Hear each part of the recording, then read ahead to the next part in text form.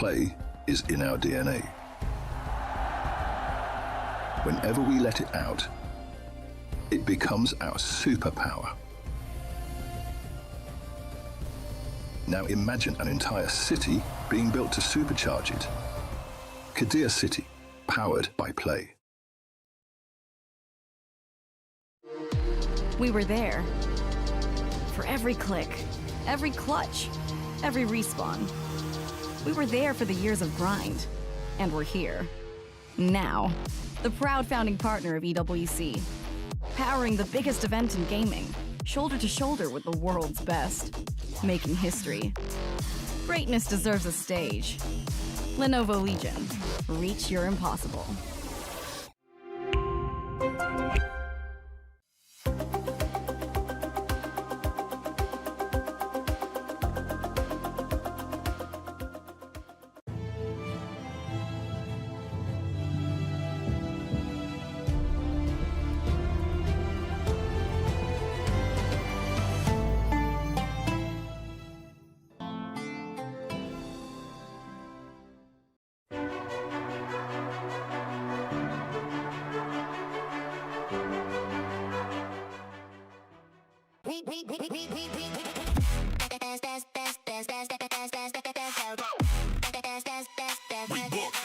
World Cup.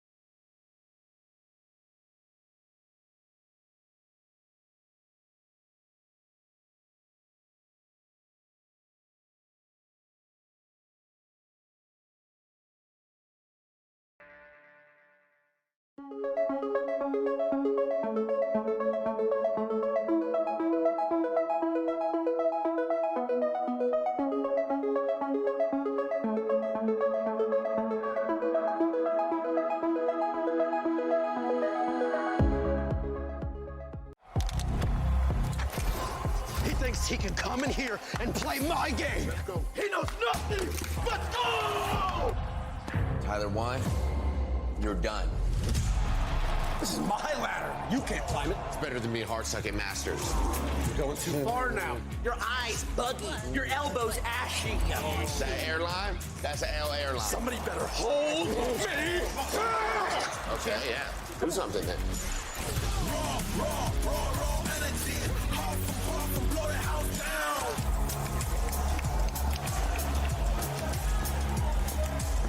You look nervous. You look short.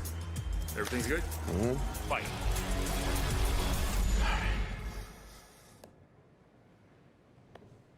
Okay.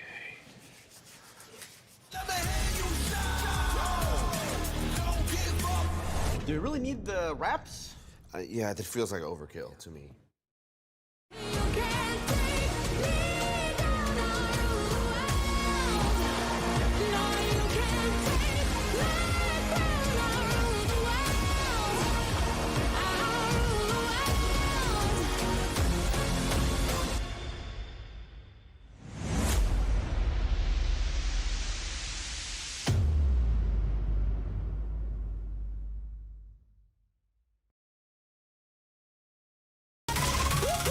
Je suis prêt, c'est parti, voir on m'emmène la vie.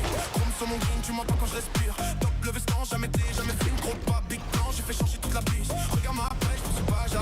Je coupe la line, laisse la qui laisse frémir. Nouvelle état, new name, toujours fluide dans le move. Main en l'air quand je rentre dans le groove. Garde ce regard, je suis déjà posé. De part je tourne, glace dans mes yeux figés. Vite encore, puis je prends tout ce qui est à moi. Trop vite, trop fort.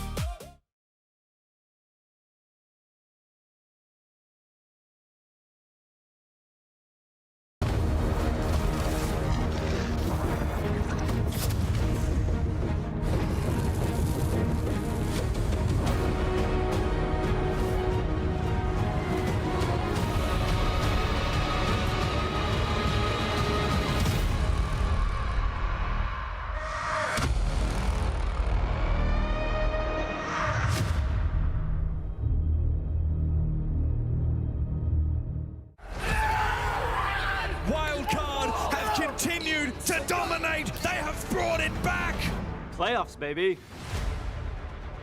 The Falcons' curse strikes again. Wildcard shows that they're on top of the world still. Falcons dropping into the lower bracket makes this extremely interesting with all these top teams being there. Falcons players were really animated when they were winning rounds, but at the end of the day, when they were losing, they stopped and we showed them who the real boss is. Are we playing for plan? Oh, we're playing for kills. Surely another one here. Bay with the 4K. Nako shield up. No, it's gone up, but then it's Gadiant. The pistol shot connects. Winner go home starts now. Elimination games up next. Team Liquid versus M80, going to be one of the top dogs of Brazil versus one of the top dogs of North America. You can't miss this one.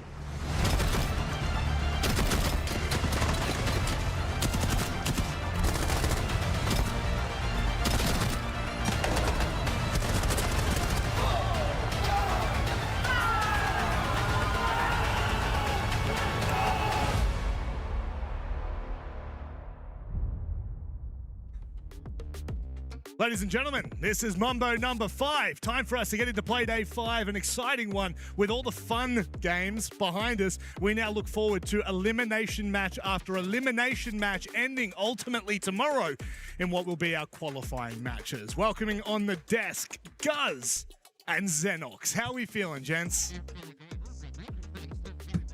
No, I can kind of... Oh, wait, wait, go again. No. Oh, no, I'm plugged there in we now. go. We're back. We're back. In. Yeah. Honestly, probably not a bad idea.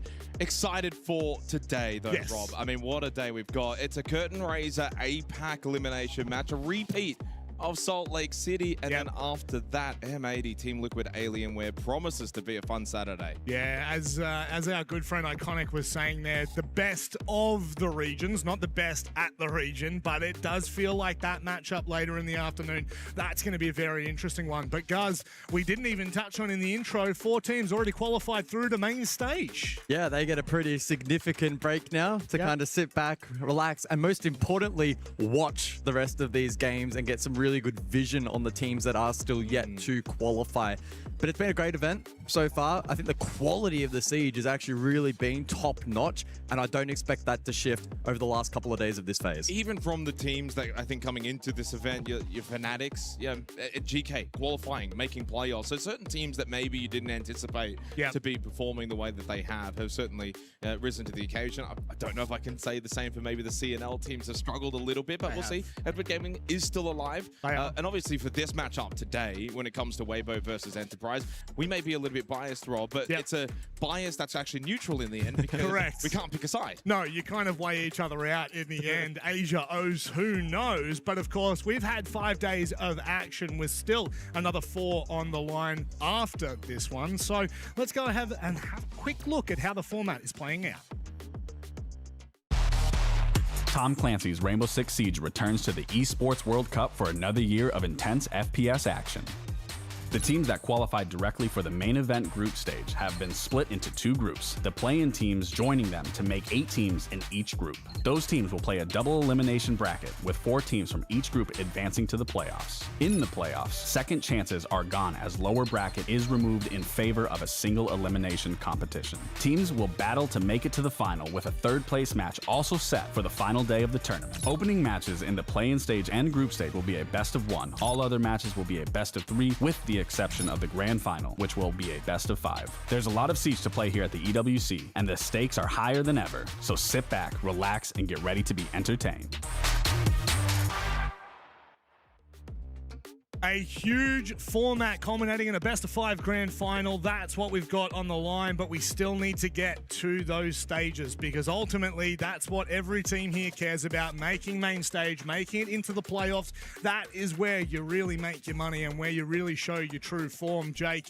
I mean, the teams that we do have so far that have already qualified through, you've got to say that most of them are probably the best that we did have going in the groups. Well, Dark Zero, Wildcard, there's no contest there for those 2. They can both win this event. And then you kind of look at FaZe Clan, that makes sense. I don't think anyone's going to debate that. GK Esports, though. just a little bit, I was a bit surprised that they qualified the way that they did in the upper bracket, but fair play to them, of course, beating Fury at 2-0. Yep. And funnily enough, beat Enterprise, of course, in that 8-7 game back to the best of one. So they've been able to make the most of their run. They qualified for playoffs, and now it's a matter of, who are going to join those teams today. Well, not today, actually, tomorrow. Well, but tomorrow. Who's going to have a chance to join them tomorrow? Well, if you want a chance of taking 750k home, that's what you've got to do. You've got to continue to win every game from here on out. There's no second chances. As James Devmarter Stewart would say, there's no more parachute. But I did ask James yesterday, I'm going to ask you guys, if you won $750,000, you couldn't invest it, you couldn't buy a home, what would you do with it? I would spend it all on the Rainbow Six Esports store and get all the skins. Geez, he's good. He's quick on the spot, isn't he, Jay? You know what I would do? What would you do? I would invest it. No, but You're not you allowed. can't invest it and you can't buy a home. Okay. Yeah, well. you see, now you've just gone ahead and ruined it. But let's not ruin this anymore. Let's get away from our conversation, have a look at how we got here, because ultimately we've just kind of given a little bit of a tee up there for who's qualifying through to the playoffs already, but we still have a lot more to get through as you're looking now down into our decider matches, the lower bracket. Guys, it's tooth and nail from here on out. Yeah, it really is. It doesn't get much more tricky than this. The decider matches here in Group A, both Falcons and CAG by Varel waiting for their respective matches, and both of those two teams are still in pretty good form despite finding themselves in that lower bracket position. So it's tough to probably envision Secret and AG being able to go all the way, but for M80 and Team Liquid Alien, we're probably standing a firmer chance. Looking at the B bracket, B group, are they going to be the best? A lot of bees. There's a lot of bees. Not buzzing, the bees! Not the bees. Look, I mean, I think it's similar to the Falcons storyline that you just posed, guys. I think they'll likely be able to see off either Secret or AG. Fury, for me, will be pretty firm favorites against either Fnatic or Edward Gaming. Although I would say Fnatic, Fury is not a totally one-sided race. The real question mark's going to be Weibo Enterprise then have to play Virtus Pro. Now, for a lot of the outsiders from APA, they look at that, they just say VP win. But I think either Weibo or EP on their day, bring their best, certainly could give VP a run for their money. But you never know. It just depends on the day. And I think that the main thing clearly, though, for Weibo and Enterprise is this match because of the implications for the next major. Obviously on stage right now, some pretty intense matchups, and of course this now leads into what is absolutely our story of the day. This right now behind us is the battle for APAC, and this is monumentally large, not just for this event. Bragging rights, EWC prize money, SI slot on the line, but Jake, it's actually a little more than that. It's a little more intense than that, because the repercussions will echo to our next major. Yeah, well, they certainly will, as I was alluding to. So as things stand for Weibo Gaming, they do have it slightly more difficult than Enterprise. They need to, of course, win today, but then, guys, they also need to beat Virtus Pro after that. If they can do that, they will actually control the 2 slots for the next major, pending if then CAG could go for a top 4 run. We'll put that in the unlikely category. For Enterprise, though, win today against Weibo. They'll maintain the 2 slots unless CAG make top 3. Yeah, it's going to be an interesting one on this main stage. However, we do have another matchup a little later. Iconic, obviously, already teeing that one up. M80, Team Liquid Alienware, guys. That one should actually be pretty close. I think both of these games are complete bangers, to be completely frank. Match 1 should be incredibly tight.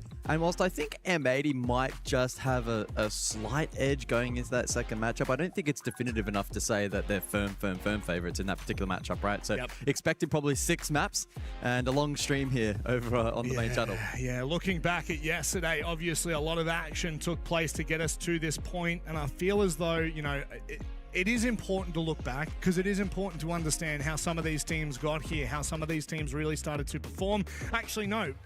In saying that, Jake, none of these teams are actually playing today, but it is good to have a bit of a snapshot as what we've seen so far. I will say, like I'm going to say it with my chest, Wildcard look wildly favorited. I mean, they look good, but they've also looked good now for the last 12 months. You know, they're at that point, I think, in their career as a team where they should be challenging for trophies. They should be challenging for winning an entire event. So, of course, this match against Falcons, 7-5, 8-6, but the full story not told in the comeback. The choke on that second map. Liquifax standing up, pointing at his name. Funnily enough, I think I was either in the crowd or watching it in the green room, and I said immediately, they're going to lose now. Yeah. And they ended up losing. Bay with the stand-up choke as well, which we saw Player do for Chiefs. And how did that go? Well, he lost that game. Bay and Wildcard certainly did, and they closed it out in 2. And then you can see, of course, here on the replays, as far down as 5-1 in that first half. We know Fortress is, of course, defender-sided, so I can understand why, from Liquifax's perspective, once they got to 6, it's sort of thinking, okay, maybe we've got this in the bag, but evidently not. And some big plays from Wildcard down the stretch. They look really, really good. They certainly do, and it is a beautiful storyline for them. Self-made, now they're coming into EWC looking red hot.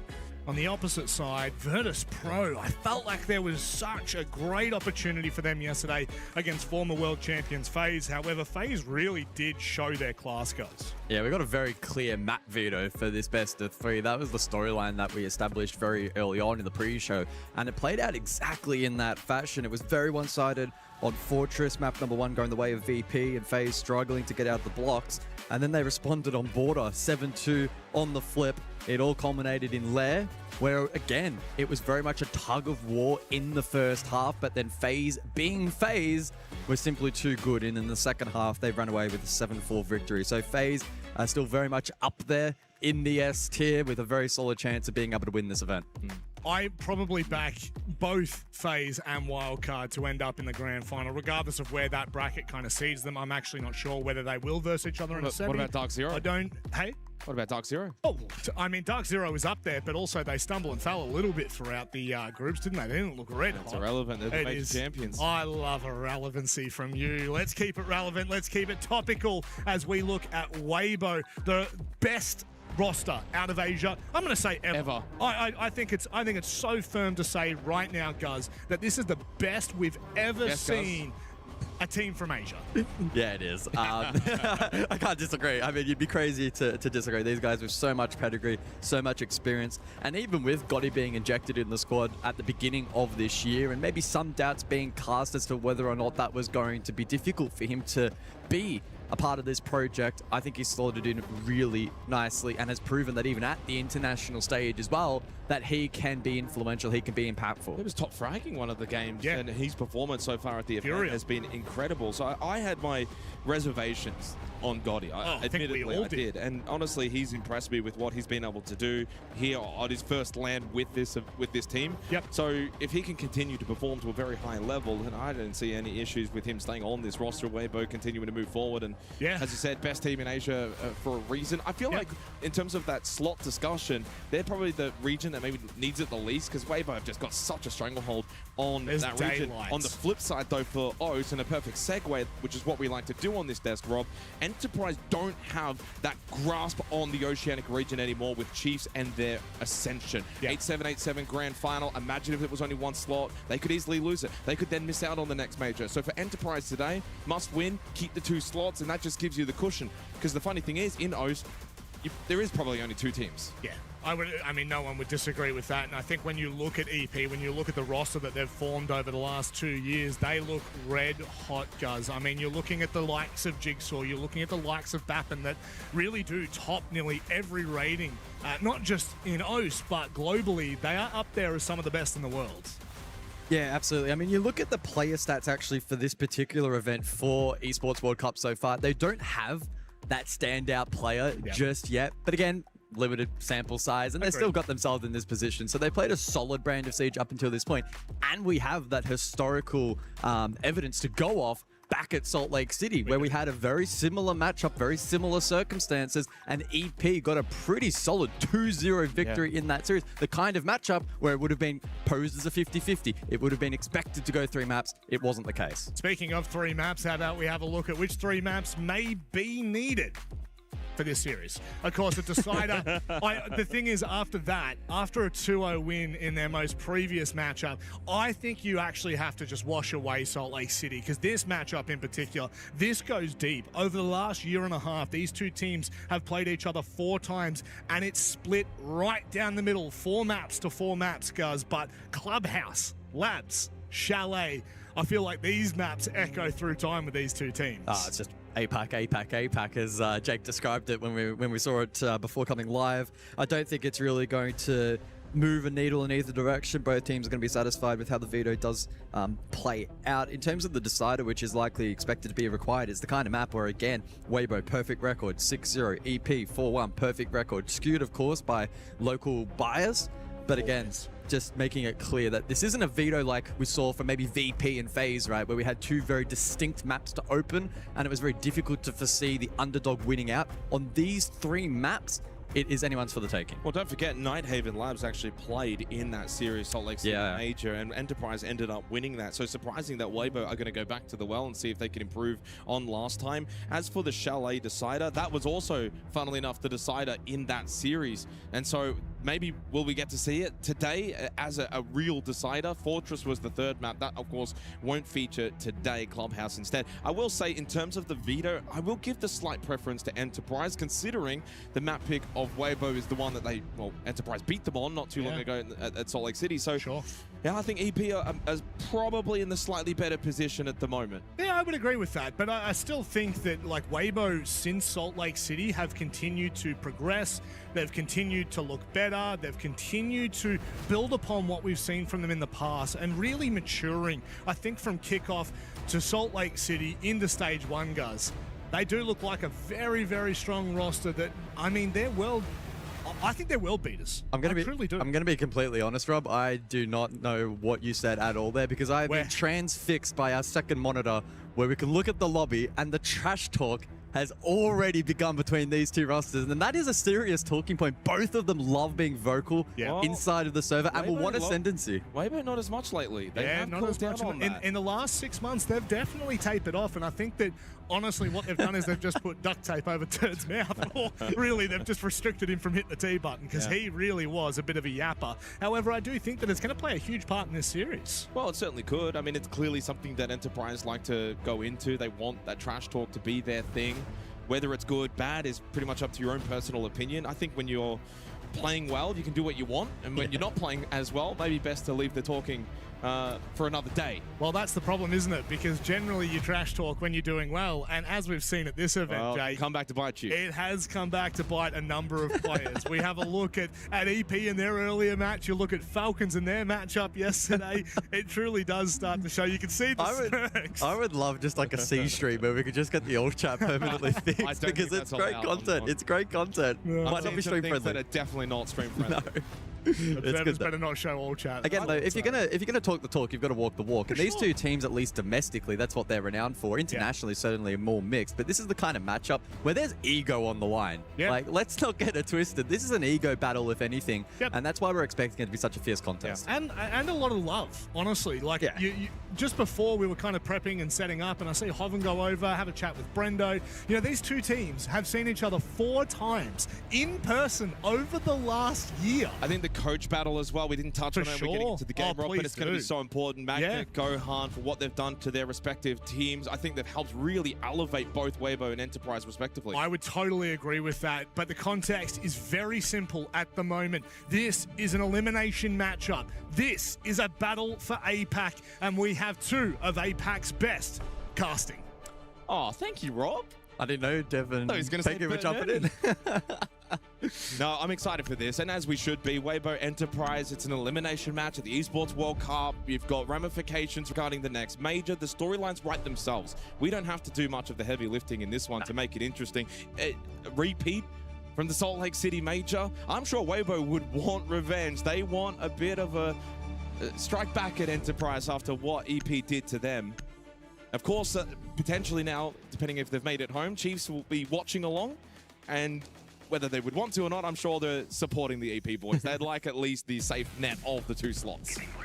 Yeah, maybe I'll have the dodgy plane Wi-Fi on the way home if they're mid-air to tune in for this one. They won't want to miss it. K-Star would be watching as well and cheering on Weibo. The entirety of APL will be watching this match. Absolutely. Although I don't know what time it is. I think it's... What time is it over there? Oh, it's only midnight. That's reasonable gamer hours. Well, they should be on. All my APL fans in the chat, make some noise. Let's get underway here at the Esports World Cup. Weibo on defense, Clubhouse, Enterprise's map pick, elimination game. Winner will play Virtus Pro tomorrow for what will then be a playoff qualification match. This is a repeat. This is the El Clasico of the APAC region. Let's get underway. Yeah, basement for the opening site. Weibo go double info, ban, and elect to roam. They go hand in hand, those decisions, as EP of emphasis on hard breach denial, with the Kaid and the Mirror benched for the next 6 rounds. EP certainly the style of team that will want to take this roam head on. As we mentioned before, a friendly ego battle between these two. And so by gaining a bit of momentum early, that could be quite meaningful in this matchup.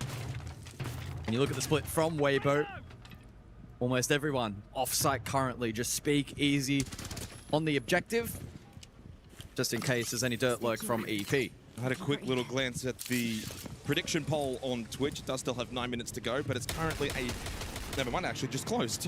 60-40 split in favor of Weibo Gaming for the first map. I think anything and near that 50-50 mark is going to be around the mark. Minute gone. Reaps active towards Kitchen, who can land first blood. This is a big stack roam from Weibo Gaming. Oh, Reaps is isolated now, potentially. If Tuhan goes for the squeeze on drone. Oh, Reaps, swing. Easy clear onto the Monty, but Jigsaw gets the quick trade. Not ideal, though, for EP to lose Tuhan on the Montagne. Reaps does his job. I think you take that if you're Weibo. Yeah, you certainly do. If you want, you could fall back, play basement site, but they do still have a double stack on the top floor. Hoven lurking around lounge. In fact, has now made his way back down safely. Brendo posturing over towards main stairs. Still multiple members of this defense, second floor, so EP have elected to ignore and bypass. And that proves costly. Gotti both finding a kill each. Gotti found his on the top floor against Jigsaw. Brendo, Bappen, last to a life for Enterprise. So far, strong start from the defense of Weibo. It's a split push, and Bappen by himself towards blue. Good start from Weibo, and I like the aggressiveness on the defense. Happy to roam, happy to move around, and happy to swing, take these fights. Weibo should have the patience here. Did not swing into Bappen. He is good enough to probably get a double kill. Also going to get pinched as well, top red, Gotti. And let the trash talk begin. And a swing from Turd as he collects the kill, sprays the body. First blood goes the way of Weibo Gaming. Yeah, it was a nice start there from Weibo. Really good aggression off site. Reaps rewarded with a good run out, and whilst it was traded, EP lost the Monty, forced then into a plan B, a more direct approach. And whilst they went for the transition, lost a couple of players courtesy of that offsite play from Weibo. Well, the thing about Turd, the other day I was watching him, I think he went about 2 and 11. Did not make a single facial expression. And I've seen him drop 20 and also make no facial expression. The man is an enigma. He does not change. He just chews away. And a little team ace for Weibo Gaming. Everyone gets one. Sharing the love around. Of course, Church Arsenal on Clubhouse. Very defender-sided in the APAC region. No surprise for Weibo to take that site. But Gym Bedroom, guys, actually, I was looking at the statistics both for the Asia sub-region along with Oceania. Ends up being attacker-sided these days. So this will be a test now for Weibo. 5 seconds left. Attackers must locate and defuse a bomb. More traditional lineup then from Weibo with the bandit available. Speakeasy will play that top left jacuzzi. Attackers have dropped the bomb diffuser. And then they'll have the smoke and the Goyo combination to play pure defense and stall out space late round. It's gonna be interesting to monitor just how aggressively Weibo are on this extension. Initially starting both Cash and Garage Rafters, with Turd self-sufficient with his Kiva barriers. Speakeasy in the meantime has also come across, and good work on Kennels early. Yeah, like this is a really good extension to just delay this push in, not giving it for free over towards Garage and Cash side of the map. Weibo will then look to peel back. But they've got that triple stack. Gotti, Hoven will reinforce the site. Keep barrier. Just keep Tuhan at bay. Cairo, though, along with Bappin, have both made their way into Secret. Now, Reaps is top red stairs. At the rotate into Cash. EP really taking their time and giving respect over to this roam from Weibo, who now opt to fall back. They've wasted a minute. I'll go back and play the site. Jacuzzi still needs to be opened up as well. Reloading ammo. And Cash and top red will be confirmed clear, courtesy of the drone work from Tuhan. As Jigsaw watches his drone down below, just in case there is a lurk from Weibo, a potential nitro, but it won't be the case with a full 5-stack second floor. Weibo committing to the peel and not over-committing to any engagements. Turd will eventually be forced out. Not forfeiting it entirely for free, but either way now back to site. May elect to answer that payload. Battle over off the balcony. Bap and Jigsaw both outside, peeking these windows. Tuhan on the Monty as well joins them. 50 seconds, and again, Jacuzzi not really an option. Cairo down below, Deathmark activated onto Turd. He's gone into bathroom though, he's gonna be safe. Or is he? Yeah, he should be. Hoven's the real threat inside of Gym. If Cairo elects to clear that, it could break down this defense. Easy. Pushed down main stairs. Cairo wasn't expecting it. Little time remaining, and the vault in for Tuhan looks very uncomfortable into Gym. The Vulcan canister still in flames. Bappin down below wants to try and find a kill with the impacts. Yellow ping, but not enough to clear out Hoven. Tuhan had to go with a pistol out, so he falls as well. That's case down towards Jim. Bappin towards main stairs, needed to win that battle and quickly. The swing and the swing from Speakeasy was unsuccessful, but Gotti and Turd on site defend. Weibo with the early start on Clubhouse, 2-0 lead on EP's map pick. Enterprise not looking particularly comfortable inside of the server at the moment. If you're going to play a slow build-up, that's certainly fine. And they did get their opposition of Weibo in decent positions, but you need to be in sync there late. Fair play to Speakeasy and being able to disrupt early and catch Cairo, who didn't have a trade on offer. Hoven was eventually dislodged, courtesy of Bappin's impact down below, but then the diffuser was dropped on the vault in towards site. Bappin then, as a result of having to play down below, wasn't in a position to then trade for main. Overall, a good start here from Weibo. Very good start from Weibo. Enterprise just looking a little bit flaccid on the attack in that round, but arguably when you're playing that Montang, of course, that's going to be a big part of your identity. It's going to be slow. You want to push back the defense, but the problem is you never opened up Jacuzzi. So that whole Gym, corner side, top main, hallway is just completely in control from the defense. Bappin is a little too late to main stairs because he's still having to put pressure from below because of that push down from Speakeasy to clear out Cairo. So all of these things are going the way of Weibo. They're setting the tone, they're playing well, they're forcing EP to have to adapt on the fly. Let's see if they can have an easier time on Cash and CCTV as Cairo will bring the blowtorch out on the Maverick. Tuhan again on the Montang. Make that 3 straight rounds for him. His focus will be towards Rafters. Control. Turd playing that on the Azami. Reaps sitting in lounge at the moment on the Thorn. And it feels like we've entered a bit of a time machine, not frequent. We'll see the blowtorch brought out here on the Mav for this wall in APL. Cairo's taken a big chunk of damage, and the wall's still yet to be confirmed. Although now soft, and it should be pretty simple and straightforward for Jigsaw to impact that open. Or Brendo with a Rotero if they so choose. He's focused though on some of the on-site util. Double shield in play here from Weibo, and so Brendo should be able to extract some really nice value. And there is that main breach now exposed. Yeah, not a heavy investment either for Weibo defending this Rafter position. It's basically Turd by himself. He's got company from Reaps. And they don't have catch.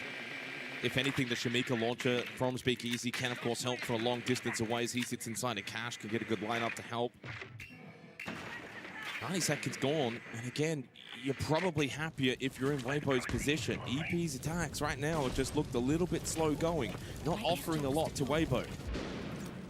On the flip side, Weibo's also giving them nothing right now. They're not over-peaking. They're not playing overly aggressive. playing set positions in a rather default-looking clubhouse.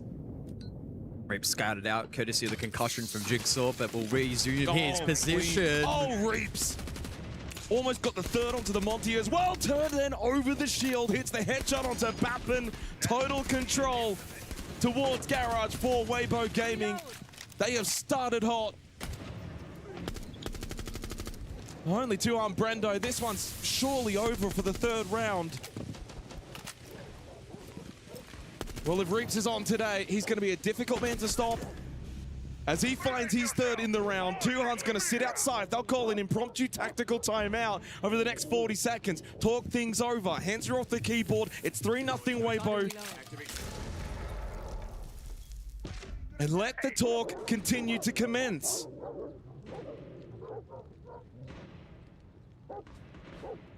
My, oh my.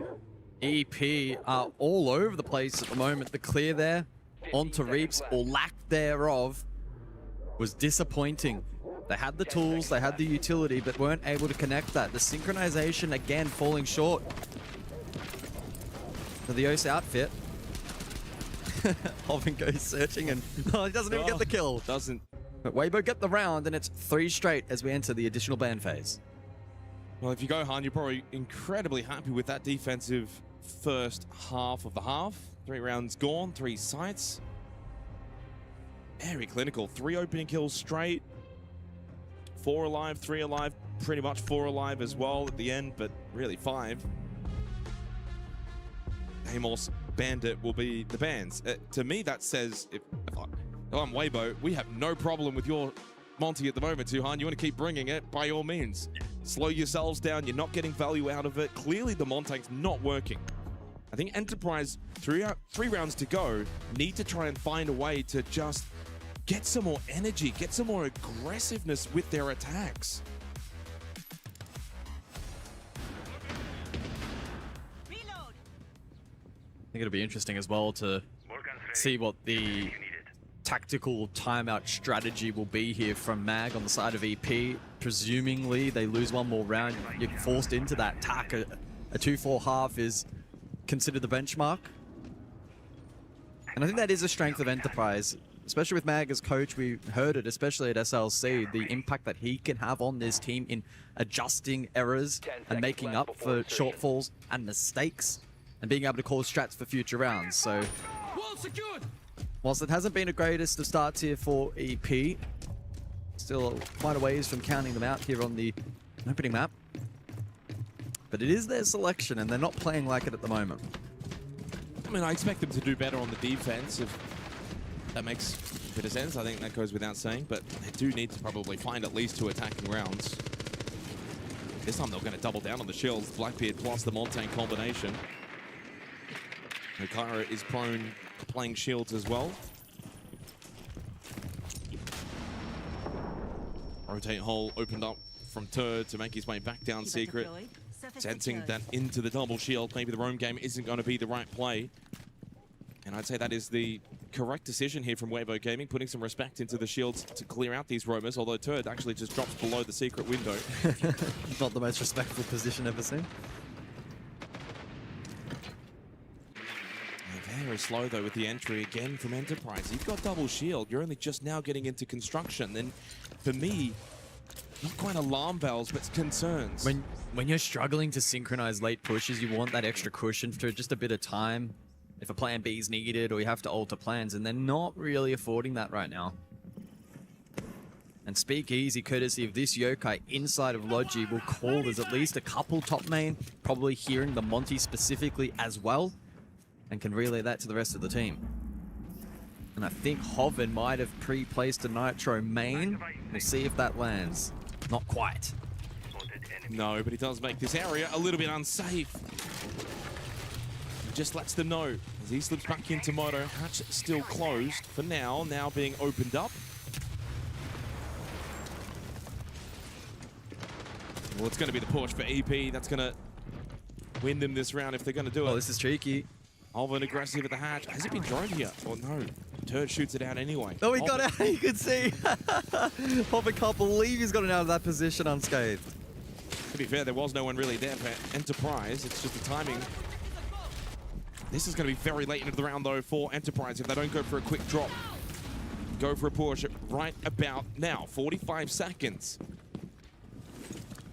And into the triple smoke of Reaps and potentially the util from Turd on Goyo. This looks pretty poor, plus the Yokais. Yokais need to be brought back, though.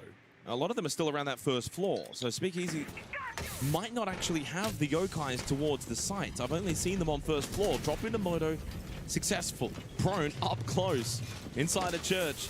Speakeasy's got his hands full, can't get on the Yokais anymore. Turd, though, lovely clear onto both the shields. Reaps then shuts down Bappin. It's Weibo that make the first move. They may not be on the attack, but they're doing all the attacking at the moment. Drop down desperately in the hatch will not work for Jigsaw. Down to Brendo, no time remaining. Make it 4 straight from Weibo. Well, Hoven says bad attack in the chat. Turd says something else I can't repeat. And to be fair, I think that it's completely justified.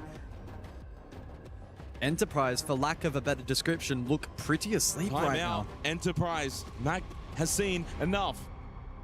Gohan would be ever pleased with the start here on Enterprise's map pick. I think for Weibo, it's just about more of the same and reinforcement. And I think on the side of EP, it's about waking the boys up.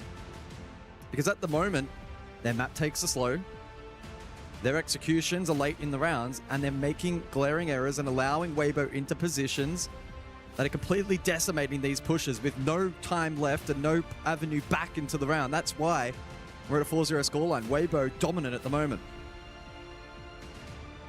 This is where you earn your paycheck, Mag. Yeah, 100%. This is a tricky position to be in. You've got 2 rounds. And the beautiful part about this timeout at this moment from Mag, you win the next 2 rounds. It's a salvageable position. And you're fine. Yep. The half actually ends up not looking too bad. You only need the 2 attacking rounds on Clubhouse when you typically see in the APAC region, of which both of these teams are from, and they'll understand how that works.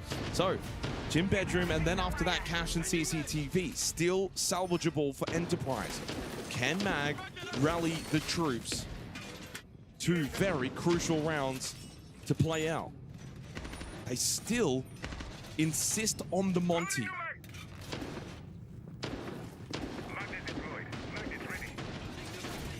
Heading into the day, EP with 4 maps played here of Club over the course of the year. Their attacking win rate, only 35%. It has been a weakness for them and surely was a focal point for their preparation in this matchup so far. They have not been able to benefit from that prep.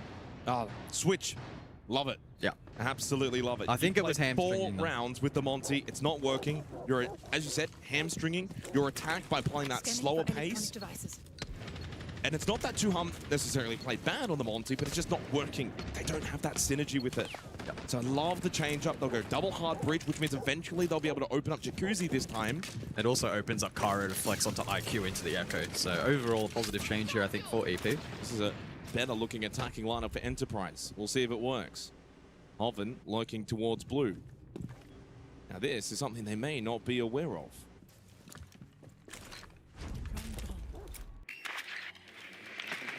Well, the question will be if Hoven wants to make a push towards... Oh, he is creeping. Hoven is creeping. Almost caught the timing as Cairo popped up. Well, he makes the shots, but that also gives his position away. It's now known he'll fall back and he'll make his way up main stairs. Now, Weibo are not shying away from playing some fairly aggressive positions here on a map where it's not required.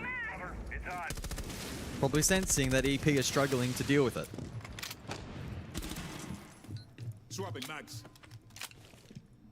Well, they have forced Weibo back to site now, except for Hoven still bottom of main stairs. And look at that, they've gone chasing. Kara's gone all the way basement. Trying to assume that maybe Hoven might think about going back down basement for a late flank, and if so, then maybe I've got him caught. Kara's just going to go for it. Will Hoven be expecting this? Will he be ready for this? It's a pinch. They got one at the window as well. Jigsaw's ready for him to come up. And Cairo just turned around at the wrong moment, and Hoven gets the free kill. I need to reload. It's a calamity. Hoven hits him with the question mark as well, and the teabag. Another opening kill for Weibo. They make it 5 straight. 60 seconds left. Nothing is working for Enterprise. It really isn't at the moment. Weibo peel back to site. They've got shields to play into. Double Nitro. Reaps utility on the Thorn.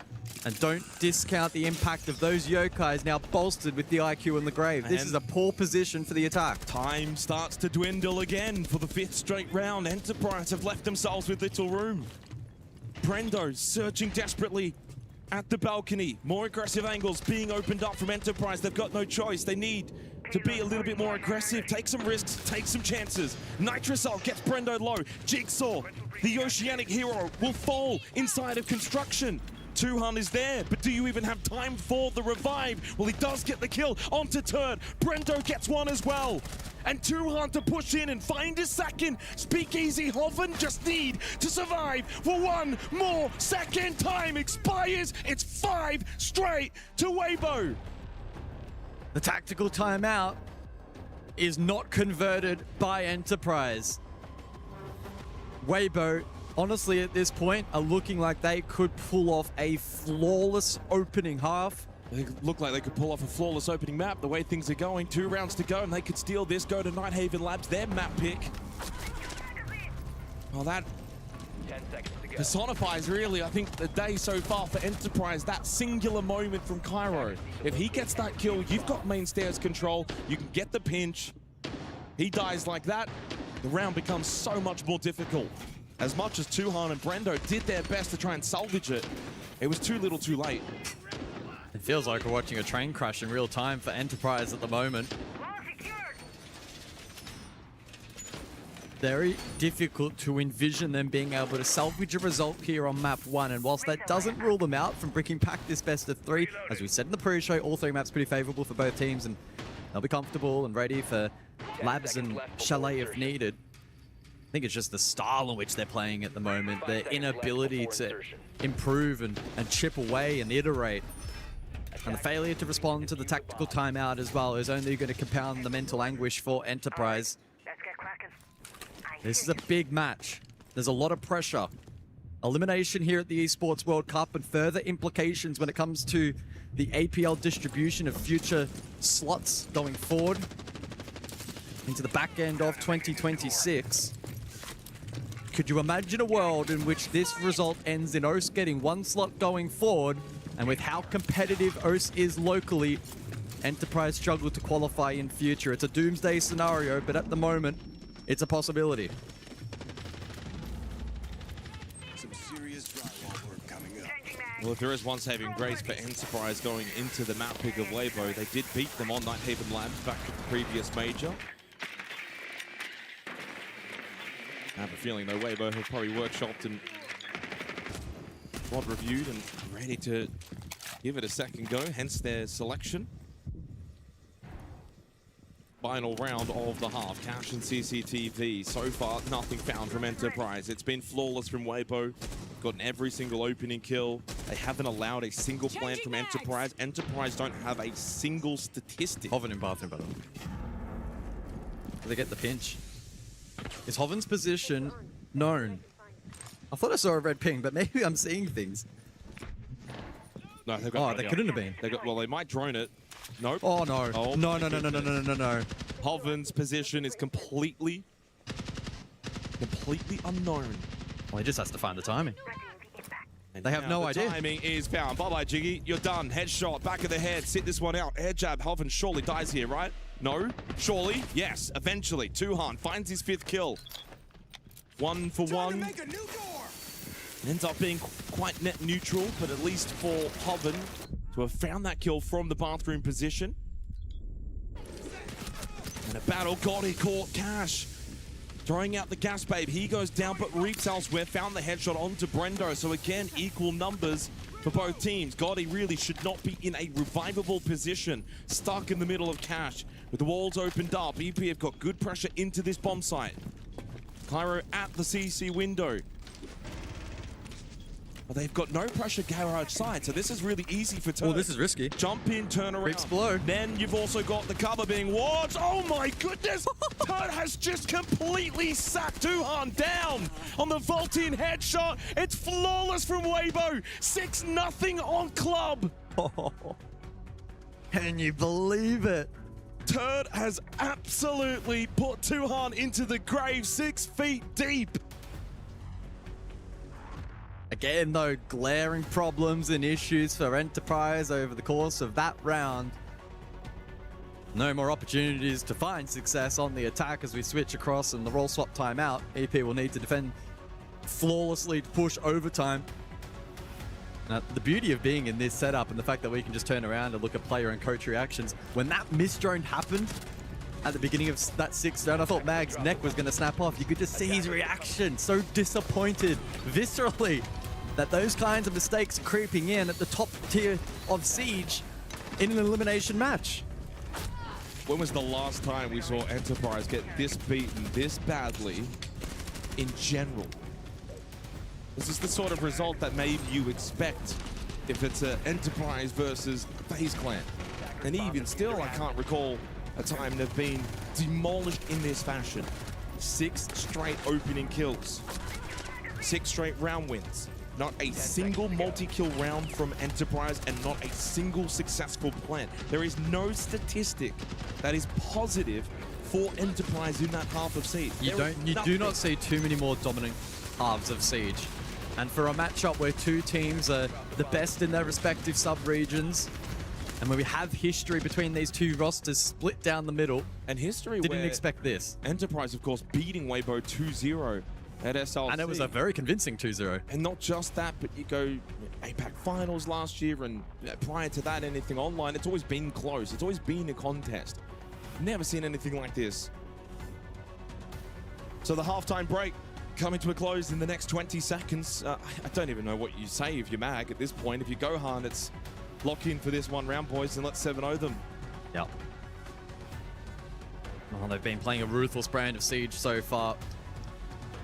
And that has been a huge improvement in Weibo over the last 12 months, is their ability to just close out games. Not mess around, not make mistakes, reduce trolling. And so I'm expecting that here. 7-0. Can they get the job done? On the flip side for EP, that's a mental defeat too. It's a mental defeat. Yeah. As much as it is a defeat. You know, we talk about matches, if you think back earlier in the tournament, the Fnatic lost to FaZe Clan 7-2. And we were sitting there, oh, we can find the positives. Yeah. There is not a positive in this game. No.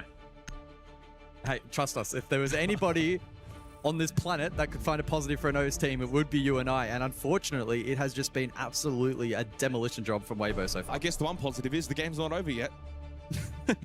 You've got 6 rounds to try and find. But you have 2 more maps. There is a possibility EP rebound map too. You've got at least 1 more map. Yeah, at least. So the bands in play, Kaid, Mira, Blackbeard, and the Solid Snake. 6-0. Can Weibo close this out flawlessly to begin this elimination series, which feels like it only just started?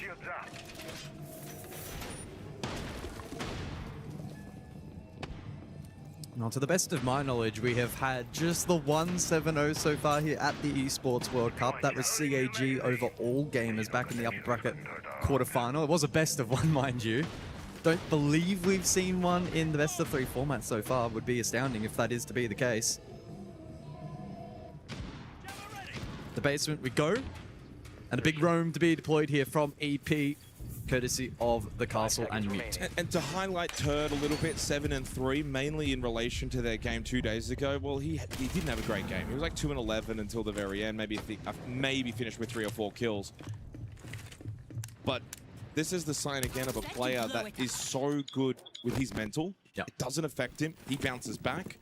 Similar, actually, to a great example being Vidiking yesterday for FaZe Clan when he started 0-9 and then top fragged the next 2 maps. Yeah. I think that's always the, thing that you've got to understand is you can have a bad game, but it's about the best players can bounce back and bounce back quickly.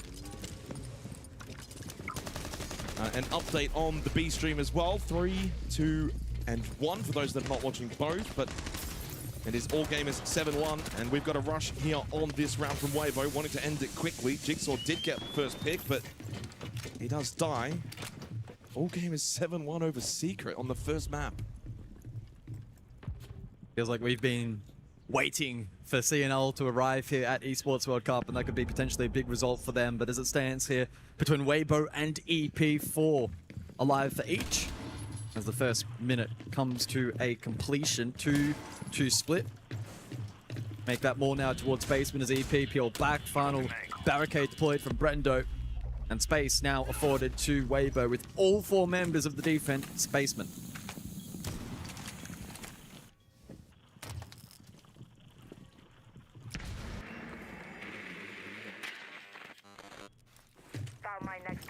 Well, the curious thing for me will be the timing difference when Weibo go for the execute. Enterprise were firmly in the last 30-second window of the rounds. Look at his jug of payload, by the way, from Turd. Damage onto Cairo, Bappin, and Brendo. Just keeps everyone a little bit lower. And Tuhan will be next. 60 seconds remaining in the round as the Blitz of Speakeasy posturing towards bottom of main stairs. Gets rid of the mute jammer, allows that drone to go down. Weibo in days gone by really loved electing for the Ashwall rusher into B. I'm curious to see if they try and go for something similar here. Pretty challenging given the setup though from EP, so it's probably an unlikely outcome. Turd is pressuring outside of Dirt. But the creep down bot main is successful for Hoven. Cairo may not even know that he's tucked in. They are leaving it rather late into the round, and it will be a drop down through the hatch of Kitchen for the Blitz. Turd has made his way back to Kitchen after showing some presence towards Dirt, just to keep Tuhan honest. Last smoke from Tuhan. Throws it out. Hoven clears out Cairo. They've got bot main control. Church has opened up. Tuhan's low. Bappin, clean headshot. Speakeasy will go for the plant. They've got the cover positions, though, well set from Weibo. Hoven, easy clear onto Bappin with the plant successfully down. It's only Brendo and Tuhan to clutch up to avoid a 7-0 disaster on their map pick of Clubhouse. Speakeasy, pistol out, but that leaves an opening. Brendo takes it, but needs to get moving. The kit being watched from above. Both attackers are on this first floor position. Brendo needs to be quick with his decision-making, and same for Tuhan, who gets on the kit. Brendo wanted to cover, but dead immediately from Turd. Tuhan's off the kit, 15 seconds. He cannot do anything. It's going to be 7-0 on the opening map of this elimination game at the Esports World Cup. EP wanted the trash talk in the first map, and then they themselves get trashed. Yeah, put perfectly. Weibo have put EP in the bin in the opening map, but it's important that they don't get too far ahead of themselves. A great performance, a great start. Now Weibo need to go on and get the job done. They certainly do. And you know what? In times gone old, you would have said, oh, look, 7-0 from Weibo. They could still bottle the second map. I don't think this is the same Weibo. This is not the same team. This is a different beast altogether. Salt Lake City, throw it out the window. It doesn't matter anymore. This roster has improved tenfold over stage 1, and coming into EWC, they have turned into a different team altogether. This is what we need to see if you want to be an APAC fan. Unfortunately, if you're an OS fan, if you're from OS, maybe if you're from Melbourne very particularly, you're not too happy. But Jake, that is an unbelievable performance from EP. They never let the door from open. EP? Oh, sorry, from Weibo. Well, to be fair, it was an unbelievable performance from EP, because I haven't seen them play like that, maybe ever. Yeah. Maybe ever. Yeah. This is the kind of game, by the way, where it's a bit of column A and a little bit of column B. Just to put it out there, Weibo sensation. Yeah. You can't take anything away from them. Really clinical. I think they responded from the first day's performance coming into group stage. They've had 2 days to kind of warm up into things, probably scrim, and certainly VOD review. And they look like a team that has got back to their best. Really good control around the map, happy to take gunfights, but on their terms, and then know when to fall back. And so EP were afforded nothing. Weibo make 0 mistakes, and EP struggled then on the attack. They just were too slow to push through. They didn't want to take risks, and therefore they weren't rewarded. Yeah. EP could have played this so much better. They would know that. Weibo would know that. They'll get a chance on Nighthaven Labs, but we'll see if they've actually got the balls to take the risks. You could see the disappointment from Mag the second the game finished. I was kind of turning around looking for the reactions from both teams. And you kind of saw EP just, they knew what happened. They knew what they just immediately got up, didn't say anything, walked straight out the back. And I think that for me is what we need. I don't want to see internal fighting right now. This, regardless of whatever happened on this map, look, you move over to Nighthaven Labs, that's where you've really got to dig deep. Guys, there's really not much to take away if you're EP here. In fact, I would say there's almost nothing that you could take away from the positive side. I mean, as one-sided and as deflating as that result will be for the guys, I look back to the FaZe result yesterday, right, where they were a team where regardless of map veto would have expected to do a lot better in the opening map. A little different given that in this circumstance it was EP's selection for the opening map, but they went behind the scenes, they refocused, they came out and they look like a different team on the second map. And so EP, if they want to be a serious international team, that's what we need to see from them now. Can they come out?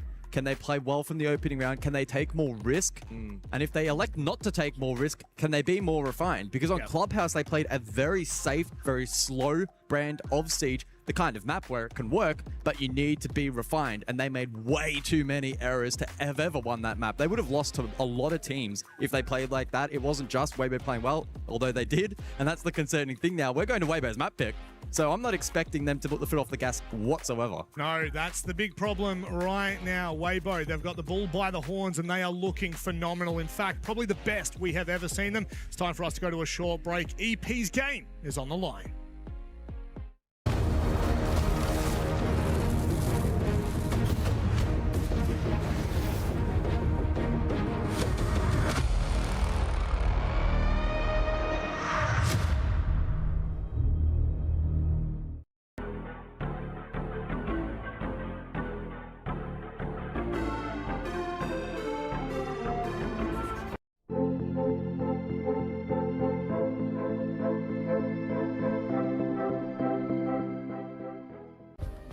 Play is in our DNA.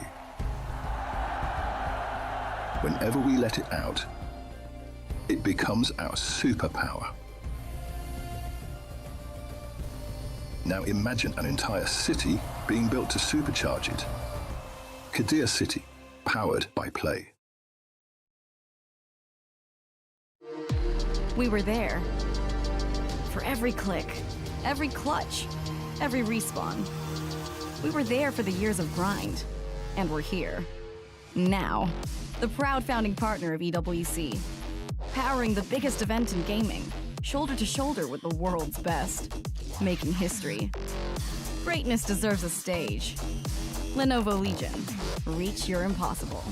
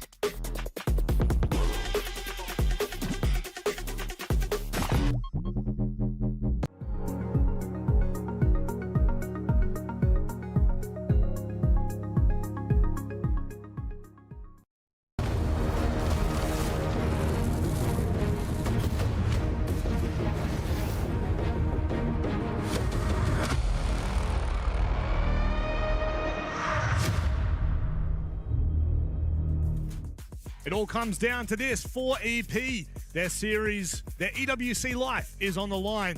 And really, their life is in Weibo's hands at the moment. And God, they look like surgeons. They are clinical. They are looking so dangerous. We turn our conversation to Nighthaven Labs, which unfortunately, if you are an EP fan, this is not their map pick. This is Weibo's map pick. And you've got to imagine, guys, going into this, they will be well and truly ready to dominate again. Yeah, I would imagine so. Weibo have developed themselves into being a very ruthless team domestically.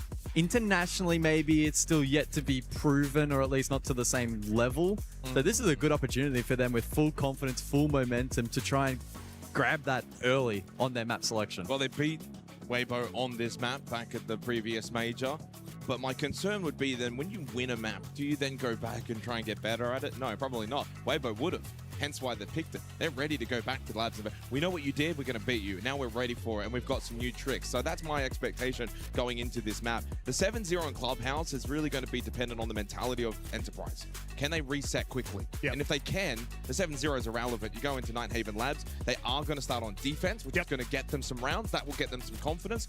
They'll probably try and trash talk their way back into things mentally, and that may work for them. Maybe that's something that actually could get them going. So if they can start well in the first half as expected, yeah, don't be too surprised if this map is far more even than, of course, the opening map, but that really should go without saying. Well, look, the stats will definitely suggest that. These two teams have played 4 different series. In 4 different series, they have played Nighthaven Labs 3 times. What's the record? It is 2-1 to EP. Well, could be equaled up. It should, realistically, at the moment, with the way Weibo are playing, every sign points to the positive. Well, Rob, I'll go to you on this one. What's your win condition then coming into this second map if you're Enterprise? Look, if I'm Enterprise right now, they are starting on defense. They cannot afford to stay limber. They cannot afford to allow Weibo to dictate the pace, because that's what Weibo were doing. Weibo was saying, you know what, Clubhouse, we know exactly how this plays out. Let's play time here. And boy, did they play it well.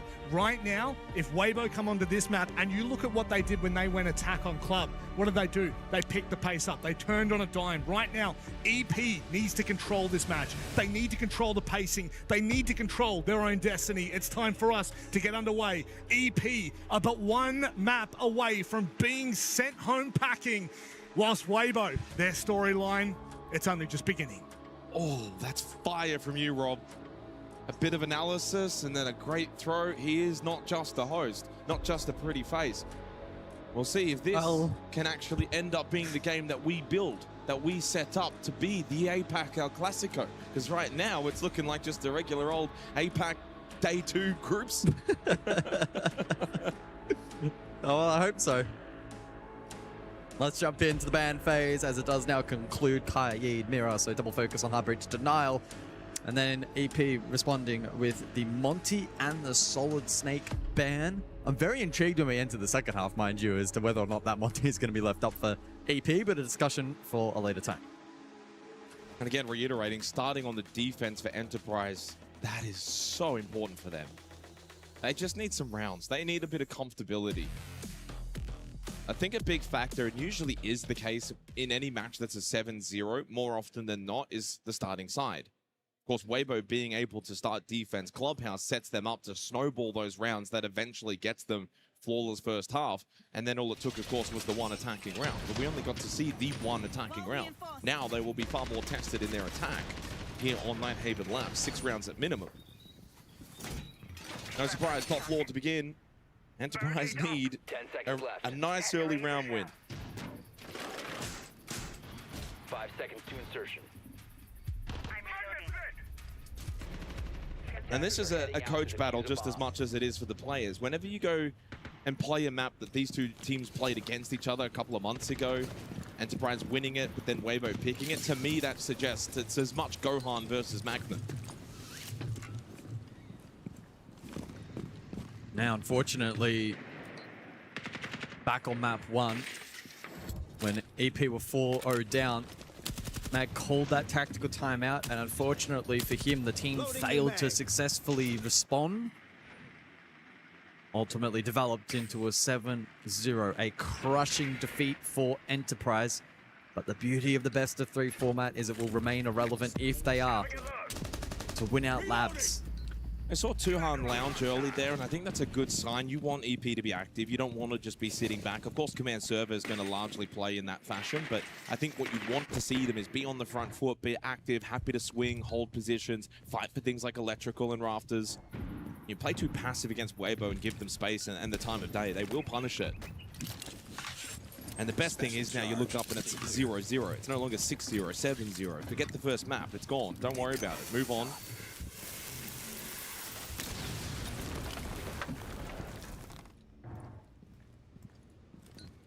So 5 death marks available here for Hoven. He can take his pick and start pressuring on the vert, and there's no one from EP to greet him on that first floor position. Triple stack con meeting side right now from Weibo, so that's not bad if you're Enterprise. You want them coming one direction. Not a lot of IT Rafters pressure, which is really good for Brendo on the Azami. He can be more comfortable, although Hoven creeps now through control, so he can actually make his way back up to create a battle with Brendo. So Brendo's going to be cautious here. Yeah, it's all quiet on this front now, but there is a lurker. Weibo leaving it late here in the opening round, and they've also left the kit behind. If Brendo goes for a... Oh, never mind, Hoven's made too much noise, but I thought if Brendo wanted to go for a door swing to gain intel, well, Hoven was in a great position to punish that, but Brendo kept himself sitting nicely tucked in on that corner position on the rotate. Yeah, time a big factor now for Weibo. They'll need to find the first kill or two pushing into sight. That's not good for Speakeasy either. He's going to be stuck in the corner for a few more seconds. Death Marked activated from Hoven. Has Bappen dead to rights. Good follow-up from Speakeasy, but a massive Nitrocell from Cairo. Shuts down Gotti. And a good swing onto Jigsaw from Speakeasy. Keeps the round alive for Weibo. He's not done yet, but the Vault team will not be successful. Cairo's found two, and a third from Cairo. Hoven needs all three kills. He doesn't have the kit, and the time is starting to expire. It's taken far too long, but Enterprise have got around in the series. Big round from Cairo, 0-7 on Clubhouse. Maybe doing his Vidder King impression here on map 2 as he gets off to a very strong start. You guys can't see it at home, but the chatter resumes in the old chat as well. They're going at it. This is good. Maybe we have a contest on our hands. Speakeasy got crunched over towards Con. Hoven down below on the Deimos, not in a position to find a trade, and the rest of the team then also isolated. Reaps specifically caught out. And finally, some emotion on the side of EP. Well, that's what I was saying before. I think, you know, it's them starting on defense, get themselves pumped up, get themselves energetic. Clearly was the case after winning that opening round, which whenever you get 7-0, then you can win the first round of the next map. That's all that matters. Good round from Cairo. Very active. Hence 3 important kills. A little bit questionable, though, from Weibo in a lot of the decision-making in that round. Very one-dimensional push. It's very easy on that side to get kind of squeezed in if you're going singular in a way, either IT side or you're going con side. Too hard, by the way. First pick inside 10 seconds. Spawn kill gets rid of the Maverick with no secondary hard breach either. Hard breach is gone in this round for Weibo. Now, the importance of this, guys, is on control storage. You want IT opened up. It's not going to be possible now for Weibo. Do they go for a big pivot and think control might need to be the side of choice? That's a huge opening kill for Enterprise. Yeah, you would imagine they kick into gear for some horizontal play. Although still currently hovering on the buck here. Clearly eager to establish some vert and at least flush out these defensive positions from Enterprise, but with IT remaining closed, it's going to open up more freedom over towards Rafters, and EP not going to be as easily deterred from this second floor. This is a good tester for Weibo. This is a tricky round for the attack. This is a shootout the drone testing. Reaps is giving over to EP.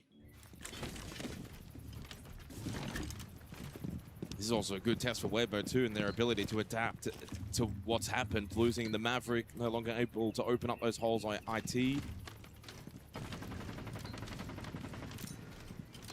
Speakeasy will go over towards blue. Watching for a potential Rafters. Window swing from Brendo, but he's on call right now from the Jugger payload. He will eat the call, take the damage, and Bappen will fall to Speakeasy. Successful push into blue. Cairo's also low inside a server, but a wonderful headshot. And dancing around the server rack very nicely as Weibo are still opting for this top-down clear. They have got command control. Cairo will need to be precise, but he cannot find the scalp of the Blackbeard. But what he can do is drop. They give up top floor, but it's a 4v3. Double smoke still up here for Jigsaw, and a lot of problem solving to take place for Weibo. Can they isolate these members of the EP defense? I think a large portion of the round here for Weibo hinges on Speakeasy being able to find a bit of space, a bit of information, maybe a kill or two. And then Turd and Reaps need to play supporting acts. A Capello call onto Tuhan, and he's getting peppered as well. Over towards Storage. He's going to have to eat this call. Doesn't have the space or the time. So he gets taken low as well. He and Cairo, both low on health. Turd collects one. Traded immediately, though, by Jigsaw, who throws out his final gas babe. Speakeasy, shield back up, heading into Storage. Still need to get the plant down, and they can't knock as Brendo, Jigsaw, both combined for one apiece. Make it 2 for EP. This is better from Enterprise, looking far more cozy and comfortable here on defense. Labs. Weibo losing that key stakeholder in the round of the Maverick, and it really constricted them on the top floor clear. Early tactical timeout from Gohan, 2 rounds in. He's seen enough. He feels as if there's some fundamental issues. In fact, even Jigsaw in the chat says, holy, early timeout. Something must be seriously going wrong. I will say, you've got to remember, Enterprise are good in this map. We spoke about it, guys. They beat Weibo on Nighthaven Labs back in Salt Lake City. Not only that, but you look at the teams that they've beaten on this map over the last 3 months. This is the record. 7-1 over Chiefs, their main competitor within the Oceanic region. They beat Falcons on this map, 8-6. And they lost to Shopify Rebellion only in a 6-8 fashion. Of course, beat Weibo, and they beat Man LFO. But, I mean, that one's take it how you want. Early timeout expires for Weibo. Gohan sending the message. Wants to rally the troops. Basement up next. Mag would be much happier with their performance here on Labs than what he saw on Clubhouse. And happier with the response. Yeah, absolutely. They have awoken from their Clubhouse slumber and they're here to play on Labs, which will hopefully mean that we have a good contest on our hands. Basement, third side of choice here from AP. And I think for Weibo, it's just about refining things across the board a little bit. I think it'll be intriguing to see what their approach is going to be on this specific site, how much of it ends up being direct versus indirect. Do they want to go for the clear? The sledge would indicate that's probably going to be the case. And then I think it's probably looking across at the likes of the Deimos and the hands of Turd. Can they try and extract maybe a little bit more value from that, find some more information? But a good opportunity for the likes of Speakeasy on this roster to kind of stand up, be the leader for the team. We could see there from Gohan, he was on the receiving end of a lot of that messaging, and it's up to him to then instill it on the rest of the roster. Well, let's see how Weibo can respond after the tactical timeout, an early one from Gohan. Also would be positive reinforcement coming the way from Mag for EP. Gets to also hold the one and only tactical timeout remaining. Exothermic charge at the basement breach.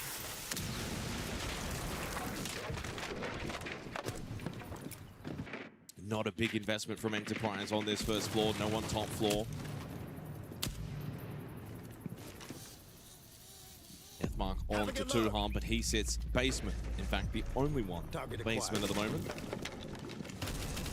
Weibo will get a very easy clear on the top floor.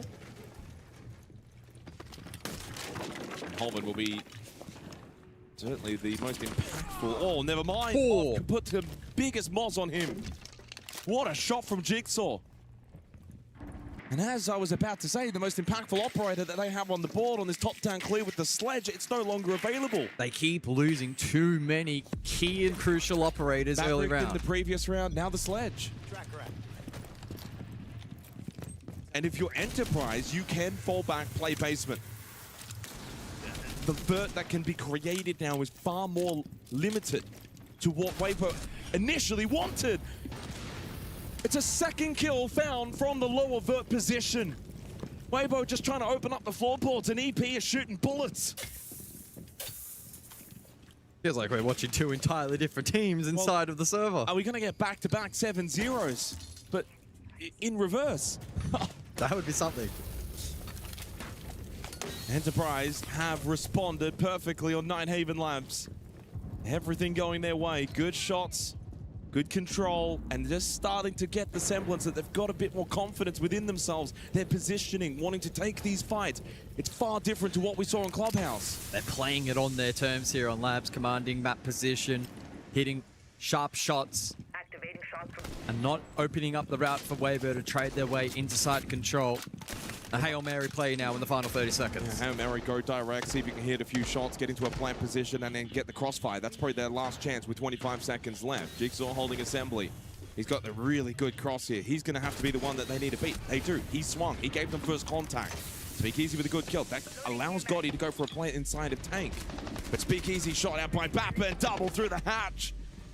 Reeves is all that's left, and while he does find the kill onto Brendo, he will not be afforded surely the chance to find Tuhan. 3 seconds drop. He does get cased. There is absolutely no chance that Tuhan is going to mess this one up. EP make it 3 straight, despite a little reprieve from Reeves at the end. It was far too late.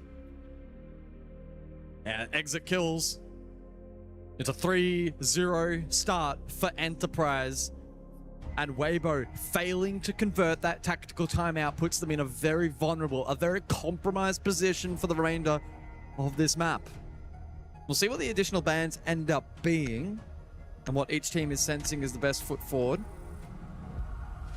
Weibo will triple down with hard breach denial. And EP taking the ace off the board. Maybe trying to force Weibo into that Thermite, which has been a selection for them over the course of the half so far. Well, back to command server, and the way that this story goes, guys, is this site is very difficult to attack. 4-0 is more likely right now than 3-1. We did not get the chalet decided between these two teams back in Salt Lake, as it was a 2-0 to Enterprise. Right now, at this very moment, it feels very, very likely. But this is defender-sided, Nighthaven Labs. Although I said the same for Clubhouse back in the opening map, and it didn't matter in the end.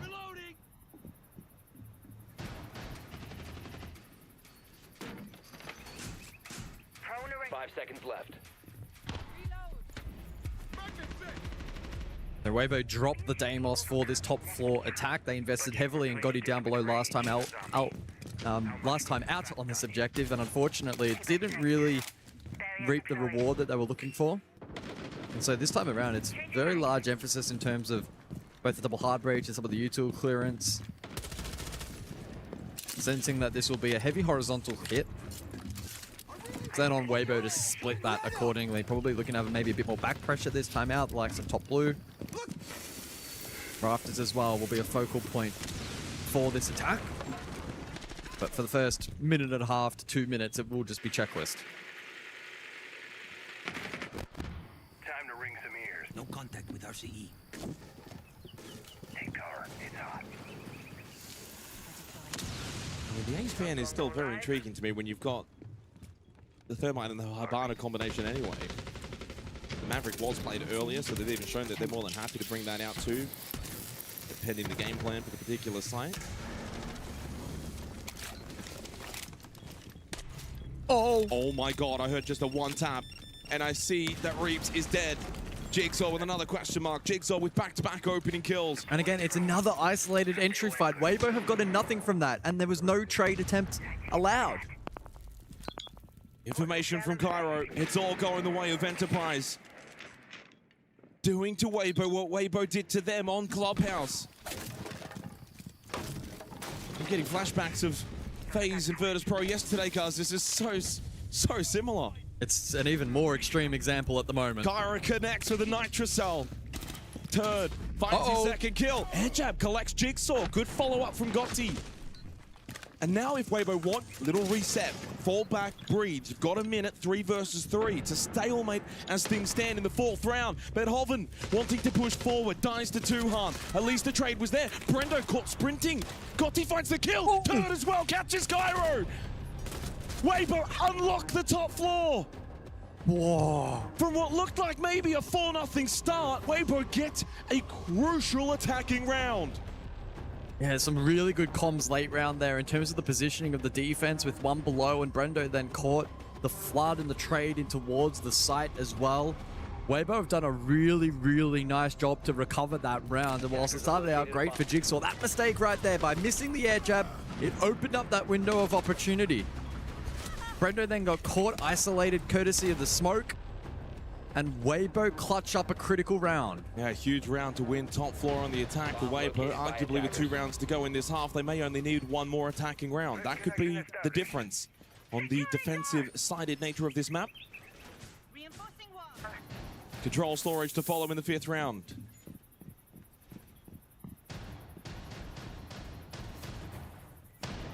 Really does feel like a missed opportunity for Enterprise to solidify a 4-0 lead.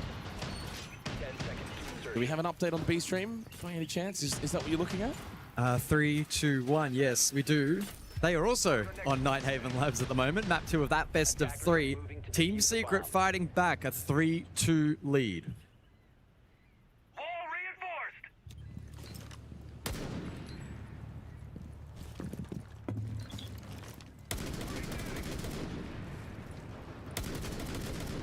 Reminder, the winner of this series will play Virtus Pro. The winner of the B stream match between All Gamers and Secret will play Furia. Those matches will be tomorrow.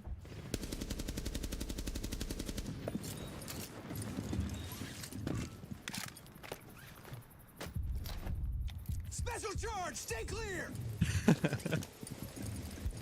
Great crowd involvement here at EWC. It's been really nice here in Paris. The weather's been great. As you said, a lot of fan involvement. Looking forward to getting on the main stage as well. Will we see one of these two on the main stage?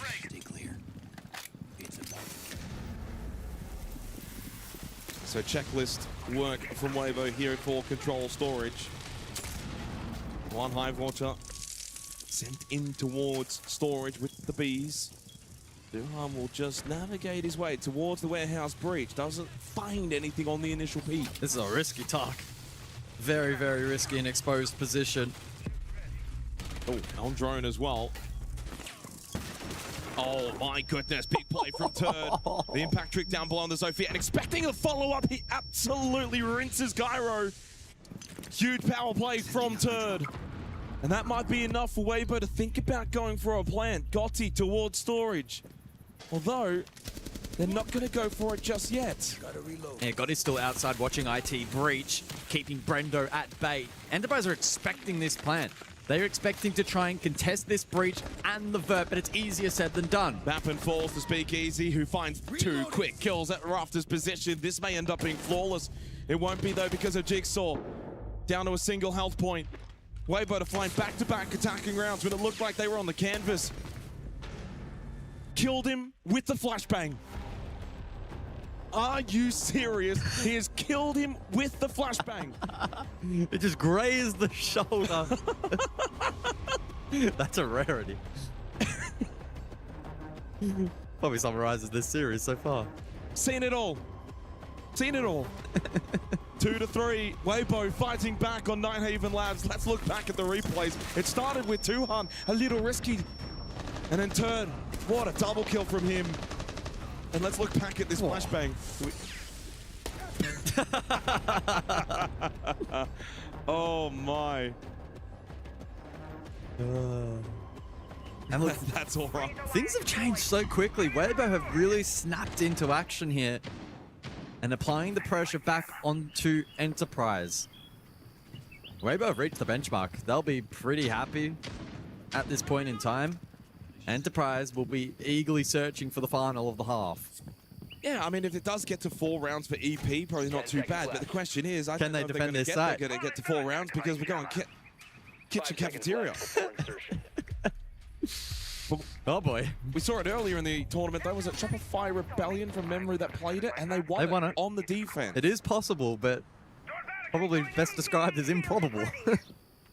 We'll see what they've cooked up. I'm eager to see. Well, yeah, again, this is the most attack-decided site on this map, and it's not even close.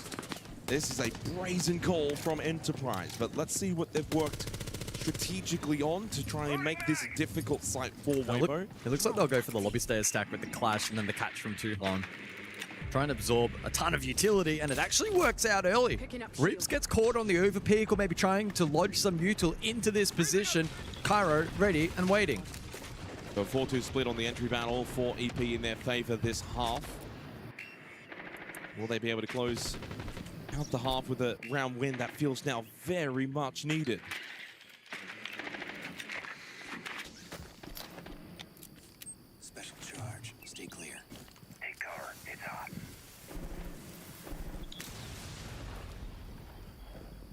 Turd did spot someone through the floorboard initially with the drone. Now wants to hold the angle and see if they'll make their way back. Speakeasy, connect to side.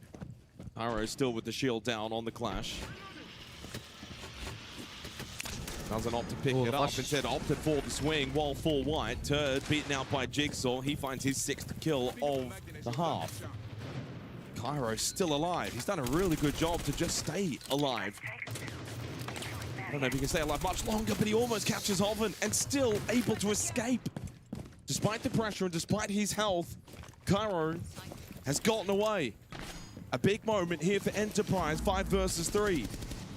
Oh, all the big moments in this round going the way of the defense. Weibo well and truly on the back foot. 60 seconds, so time to work with. And an EXO that can expose the objective. Still a very, very difficult prospect. Oven creeping down the hallway. There is a yellow ping. Good clear on to Brendo. Knew of his position. They lose 2 hard. Jigsaw to fall as well. 3 quick kills in succession for Weibo. And Speakeasy gives a signal. Let's wait. Hand up. Well, there's plenty of time still left. Bappin also losing out in that battle, so low on health along with Cairo. Cairo's found another one. Bappin can't win his though, and then Gotti shuts down the clash. That looked so ominous at the beginning of the round. We are tied though at the end of this half. It started with 3 to EP, and Weibo just go whack. 3 straight themselves. We are tied. Yes, we are. And it looked good for Enterprise at the tail end of the round with a 2-player advantage and a successful peel onto the site. But a great push 90 and really good leadership there from Speakeasy. Like quite literally hand off the keyboard, telling the guys, let's slow down, let's stop. And with Cairo low on HP. 5v3 though. 5v3. Yeah. Kitchen Cafeteria is a difficult piece to defend. You have to be perfect. And honestly, Enterprise looked perfect in the first 3 rounds, guys. This is a little bit surprising. They had all the momentum. Started to get the trash talk going again. They had some good form built up. We go back to a mistake such as that. That was a 4v3 moment with the air jab. That opens up the site on that top floor, and the rest of the half crumbled after it.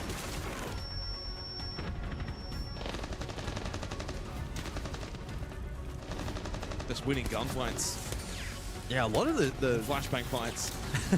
A lot of the straight up 50-50 fights ended up being pretty favorable. Another really good example there with Bappin dying in the final round and a half as well. Just a little more clutch around the board at the moment for Weibo. A 3-3 scoreline. 8 kills.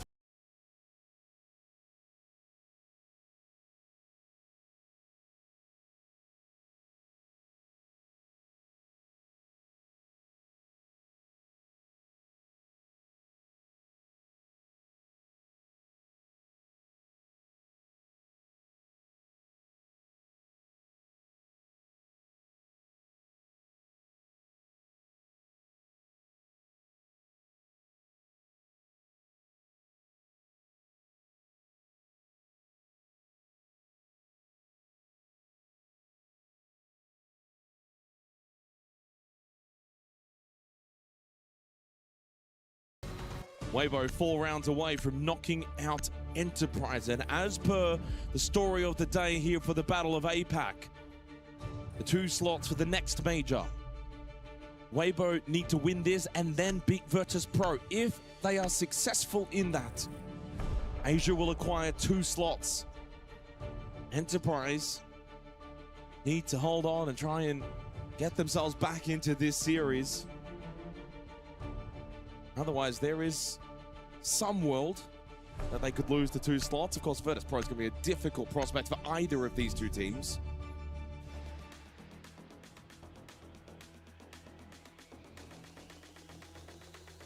For the bans for the second half, Solid Snake and Nomad. EP responding with Heartbreak Denial with the Mirror and the Kaid. The Nomad ban's an interesting one. May suggest that Weibo are going to look to play a lot of offsite lurks and roams and then go for the mid-round aggro, especially in retaking Vert, which is a pretty typical playstyle on a map such as Labs. And by taking away the Solid Snake, you are naturally just going to strip some of the info away from the attack and make the gathering a little more challenging, and again, disable some of the lurk potential from EP. talking point as well that we had back on Club, and I teased it before the second half here of Labs, is does the Monty get banned out? And the answer is no. And then the follow-up will be, does EP go back to it? And they will for this opening attack. Not a success story back on Club. Can they play around it better here on Labs? And truthfully, the pressure's out now on Enterprise. You're attacking into Labs.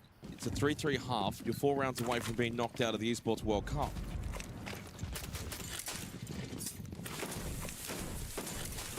Hasn't really been a great campaign for the Oceanic teams. Chiefs were unable to win a map. Oh, sorry, a series, I should say. They did win. Oh, straight into the clash. Hold on. Oh, Tuhan, fortunate. Oh! Never mind. Turd just kept spraying. You're kidding me. And the prayers are answered. Oh, might get traded though. I mean, it's not the worst result. Indeed, the clash will fall. Both shields have been eliminated. What a strange start to the round. You don't often see an all-in like that in the first minute of the round, where both teams get something out of it. And we're equal 4 versus 4, neither with their shield player. Oh, things will settle for a little while now, you would imagine, as both teams reset and go back to regular programming.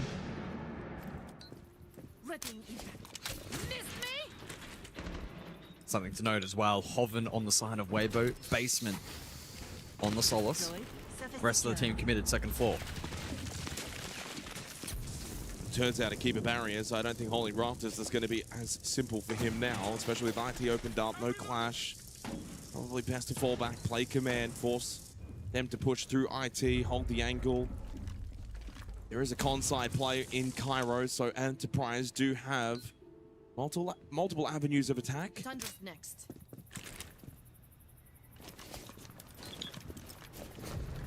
Cairo does win his battle and slips in towards Electrical. Well, this would be super impactful for Enterprise if they too can attack into this command server site. Advantage 4 versus 3. Into the final minute, Brendo searching from IT. Cairo's found another one. He's been their best. And Enterprise are then able to just walk into the site with ease. Cairo opened up the front door and said, boys, follow me. They take top floor on the attack. Yeah, that's what they needed. Big confidence booster for EP. Signs of life. Yeah, I mean, it was an awkward start. Losing the Monty early, but the response to the util dump rafters, Defiant Speak Easy on the clash was clean. And then exploiting that opening at the tail end of the round. Here is that replay package. Tuhan fell. Stunned out by the clash, but then Speak Easy fell. Opening then discovered. Hoven off site. And a pretty easy mop-up for EP. And Cairo showing up. It's not his first international rodeo and tends to actually play, I think, better internationally than he does back home. He's got a bit of that Fishokai magic. Didn't find a kill on map 1. Was that typically? Turned it up on map 2, though. That's the most important part. That's all that matters. It's the response. It's the Vidiking. It's the Vidiking meta. Well, I wouldn't compare Vidiking to Cairo. Probably on slightly different levels. There's levels. There's levels. Jumps onto the 0 as well here for the 8th round. An operator that is incredibly niche at the competitive level. 5 seconds to go. And it will remain niche as he jumps onto the sledge. So there'll be an emphasis on the vert with both Brendo and Cairo resuming those roles. As for the side of Weibo, you can see the split. You can see their positions on player cards. Hoven will start alongside Reeds on the second floor. Speak Easy to support Turd first floor, and Gotti will hold down the fort on basement. So a full map extension from Weibo.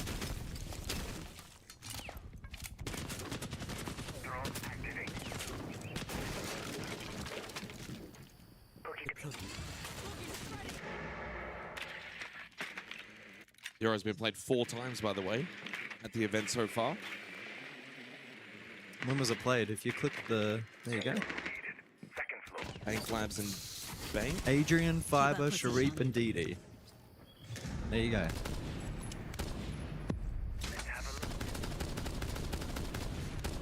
Mark activated from Bappin onto Hoven. Turd opening kill onto Tuhan.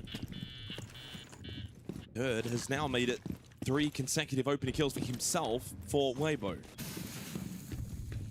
Again, having big impact here on Nighthaven Labs, just as he did on Clubhouse. Opening kill, though, hasn't been very telling in this series. In fact, it's only been converted 3 out of 7 occasions.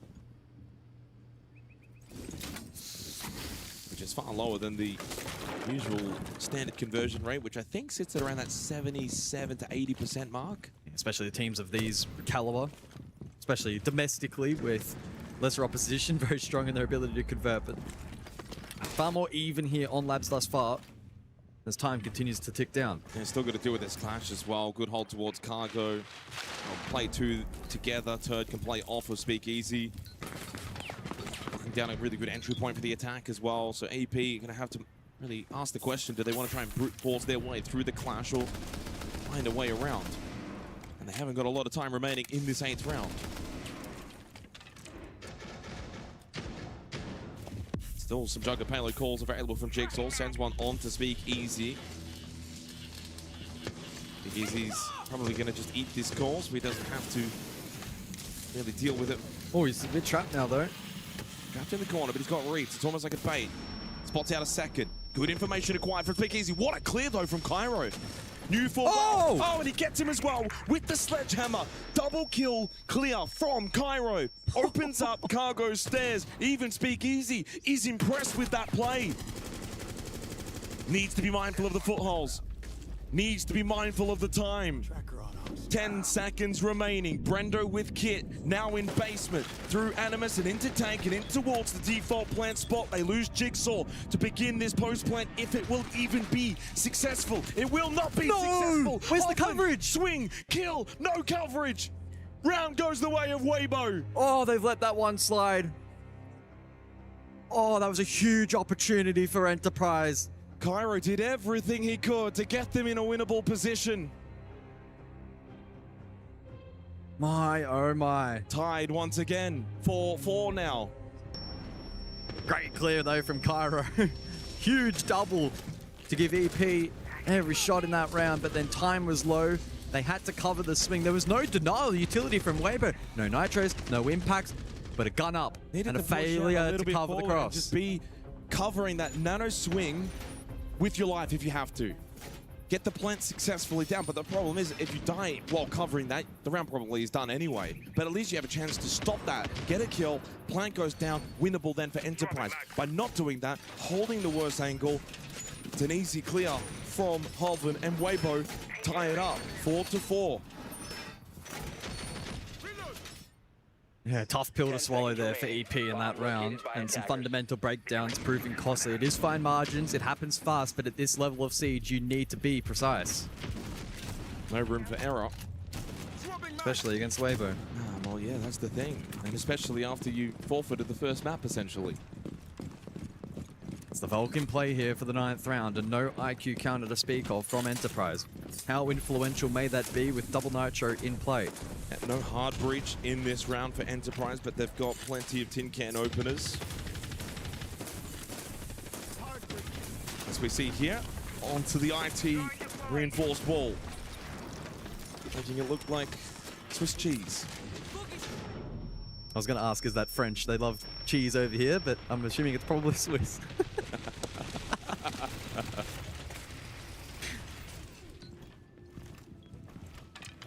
Speakeasy not too minded by, of course, the vert being opened up as they've still got storage control.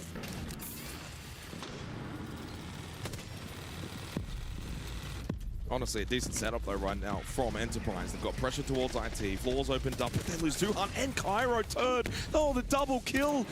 When he was the one that was getting double swung, he gets rid of them both.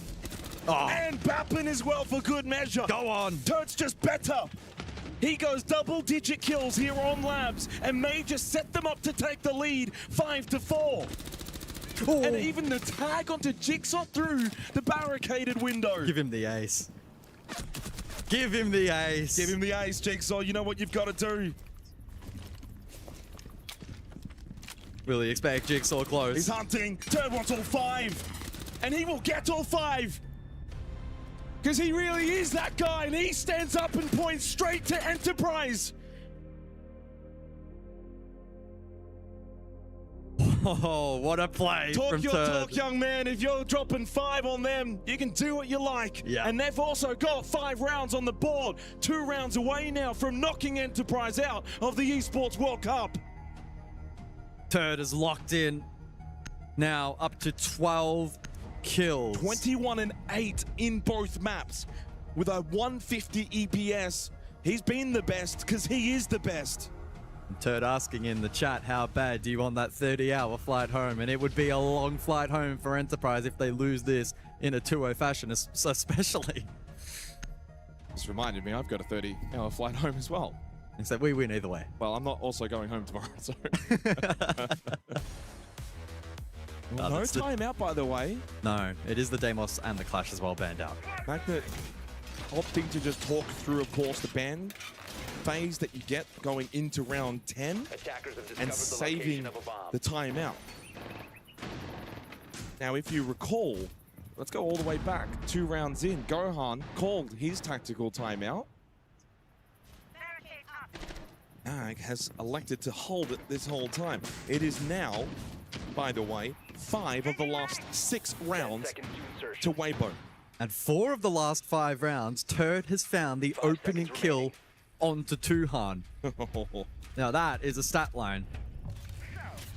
3 in a row and yeah, 4 straight in the exchange between those two.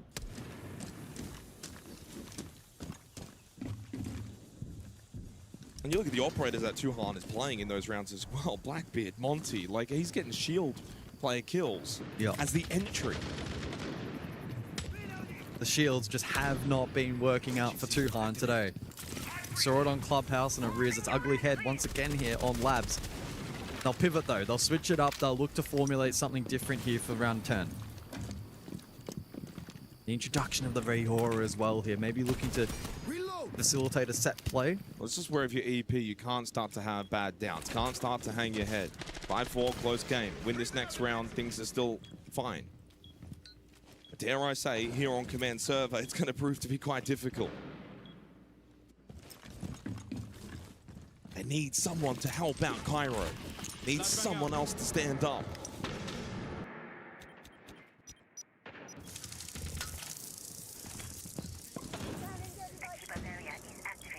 Realistically, they need Jigsaw of old. It's time to give Jigsaw the reins and say, go and save us. Oh, this Nitro could land. Jigsaw needs to be mindful as that one doesn't. Cairo survives it, but he is incredibly low. Oh, and that one shot out. And Reaps then gets rid of Jigsaw. There will be no I thought that was shot saving out. him. I must be seeing things. What? Gotti gets rid of Brendo. But Bappin comes through IT to try and save the day, and he says, who needs Jigsaw? I'm here to save the day. I am that guy. Hoven down below for plant denial. Tuhan attempts, but he won't be able to commit. Rear gate, and Tuhan getting off that plant finds that kill, but Bappin gets caught on the timing, and Speakeasy gets the kill, and we've got a 2 versus 2. Cairo watching and waiting for the push, but he's low on health. He needs a headshot, and he finds it. And Tuhan will get the plant down, but we go 1v1. Hoven versus Tuhan, and Hoven is just shit all over him. It's 6-4, it's 2 match and series points. EP are on the ropes. Matt cannot believe it. This is why he says that he's an APAC regional MVP. Hoven, the #1 rated player this stage, has put EP at death's door. What a moment. This has to be a timeout. Matt cannot believe it. He thought they had that round 1. What a round from Bappin. No timeout. There is no timeout? They haven't used it, right? I'm not missing something. Am I?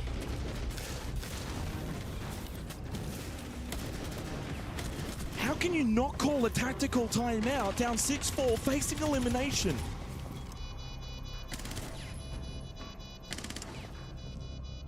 Well, talk about trust in your boys.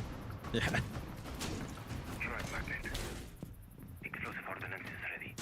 Well, command server's locked away.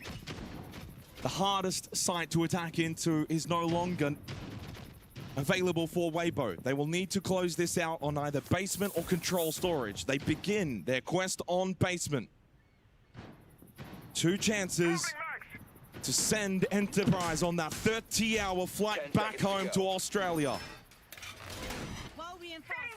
And to book their place tomorrow against Virtus Pro. And that promises to be an almighty game. Weibo at their best could certainly win that. But they will probably need to be at their best, let's be real. Activating camera. Well, they have played very well today.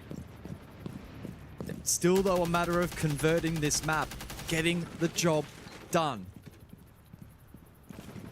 EP, though, are well and truly on the ropes. They need the first kill.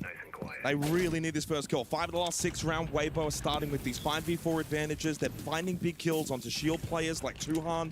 We noticed that before from Turd. Tuhan's got to stay alive. Keep the shield alive. Try and find this first pick. Torch ready!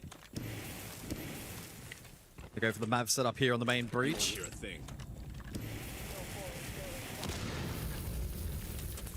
And Bapid being peppered and pressured immediately from that limited on-site hold from Weibo. Yeah, Vulcan canister pop, that's fine. Nice and early into the round. In the meantime, the rest of EP is shaping up over towards kitchen side. Maybe thinking about an eventual EXO finish here with that shield. You think about the default plan position. You can then cover the cross from main breach. Hoven, by the way, is connector. Top floor, lurk defender. And playing a rather intriguing vert hole towards the hatch. He has been droned down, so clearly Enterprise are aware of this. A Nitrocell was thrown from Turd. Doesn't do a lot. Tuhan stays alive. Trying to fight from down below is Turd. Hoven finds the opening kill onto Jigsaw. He will not save the day. Another early kill for Weibo, and Hoven to shut down Cairo. Well, it's happening, isn't it? EP are going to walk away from this event without a map win after top 8 at the previous major? Surely. Surely not. Bapin, Brendo, Tuhan, you must clutch this. But Tuhan falls, it's 3 to Hoven, and the MVP says hello and goodbye in the same sentence. Massive moment from Hoven. EP, can they fight themselves back into the map? 40 seconds, Brendo EXO, Bapin still isolated on that main breach. Well, if you're going to talk the talk, you've got to walk the walk. And Hoven still has eyes on the kit. And right now, it seems like the only walking that EP will do is home and to the airport, because it's flawless. They have been decimated, crushed, and embarrassed here at the Esports World Cup. That is sweet old revenge from Weibo Gaming. The Demons of Salt Lake City Major have been expelled as they 2-0 Enterprise and book their place in a match tomorrow against Virtus Pro. Tell you what, to be or not to be, that was the question going into this match. And we got a very, very firm answer. Weibo are to be versing Virtus Pro tomorrow. I'll tell you Whilst EP are unfortunately on their way home. If you're Virtus Pro, you've got probably the harder matchup, let's be real. Weibo at their best, they've got international experience, they've got quality. Hoven back to his best, Turd back to his best. Reaps, what if he's back to his best tomorrow? That's dangerous. If you're Virtus Pro, Weibo at their very best are more than capable. And if they can pull it off, Rob, 2 slots for the next major will go to Asia. Ironically, it's not even if they can pull that off anymore. I think the conversation about APAC's best has changed dramatically over the last 12 months, and I think we've just seen that on display. We've just seen Weibo at their best. They looked dominant. They looked unquestionable. And I think at times, even when they were 3-0 down at the start of that map, guys, you still had that inkling. We know what Nighthaven Labs is like. I'll be honest, I didn't expect them to bring that back and have it be a 3-3 split going into the second half. They gave them so much leeway. They really dug in to this match, and Weibo show us why they are the best that Asia has to offer. Yeah, EP got off to the best of starts, right? 3 rounds straight, but you throw the tactical timeout in there from Gohan, and eventually they were able to reset, find their footing. 3-3 at the halftime break. If anything, in a slight lead heading on to defense. And again, EP off to a decent start. Second floor, you think about that successful attack. They looked good. They looked like they were in this match. But then Weibo put the foot down. In that second half, they won every single entry duel. The vast majority of those onto Tuhan, who was playing key operators. And that's not to call him out specifically. It is always team-wide when you discuss those entry duels and the fact that he was left exposed. But it meant that they were fighting from behind, round after round after round. And when Weibo are playing this well, they will not forfeit those advantages easily, and they simply just didn't over the course of that second half. Truly deserving the victory here today, and a 2-0 very much reflective of where these two teams were at on the day. Well, very dominant as well, Rob. Extremely dominant, and I think that goes to showcase the bipolar attitude of teams in APAC. Little less than 2-3 months ago, this was flipped. This was a different discussion altogether. Mumbo number 5. Mumbo number 5. Mumbo number ace for third. And honestly, seeing him stand up and point, like he is the epitome of trash talk, but he does it at the right time. And that's the lesson maybe that EP have to take, because pre-match, guys, you were talking about it. We were seeing all the trash talk that was going on. It's easy to talk when it's 0-0. It's a lot harder to talk when you get 7-0'd and then you get completely torn apart on Nighthaven Labs. Like, it's a defender-sided map. They got the 3 defensive rounds, so that's not enough. And you saw that in the second half when Weibo won 4 straight defensive rounds themselves. Yeah, look, we'll take away the positives that we can for EP here. They came back and refreshed this map. They were, I'll say the skeletons in the closet for the first map were gone in the first 3 rounds, guys, and they looked really good. We were talking about what we saw with FaZe yesterday. We kind of got a little bit from that out of EP in the first half, and then very quickly, Weibo just, they were close rounds. This is the thing. The 3 rounds that Weibo won in the first half were close. They weren't blowouts, and I think that goes to give props to EP, what they were able to do coming out of what was a break between map 1 to map 2, but unfortunately, it's not good enough. And when you look at the individuals, I mean, Weibo had a plethora of options for either clutches or big moments, and unfortunately for EP, they did not. There were plenty of good moments there from EP, and Cairo had a really phenomenal map. I want to make that very clear. He played quite well. He actually walked away as the top-rated player despite turd farming on entry, so I don't know what's going on there in terms of the EPS formula, but he played well. It was the lack of depth. He needed people to follow him. I thought Tuhan as well wasn't bad. He got really unfortunate with a lot of those opening deaths on Nighthaven Labs, but he's been in a bit of a slump over the last few months. I thought he actually did as best as he probably could considering the circumstances. They just didn't get enough out of Batburn and Jigsaw. For sure. Yeah, and that's why they just didn't have the firepower in the end of the day. Unfortunately not. Once rejected from the OS region, now rejects the OS team out. It's Turd and Lax. Thank you, gentlemen. I'm here with Turd from Weibo Gaming. 2-0, you guys get it done. Now, there was definitely a little bit of shit talk during that series, and we know you don't mind it. Give me a little feedback on that. Yeah, those guys, like, super close to all of them, but inside the server, it's a rivalry, it's a war. And anything we can do to get the advantage, like mental warfare, I'm all up for it. So, yeah, just a bit of shit talk inside the server, but I love those guys and hope they enjoy their 30-hour flight home. I was gonna ask you about that quote. Obviously, even your performance. I mean, 2 big MVPs coming out of you. We also saw a very good performance out of Hoban, that big 1v2, big 3K. I think we even saw a flashbang kill out of him. I mean, when moments like that happen in the game, you can just kind of laugh at those and kind of build off of it. Yeah, it was definitely, it was good as well, because we started the map 0-3, but like seeing someone die to a flashbang, it's like, it's all good vibes from there. Absolutely. Now, it kind of seems like a little bit of a revenge tour from Salt Lake City. EP 2-0'd you guys. Now you knock them out. You're able to crush their key, as you said, 30-hour flight home. Your next opponent is VP. That is another opponent you lost to in Salt Lake City, 4-7. Is there anything you want to say to those guys before we get ahead of that match? Might be a revenge tour on paper, but for us, like, we have a new player, so we're a new team, fresh new mindset. So it's 1-0 for us to EP and 0-0 for us to VP. So they should be ready for us. Well, sounds good. Before I let you go celebrate with your team and crush that key, is there anything you want to say to your fans back at home watching? Thank you to my family and my girlfriend for watching. It's super early in the morning, I think, right now. Yeah, thank you for the support, and yeah, I love you guys.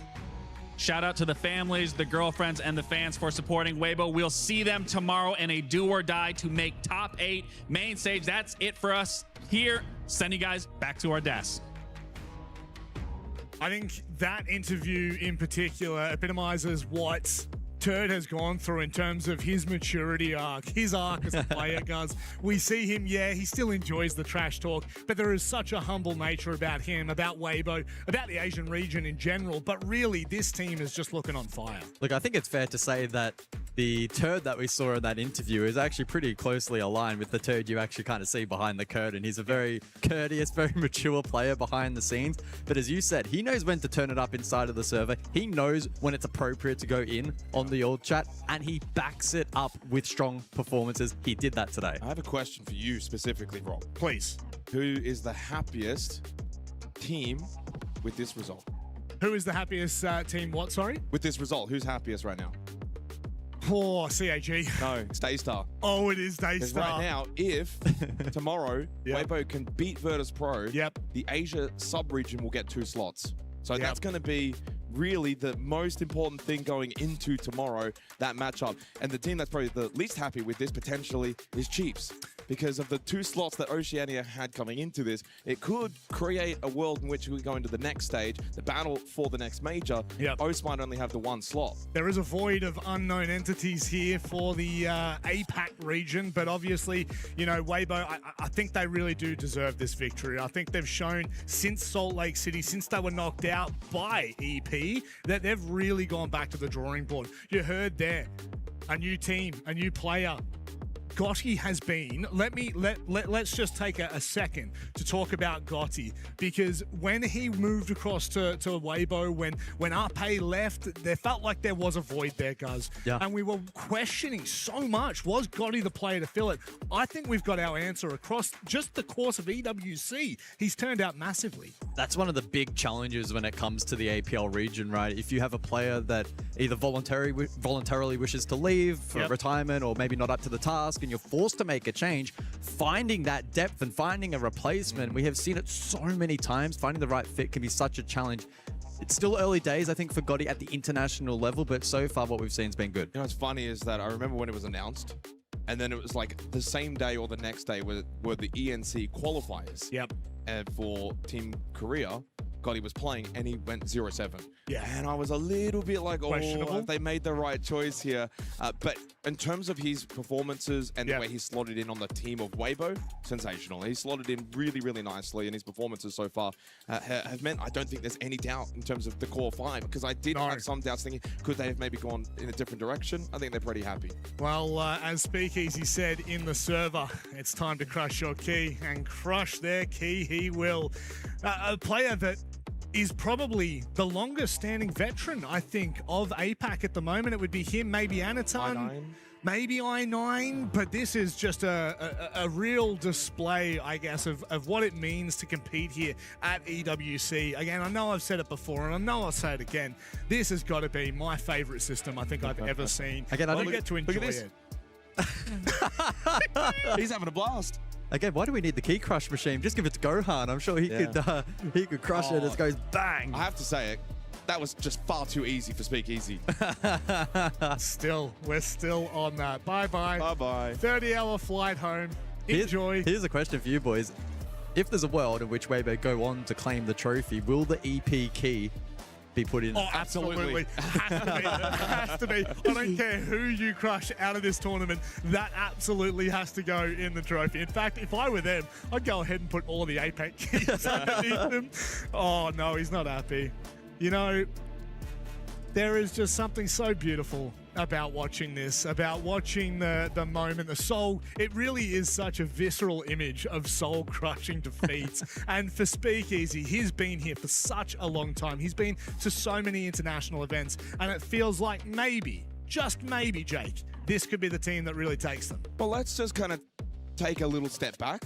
Weibo over the last probably 12 months, we've been saying top 8 minimum, top 8 minimum. Can they even go further? Can they go top 4? And you think, well, they obviously in Salt Lake City, it was a disappointing finish that they couldn't beat Enterprise of all teams to get top 8 and fight for top 4. So I think for them, Virtus Pro is a really good challenge. As Turd put it best, new team, technically, it's only the one player difference, but clearly it has made a difference. And if they can beat Virtus Pro, there is that top 8. But the realistic situation is we've been seeing, can they go top 4? They've got that quality.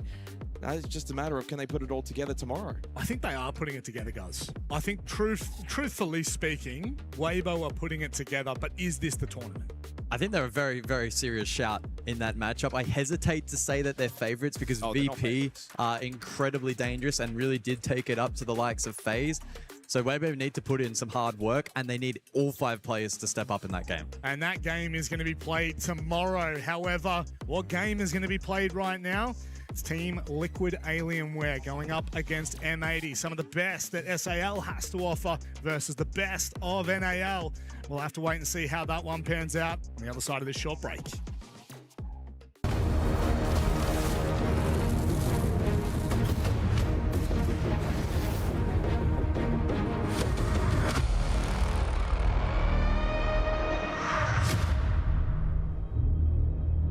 There on Nighthaven Labs, now here on Chalet. That's the best round we've seen from them, but it still wasn't enough. No, it was not.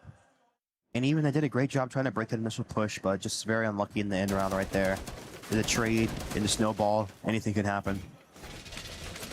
And that's the best thing too in the attacking side. If you do lose that initial play, getting the round into that snowball effect, finding a way to make trades happen is the best way that you can find a way to win that round here. Well, and how incredible was Mowgli too? I mean, he took a terrible situation and somehow worked those picks to get his team back in the round. I mean, great plays, find ways.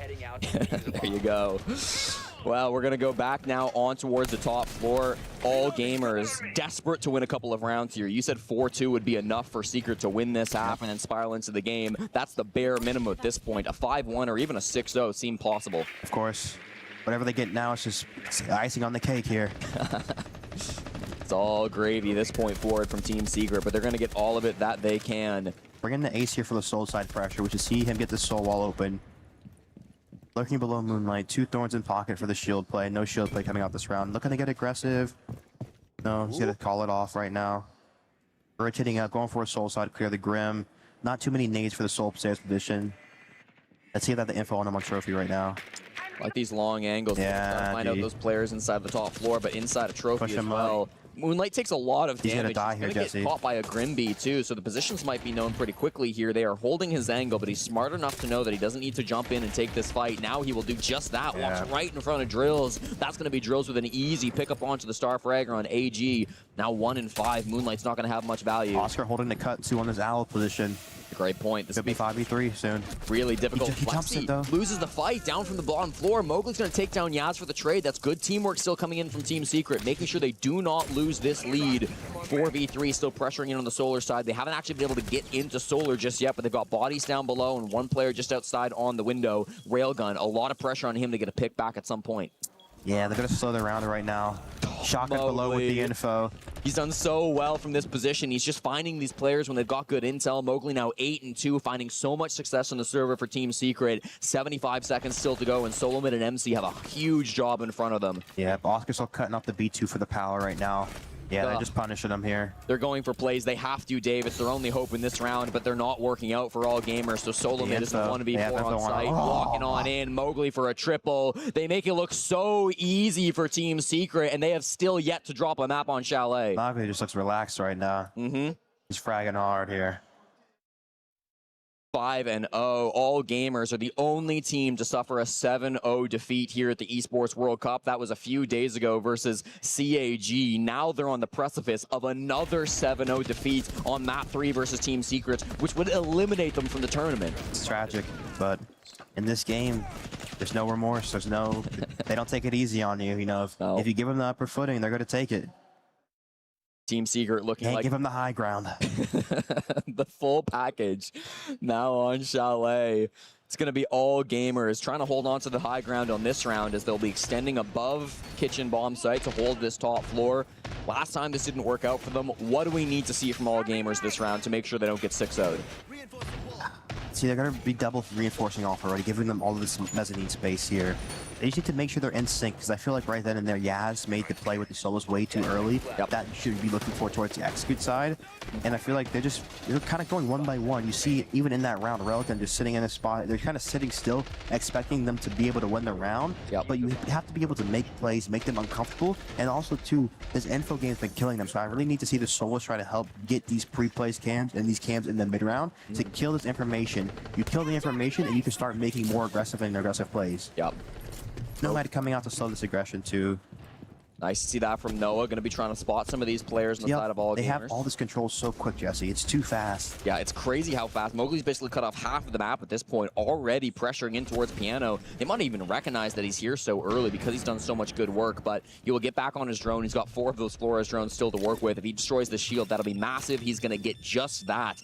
40 seconds deep, and the Piano Shield will go down for MC. That's really good work from Mowgli. He's been finding the frags in this game and using the util as well. They're in the site right now, Oscar Jesse. goes down inside the site. Yes, they're already fighting for the bomb site, and Flex is going to be going for this plant. Upstairs, these players are not going to be able to get the denial. If Mowgli can be good, he will do just that. Takes down MC, but Moonlight is able to stop the plant as it goes down. He's on that office vert. They weren't able to apply that pressure up above just hard enough. Noah fighting in the basement, takes down Yaz, the major pick to come through from Team Secret. Mowgli and Drills still finding so much success here as Mowgli is putting more pressure onto the top floor. Moonlight has to be perfect. He's got solo mid here on the trophy stairs, trying to support him from the back of the site. They could try to jump in and go for a plant, but I think Noah might take that gunfight. He will, and he'll lose it to solo mid. Now the player outside on the balcony, he's not going to be able to do whole much. Moonlight finds the frag on a Mowgli, and Drills, there's just nothing that he can do.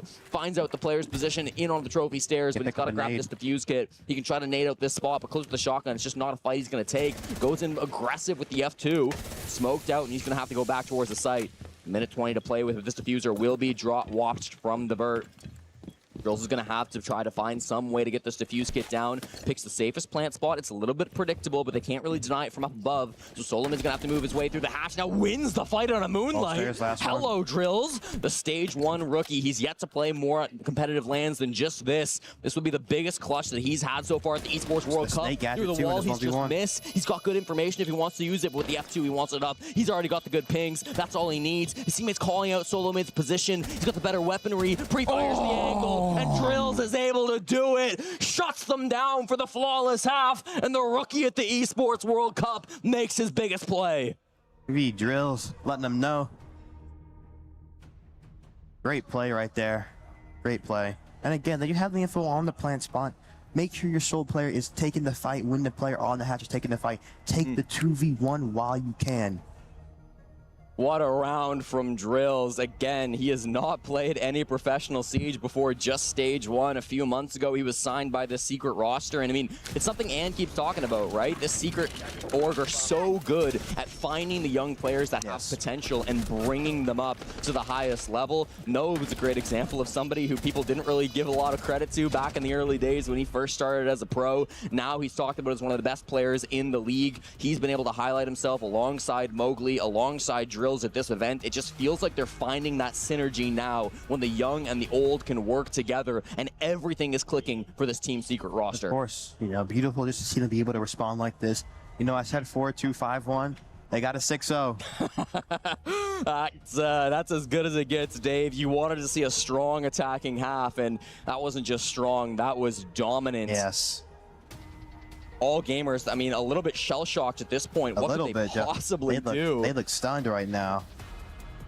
Already facing 1-7-0 in the tournament. You can see now the head coach trying to have some kind of an impact in this game, get them back on track. But I just feel like at this point, it's so far gone. It would have to be the greatest comeback of EWC so far if all gamers were to win this game. And I feel like right now, too, Jesse, it's not even about strategy from the coach being delivered right now. It's more or less mentality and making sure that they're actually in this game mentally. I just feel like they haven't had any emotion, any charisma to themselves in this game at all. They haven't just felt... Because if you're having fun, even in these lost rounds, you see yesterday DZ losing the CAG, they still have a smile on their face. You see Twister when they're losing these rounds, they still have a smile on their face. You're still enjoying the process, the journey of this tournament, and that's what you have to do.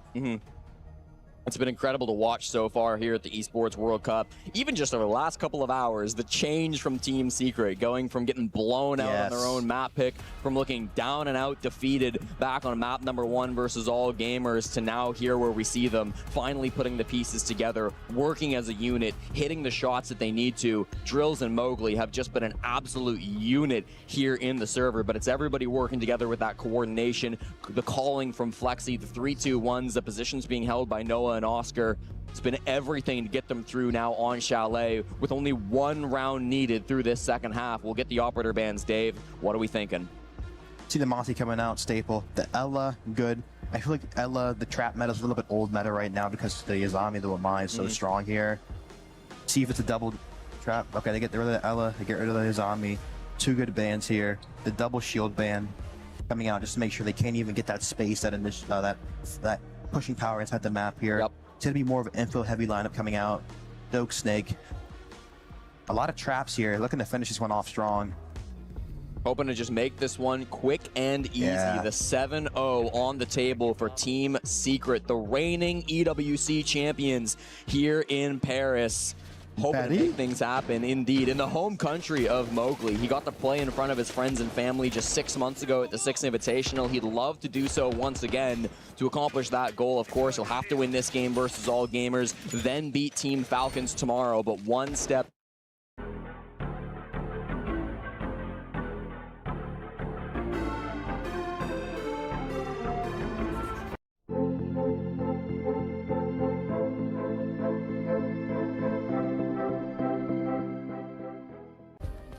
Play is in our DNA. Whenever we let it out, it becomes our superpower. Now imagine an entire city being built to supercharge it. Kadir City, powered by Play.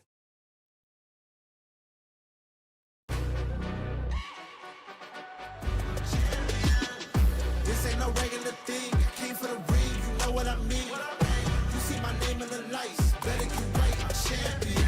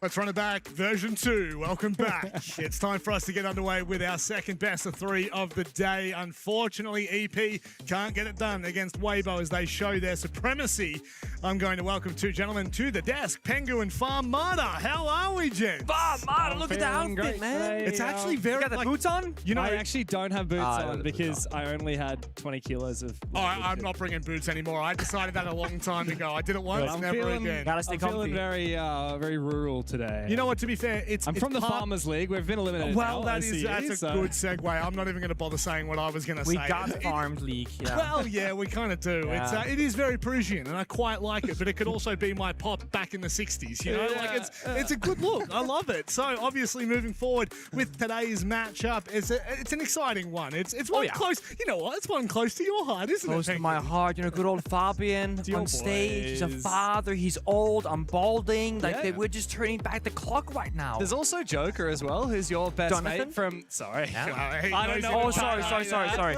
Yeah, from the PSG Talon days, he's been reunited with Papa Fabian. Yeah, it's a great time for M80. But on the flip side of that, like, I don't know, I've always had a real soft spot for the Team Liquid boys because back when they were W7M, their rise to power was right when I was casting them a lot, especially their first big hitting event in the Berlin Major. I've been speaking to Igor and the boys plenty over the years, and they're on the verge of elimination, just like Fabian and the M80 boys are. Yeah, it's a bit of a scary prospect, but also a scary team. When you look at this lineup, you just think what they've achieved in Siege. Everything. And look, it's obviously, you know, you could kind of look at individual players, you could look at the whole roster, but right now, do we really think that they should be an elimination matchup? No, they shouldn't be here. That's a scary opinion. I think both teams, M80 and Team Liquid Alienware, should be in upper bracket probably, but bit of a funky tournament, if you will. Speaking to the different players, I said, we're feeling great going to the tournament. You know, we're probably going to go very far. One of them will be eliminated in only a couple of hours from now, and that shouldn't have been the case from either team. Yeah, I mean, the way I see it for Team Liquid is that this is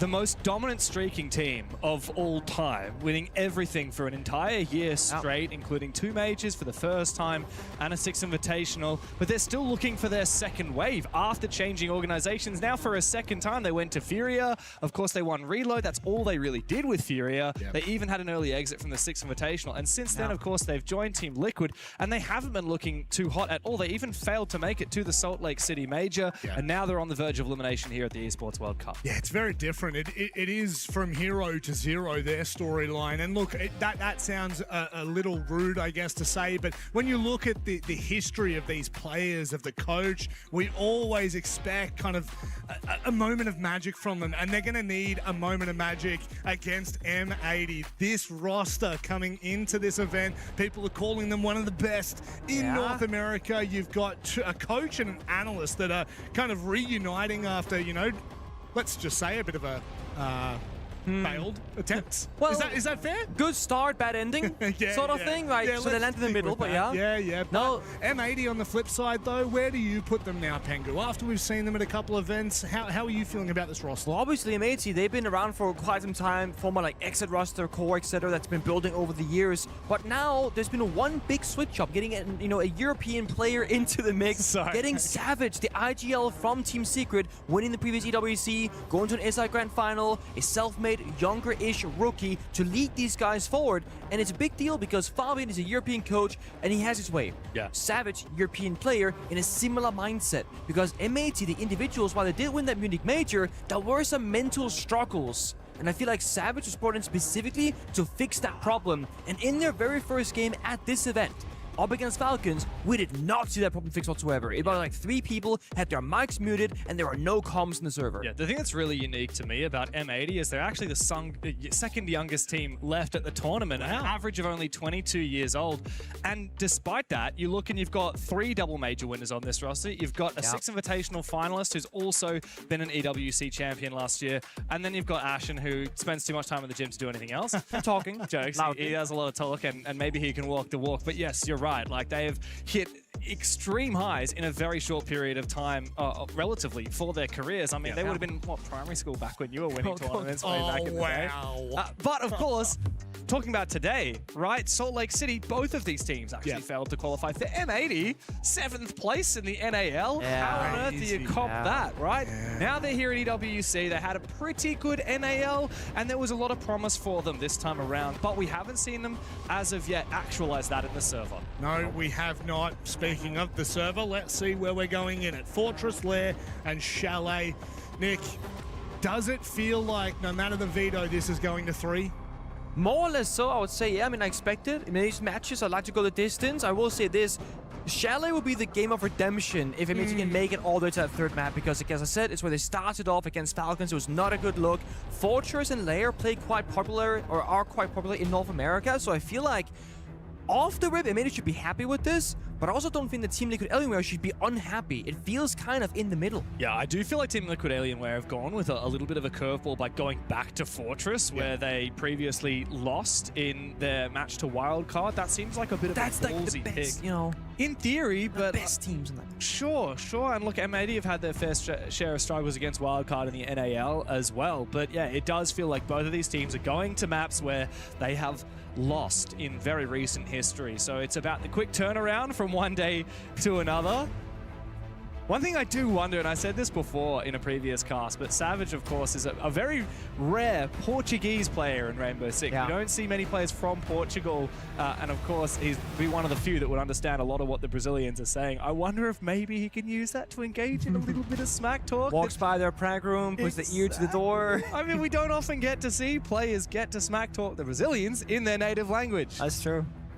Imagine that little bit of mental warfare. The issue is, right, Team Liquid Alienware, known as Furia, known as former W7M, they talk, okay, a big game sometimes. JV in particular, he is the funniest guy, and I always thought he was like super serious when I first got to know him. He is so not serious, but he will just say the most outrageous things in the server, on the stage, and he has no fear of embarrassing himself in that regard. Yesterday, I was doing a little interview video with Speakeasy, and I just grabbed Speakeasy for a second in the lunch. I was like, hey man, can I just do it? And then I turn the camera on, JV walks over from the other side of the room, he's got his little pie in his hand, he's just munching on a pie, and he stands about 40 centimeters away from Speakeasy, out of frame, and just stares at him throughout the entire interview. And Who does that? Could not keep a straight face. JV92 does that. That's who does that. Such an interesting character in Siege that also has just such a successful past. And I mean, when you look at these two lineups, you really just wonder what sparks are going to fly in this server. What is actually going to happen? Because ultimately, at the end of the day, elimination matchup, right? EWC, the context has changed this year. Prize pool, still the same, but everything else around it, the time that we're here, the amount of opportunities you have to continue to progress, and the fact that there is an SI slot on the line really changes the context as to what to expect from this event. It's no longer about just turning up and using it as an opportunity to get to an international event. Now there is so much more behind this. And when you look at both of these teams, Pengu, there is so much pressure, there is so much expectation placed on their shoulders. You see right now from Team Liquid Alienware, they've been in that huddle for quite some time right now, just talking the mentality, the strategy, and probably saying, guys, don't worry too much if things go south. It's a BO3, it's going to be a long series. We need to just play it round by round, take it step by step. That good old saying, don't apply too much pressure on ourselves. They've been in so many grand finals. They've won so many grand finals, but in recent history, they have not found the results they want. And going from W7M, a smaller org, to Furia, a big org, to Team Liquid, a legendary org in its own right, they need to bring those results now. Yeah. That was a huge investment from Liquid, and the organization, all the years they've had in Siege, gone to a grand final and lost them more often than not, and very often having early exits. Yeah. They need to get some results for this org or they're cursed. For sure. And just to remind everyone, yes, they picked up that old Furia core, but not only did they pick up Felipox, JV, KZ, and Nade, well, they kept the world champions, but they also kept Igor, or rather they took Igor, they took Vitz, and they took Abreu as well, the coaching staff that was on that W7M roster from way back in the day. So despite saying goodbye to Herds as he remained with Furia, we still have these 7 people who have stayed as the heart and soul of this continued roster through now 3 different esports clubs. Can they find that second wave of success on Liquid? Well, I hope so. But to be honest, the meta hasn't favored them in recent years. They were really at the peak of the gunfight meta, of the split theory meta. And since shields have really become a large force in the meta, it hasn't been to their strengths. We've seen them dabble a little bit with JV and Felipox, but it hasn't been the same. Can they find that next opportunity to really make a showing that is deserved of the Team Liquid brand, which that organization has been looking for years upon years. I mean, this organization has been in Rainbow Six since what, late 2017, early 2018. Oh yeah. They won it. Their first Pro League finals against you, by the way. In Atlantic case City. you forgot that. We had a sub. Right? We had Kanto subbing in for like 2 weeks. Oh man, poor you. You had Pete Kanto. I got a second. I got a second parachute. So they played line Dokkaebi every round. Yeah. Okay. No betting of operators back then. Okay. Second parachute.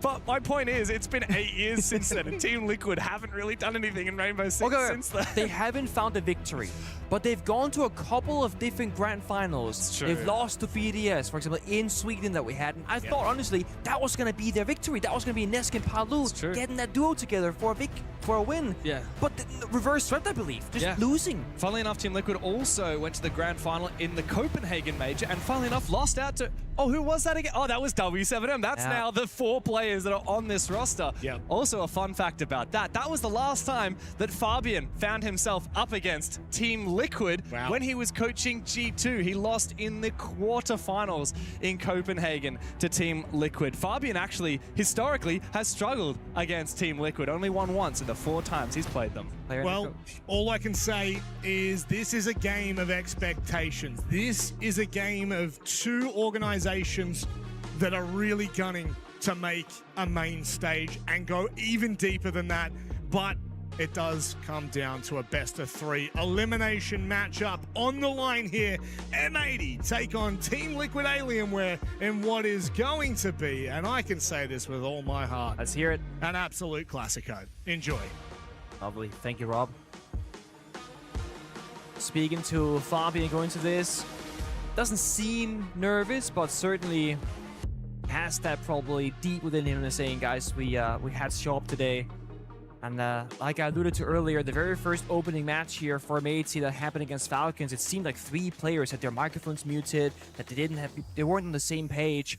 And I honestly will always go back to saying, playing in play-ins, the beginning of the tournament, low-key is a benefit. I think it's great to go in, a little bit weaker opponents, you know, double elimination, you kind of chill in, get some reps in on stage. For example, like what happened with Shopify Rebellion. They had a nice little warm-up, and then they just... Okay, you went that way. I was going to say, look at CAG, because they had a struggle to start, but then they came back. Yeah, okay. Well, for Shopify, they should have won. They shouldn't have lost. That's their problem. Fnatic's also caught their first loss since playing. So, look, I get the theory, but the results just don't back you up right. Well, it's 50-50, because half the teams will win, half the teams will lose, right? That's how it goes. God, I guess that's how maths works. I personally love a good warm-up. Imagine if you started with the grand finals with your way backwards. Wouldn't that be just weird? Yeah. Look, I certainly feel that way, even casting. Like, I've said this to you before, but I feel like the first couple of days, there's a bit of brain fog in there. And once we get into the deeper parts of the tournament, once the matches really ratchet up in the stakes, that's when things start to feel real. And it's certainly feeling real for M80 and Team Liquid Alienware right now. On Team Liquid's pick of Fortress, it is elimination or elation. One for each of these teams. Who will progress further and who will we say goodbye to later today? A quick look here, the Solid Snake Dokkaebi again. M80 wanting to stick around on the extended roam. They play the trap opposite support as well. The Ella, the Thorn, they got the fallback and the Goyo, the Smoke. They're playing a 2-layer defense right now. They can stick around, fall back, play both at the sides. So then Team Liquid Alienware, they're just kind of looking, opening doors, barricades. No one's like really inside the building as of yet in the first 60 seconds. But the way a swing there is action. Shotgun on the exterior window. Takes down JV92 on the Grim. Still got some power-ups though. They got the Glass, they got the Monty. They can still progress this round. But like James was saying earlier, they're not really a shield team. And despite having the Monty, they only just entered the building and are making very slow progress despite the roamers actually falling back and surrendering their map control first. Yeah, I mean, even regardless of whether JV had lived or died, M80 are in the advantage with the amount of time they've delayed. Now KZ, with no info, no flash, as Dry Peaks jumps in the window, he'll go down to Diffuser. Very easy. Wow, what is that? Philippebox gets baited out in the crossfire, has to turn away, and Diffuser takes him down. Maya finally finds the first pick for Team Liquid Alienware, but it is simply not enough. M80, oh wow, pre-fire through the smoke, ballsy from Gunner. And now Nade in a 1 versus 4, no util to his name.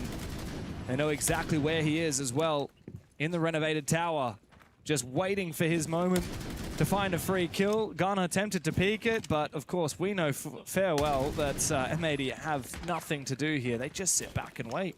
Ballman crossfire. Who's gonna get the kill? That's the only question left for this round. Nade might try and go for an exit frag, but Shouldn't be able to find that many. Finds 0. Savage, nice headshot. And the Made in full control, looking a lot sharper than their start against Falcons. Of course, we knew that Team Liquid, Alienware, struggled on Fortress just the other day against Wildcard. They only found 2 rounds of attack in the entire game, and only 2 rounds of defense as well when they played 5 rounds on their defensive half. I've seen a lot of very defender-sided Fortress recently, and of course, it does count down to the specific teams and the specific matchup and the operator bans as to whether it'll be defender-sided or not. But M80 chose to start on that side. Team Liquid Alienware need to be gunning for 2 to 3 rounds here. I think 2 rounds is really the bare minimum, especially considering this is their map pick as well. M80 are looking very prepared here for Fortress. There's a lot of pressure applied here from Team Liquid Alienware on the Glass/Ying player when we see them being brought into action. A Warden ban going out, super rare, and it just means you have to play into those flashbangs, the smoke grenades kind of operators. The Warden ban as well kind of doubles down the same way. You can't protect yourself from those gadgets as easily either. While you can play the Jaeger, you don't get that secondary shotgun, no C4 deployable shield. You don't have the ability to toss out a disc middle of the round to relocate the protection. So maybe also with that, probably playing a little bit more on the offense than they would like to from the get-go. Because they recognize that, guys, if we let them get to side 5v5 and they get the Ying Glass in there, we're not going to be favored in that position. And one of the only counter operators outside of that, something like a Maestro, gets heavily countered by the Brava, which they still have space for. So I think fighting is going to be the name of the game for M80, but fighting in the correct areas and correct timings in a round. Yeah, that's right. If the team has good execute utility, don't let them execute. Yeah. Of course, Team Liquid Alienware, like I said, they played Fortress against Wildcard just 2 days ago, but M80 on the flip side, they actually haven't played it for a very long time. The last time they played it was in NAL. They beat Outlast on this map, and they went 5-1 on their defense. That's a miss on the first Electric Claw with the EMP, but eventually it does get taken down. Oh yeah, so as I was saying, M80, historically, they don't play a lot of this map. When they have played it, though, very, very good on the defensive side. Decent progress, getting the wall downstairs. Ashen good for 2 kills, good for a 3rd as well. Savage trades to help with him. Again, window jump-ins, falling apart from Team Liquid Alienware. Despite having the Black Beats, running Deimos information operators, it's the wrong people going in first, but KZ finds one to Ashen. Yeah, good shot from KZ. Big late reinforcement there. Side of the bomb side from M80. And once again, Team Liquid, Alienware struggling with those entry kills. Though KZ has solo taken quite a lot of ground. Also gets rid of that Vulcan canister. The drone will go ahead, suss out what's happening on the bomb side. They reinforced the wall. It's like, there's no more hard destruction. Maya is dead, even if he was alive. Only one single spare Selma charge as well would be up for him. The Medi can now play that second layer. Fall back, stay closer towards the bomb site. They've already reinforced off the walls, establish the crosses, play on the Goyos. Just don't give them anything for free. And they won't. What can I say? Oh, and they will not. Unreal. Such a hard clear of Hammam when the roamers are sneaking around. In the bathhouse, M80 washes Team Liquid Alienware away. Up in the most confidence-inspiring 2 attacking rounds here. A miss Selma EMP losing free utility, and 2 separate rounds where a player will jump in a window without drone information right here. Into a thorn trap, into a guy holding the angle. Even if you were to win the gunfight, I think he just gets injured by the thorn, so like there's not really any win play there. Last lap is the Blackbeard, who's supposed to be the entry for the roam clear as well. Yeah, you're right. Like the Blackbeard should never be the last person in the building and the last person alive. They're not a shield team. No, they're but not. They are trying to force it, and it's not a good look just yet. Yeah, definitely, it feels like just an understanding of the way that the shields are used. Team Liquid have a very different interpretation. It doesn't seem to be a successful one so far. Also, I hate to sound like a broken record, Pengu, because I know you've heard me say this 100 times, but whenever you're roam clearing on the ground floor of Fortress, don't go Hammam. I think there's one round I have ever seen a team win by roam clearing from Hammam, and there's like 50 where I've seen them lose. No, you're right. Every time we happen to be casting a match on Fortress, it always goes the wrong way on that entry. I'm right there with you. So Team Liquid Alienware, they haven't called the tag timeout just yet for their coaching staff. They're gonna keep playing on. They do believe they have what it takes to solve the issues. We'll have to see if they actually can back it up in the server. Similar operator lineup, you know, JV on the Grim, Philly on the Blackbeard, Casey on Grenade just like before. But Nade actually getting onto the Maverick, recognizing that, hey guys, they might play a ton of wall denial, they might try and, you know, peel back those layers and reinforce everything off, but no. One of the few rounds right now where there is no real wall denial but the mute jammers, which honestly quite easy to deal with. The can openers from JV that go straight through them, unaffected by the mutes. They want to work on that exterior wall, but there's actually a feet line of sight on it, so the Maverick is not going to be having a ton of value outside. Wall's already opened up.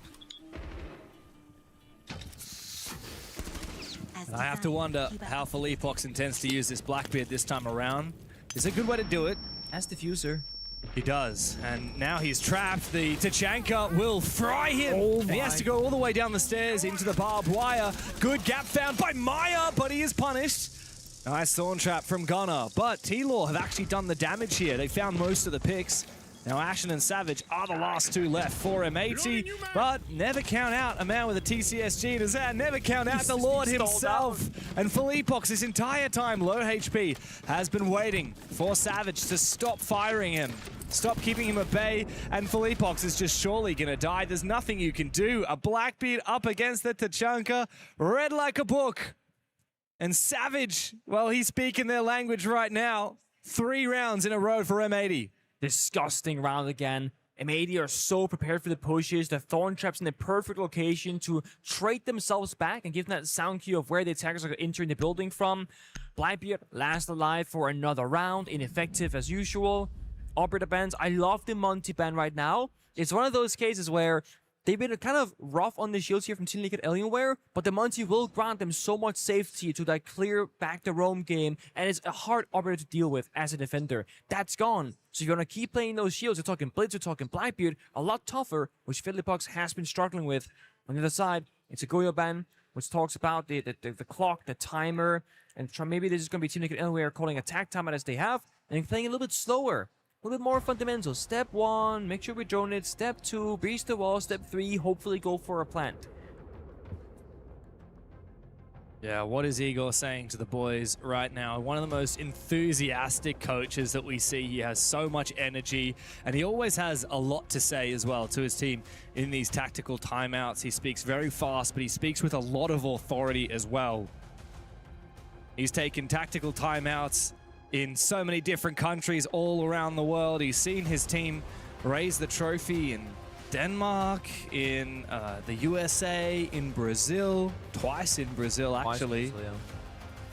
We'd love to add Paris, France to his trophy cabinet, especially as a gift to his new organization. He wasn't able to get many trophies for Furia compared to what he did for W7M. But for for T-Law, right, they're looking at what could now be a pretty terrible split on this attacking side. We already knew against Wildcard they only found 2 rounds out of the 6. And I'm starting to feel like 2 here is the best they could ask for. Right now it does look like it. Also just like, going back to the Warden ban, we've seen 1 round of glass. No Ying. Yeah. And I'm like, okay, so the Warden ban is achieving what exactly? Yeah. Not a lot. Philippox on the Blitz, Maya on the glass. I feel like this is Igor saying, guys, play into the win con, play into the strat that we spoke about. Why are we banning on Maya Warden and then not playing those kinds of operators? Yeah, I mean, especially banning the Goyo as well. You want to be playing a lot of shields when you do that. The Tachanka last round made an absolute headache for Philippox on the Blackbeard. But it's funny now, we say that Team Liquid aren't a shield team. Have a look, we got double shield in this round. Yeah. The Blitz and the Blackbeard. M80's Savage knows very well how to use these shield operators, and we saw last round that he knows how to counter them as well. He's got, this time, a Nitro Cell prepared on the pulse, ready to take down that shield should they drop. Already pinged all 5 defenders here on the left-hand side, so KZ can track anybody on the defensive side. All about going to be coordination now. Who are we going for? Okay, Deimos tracked him, get that intel.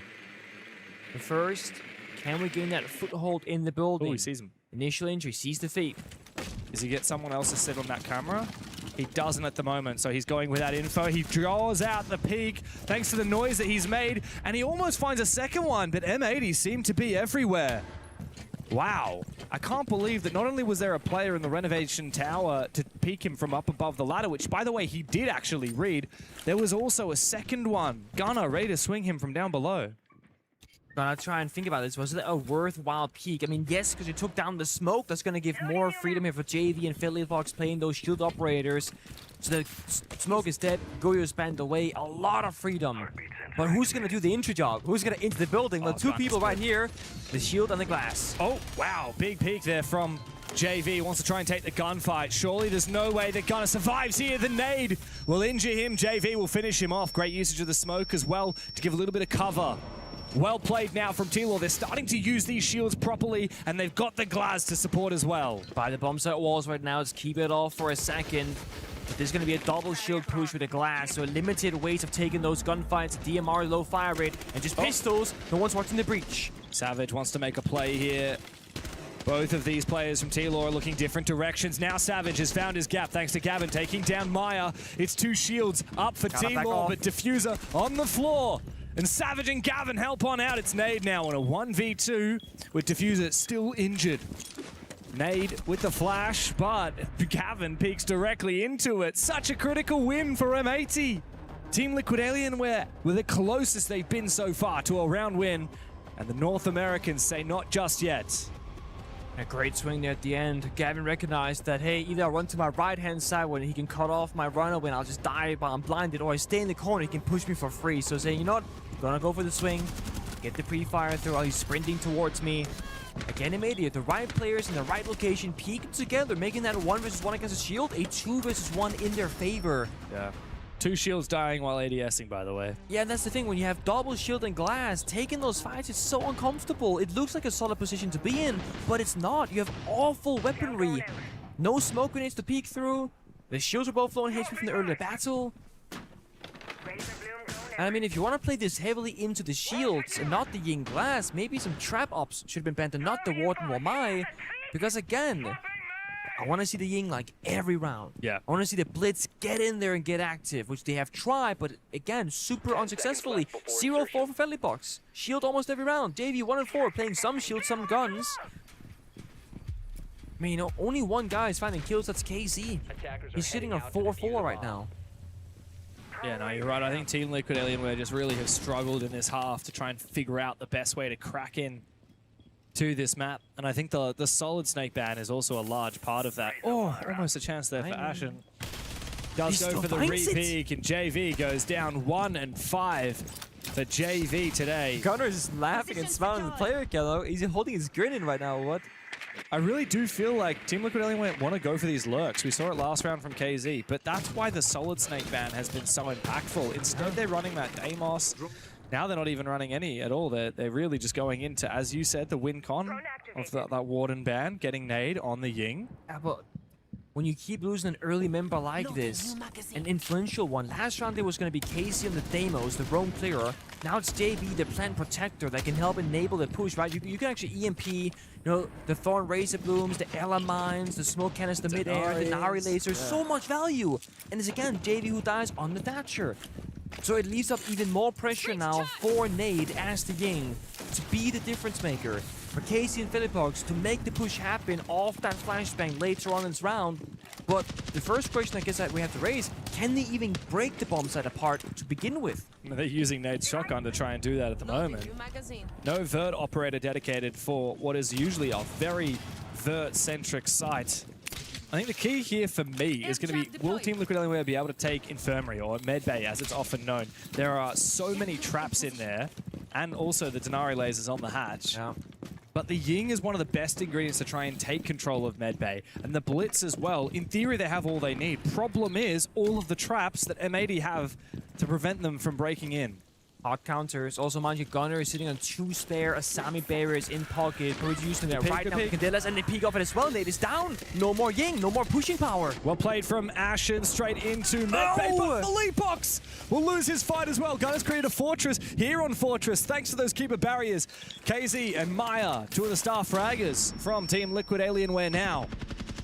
In a 2 versus 5, but Savage will stab them in the back. It's up to KZ to prevent a flawless round for M80.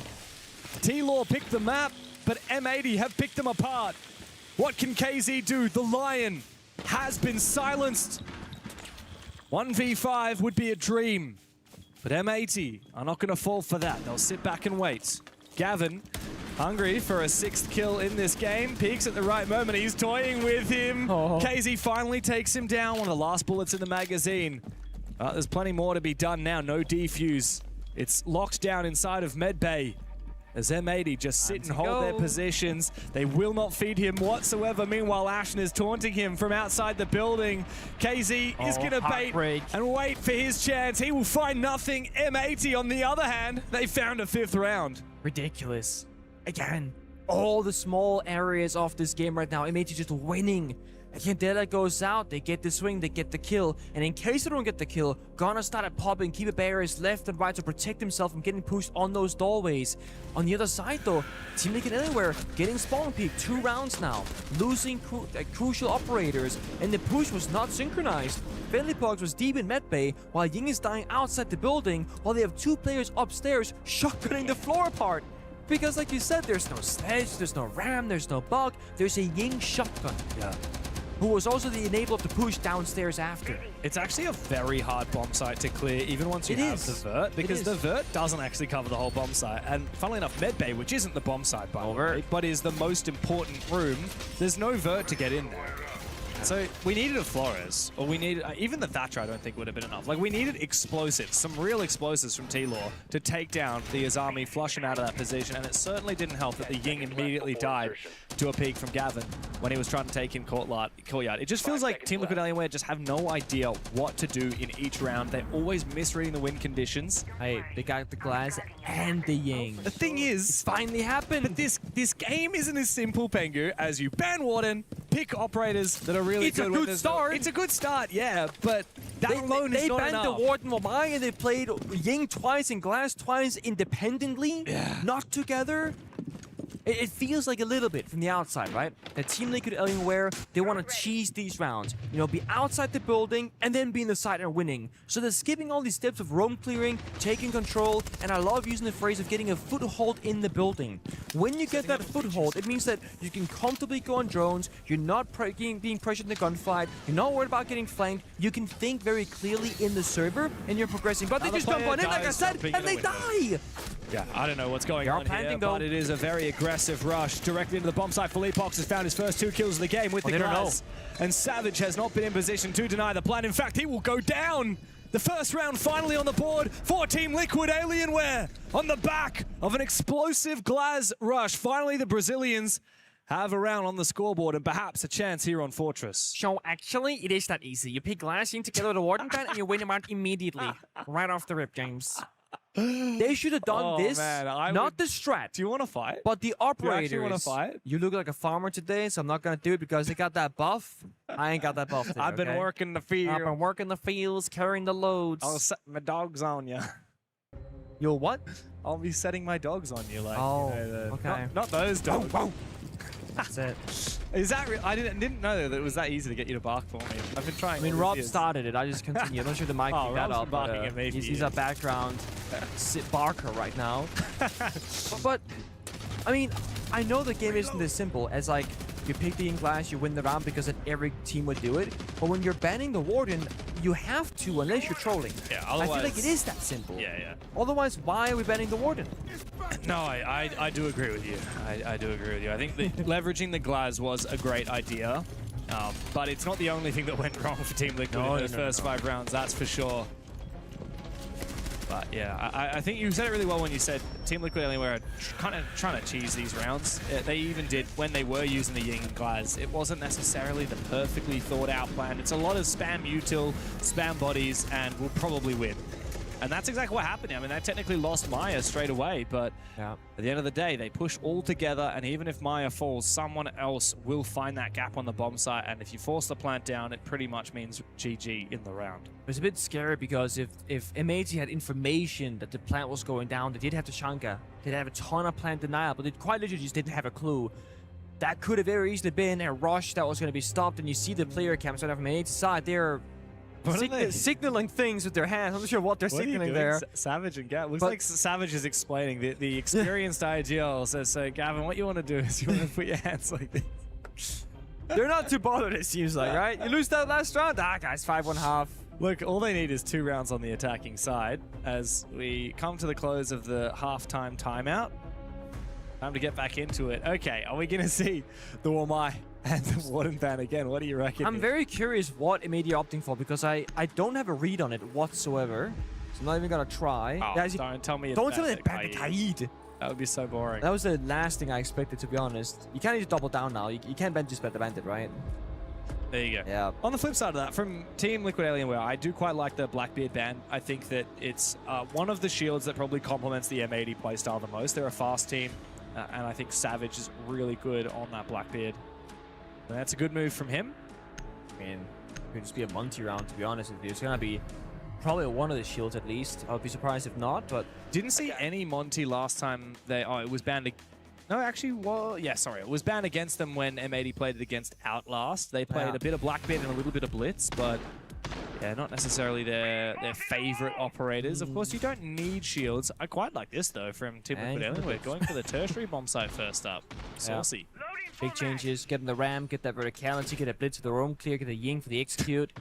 I'm just looking at Savage's most played operators in the last 3 months. Can you guess the 3 operators? Okay, I did peek the screen. It's Blackbeard, Blitz, and Montaigne. Yeah. He has played, combined between the 3 of them, about 70 rounds of shields in the last That's a shield main for you. He is literally a shield. And he's successful in doing so as well, I imagine. So, yeah, I mean, of course, you can't ban every shield. You could ban 2 out of the 3 and then save your tertiary ban for a shield as well, but even then he can go to Fuse. So, yeah. And by that point, you've already had half of the half already finished. So it's really, you got to pick your poison. You get rid of the Blackbeard, you know you're going to be dealing with the Blitz or perhaps the Monty. And Savage is a mean Blitz player. The great thing about MAD is that with this 5-1 lead, they can try out your cheese rushes, your very simple plant executes, you can play for kills, and they got all the ops for it. They got the Solid Snake, they got the Demos, they have the Ying, they have the Capitao open as well, they got the Grim open. They can really just like work through the different iterations of the attack and lineup and just figure out what's gonna work the best. Team Liquid Alienware ideally needs to find that opening pick, disrupt M80 from getting to that bomb site in a 5v5, because if they can get there, they have so many ways of just getting the free intel, like the Solid Snake, scanning like a quarter of the map from one single up position. Do that by the bomb site later on, it's going to be unplayable for the defense. Maya pre-places a C4, but actually doesn't land, despite having the info from the Valcam. So I think a slight miscomm, the call out from Nade on when to blow that Nitro just didn't quite land. A little bit of damage, but if Savage had gone down, that would have been huge. Bit of a mischance. They got in full top floor control, they locked down the flanks. This is what I mean with the foothold, right? This exact state that I'm talking about. The people who need to do a job are doing it. Ashen doing the vert with the boogie drones, then peeks down the ankles. If you want to get the hatch open up, that's gone out with the can openers, that's been done as well. You have Diffuser watching the lobby flank as the Solid Snake using the gadget in a very safe manner and going for a backstab later on. And we're talking. Who's gonna go where? What are we gonna do? When are we gonna do it? Team Liquid Alienware never found that foothold. Media has gotten the very first shot, but they want more. They want the roam clear as well downstairs. They want the whole map before ready for that side. They're happy to do a slow attack just to make sure that they have all the map control that they need. But yeah, you're right. It might be a little bit too slow. Can't afford to make mistakes in the late round. If you're not quick in the early round, this smoke will not fully cover the angle. But Savage does sneak past anyway. KZ just allowed that gap to be found. This castle barricade though does make it a little bit more claustrophobic as the Candelas start to come in. Open kill is indeed for M80 as Ashen finds one, but KZ, after that smoke subsides, is able to backstab these players. Savage will try and keep himself protected with another smoke, but he's very low on HP. Now Gunner deep into the bomb site. Maya will catch him off guard, and Team Liquid Alienware look a little bit better on their defensive side. It's Ashen who started things, now forced to finish them, but KZ has come back to the side and tears them apart. Great round from T-Law. And they finally fight back at the right times. And again, that little bit of disruption before the execute came through. Good uses of the toxic babe step from the smoke, stalling out the blitz, and the teammate behind him getting stuck in the hallway. Because that was going to be the backstab on medbay with the Deimos pushing from the front. It's going to capitalize on that cancel in the middle of that room. And that was going to be a freebie most likely. That was a great job, well done, but like you said, it's such a hard bomb to execute on. Getting inside from the hatch drop, probably not going to go very well. Sneaking into any of the bomb site doors against the, the castle barricades, the airline mines as well. It's going to be so tricky. There are so few ways that I actually clear as an attacker. In fact, nothing was cleared that round. Oh yeah, I mean that's the thing. This map is actually quite big, quite claustrophobic on the ground floor. The top floor is a little bit easier to handle in a way, just because I'll say so, yeah. I feel like there are fewer rooms. And technically the top floor is actually smaller than the ground floor, because this entire balcony on the left-hand side of your screen doesn't obviously exist as interiors on the top floor, but it does on the bottom floor. So the bottom floor is technically a much larger part of the map. There's a lot more to deal with. And that's why roam clearing can be a little bit of a fickle affair, especially if you're prioritizing Vert. There's a problem with that medbay bomb site. Rather, it's not technically medbay, cafeteria bomb site. It feels like the bomb site because it relies so much on that area of the map. Yeah, it's technically waiting room and cafeteria. It's not even kitchen. Yeah. The kitchen isn't technically part of the bomb site. Neither is, I think it's called furnace. You know that room that everyone I remember we had a cast cast that we did where a team kept trying. It looked like they're trying to plant in there. That was quite funny. Not sure that was APL or where that was, but it was a funny one. I think it was Chiefs actually. Yeah, that sounds about right. But as I said before, for Matey, they have so many strong operators open on the attack. They can flick between them. This time it's gonna be the Grim, obviously. We also have Sophia, who is looking to drone downstairs. So we're gonna try and get the big booms from below. Seen a lot of kills with that gadget this event so far. We have. Shot in the main staircase. Red ping is there. I like the idea here from Savage. A shotgun versus shotgun, and he will win the fight against Nade. Beautiful. Love to see that. Quickly taking down the camera as well. The Nitro Cell looked to try and trade, but no, that was Gavin outside. Yeah. Savage will be traded regardless by KZ. Down below, but Gav swipes his head clean off to reply. M80 restabilizing after losing a single player. Now they're back onto it. Now they just have to play slowly because Team Liquid Alienware are more than likely to try and lash out. You see exactly right. Hop on Jones, make sure the flanks are safe, and now watch the angles. If Philibox has the incorrect read right now, here somehow just here's the drone. It wasn't even moving, but has that 6 stents. Getting a good bit of value. Mind you, Ashen, who dropped into tower construction right here, cannot move forward because of the angle and soft wall. And the big booms came from below from Gavin, but didn't find almost any damage there onto Philibox. Now the Zoph is all out. He will use the concussions to try and put some extra pressure on Philippox, who just shoots another drone. JV, though, uses the space to try and peek on up. Gav must have heard him, though. Takes him down. Philippox now desperate to try and find at least one kill, just like Maya has done onto Diffuser from behind. Pox, though, rounding the next corner. Oh, my God. He's now in a 1v3. Gavin will surely finally find that kill. It's M80 onto match point. Dance, Gavin, dance right there. He was getting freaky with it. With the pistol, getting past the angle, swinging off the reinforcement, and finding so much value. Also using that concussion mines onto Philipox, who's doing a great job himself, actually. He tanked the Sophia, concussions, the software from below, killed like 4 or 5 drones in the round. Did a bit of damage, but not to be. Yeah, I think that a big part of that round was just M80 finding that initial kill with the Deimos shotgun. It's so valuable there. Main control is hard to get, so for sure. It is. I mean, you invest a lot of your defense into this single position at the top of the main stairs, and we saw what happened as soon as M80 had control of that top main stairs, right? There was very little to be done for Team Liquid Alienware.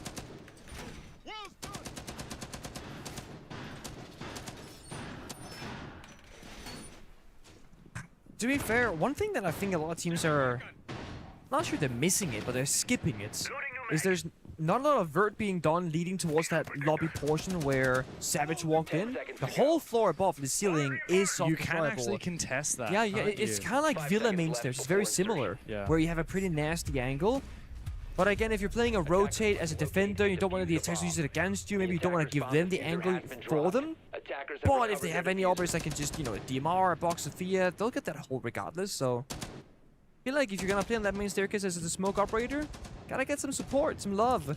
KC, who's playing that smoke again, has been their person. 11 kills right now. Second on the tally, Philipox and Maya shared on 4. Nade going 0-7. Yeah. When does Nade ever go 0-7? Yeah, we got James Bond in the house here, and it's not where you want to be for Nade. Especially when his brother is largely regarded as the best player in the world. Unless they swap places. and it's just your handy playing for Nade, and we don't know, and that's why he's playing Pod, because the comms are different, the strats are different, he doesn't know what's going on. Definitely not handy going on. G-strat, they're gonna go rush on in. I love this from Savage, straight on the back of the lifeline. In he goes, and he does find the kill onto Nade. Pop the fire, yep. 3v3 with Gunnar down on the floor as the Rayora will try and protect Savage for a little bit longer. He does have a flash, he could go deep. Oh, but he gets shut down. Well played from KZ to restabilize and use those gas babes to prevent that blitz from marching on forward. All up to Gav now. Unlikely he'll be able to revive Gunnar as he's too deep into the bomb site. If he could retreat, just maybe there's a chance. It's gonna make so much noise if he does, so that's the issue. Vaults the rotate regardless. BP's there. And JV swings, they get that kill. Really well played from KC in particular, shooting the shield off the blitz. That way he gets staggered, can't go for a sprint. Then the Toxic Blade comes out, he's forced to tank it, gets injured, then confirmed. Small bit of tech. I actually like that rush shadow a lot from M80 because there's a lot of small things that kind of got pieced together. Roaring off the bomb side door from the external window. That way they don't gotta worry about that center staircase and the flank possibility. Then Sophia off the soft wall, Blitz runs on in. A lot of people working together. But you gotta find at least 2 or 3 clean kills to restabilize in that round. And that's the issue. They only found the first 2, they never found that third. Yeah, of course. And now we've had the final operator bands come on through. The Goyo banned out by M80, which tells me one thing. It tells me that they want to go fast. They want to get into the bomb site and force that map control without Team Liquid Alienware having the ability to delay it. On the flip side, T-Law got rid of a second shield operator in the Blitz. I mean, look, Blackbeard is Savage's most played operator. Blitz is his second most played operator. Monty is his third most played operator. And really, if M80 want to play another shield, they will. I don't think that you're going to lose much just because it's the Monty instead of the Blitz.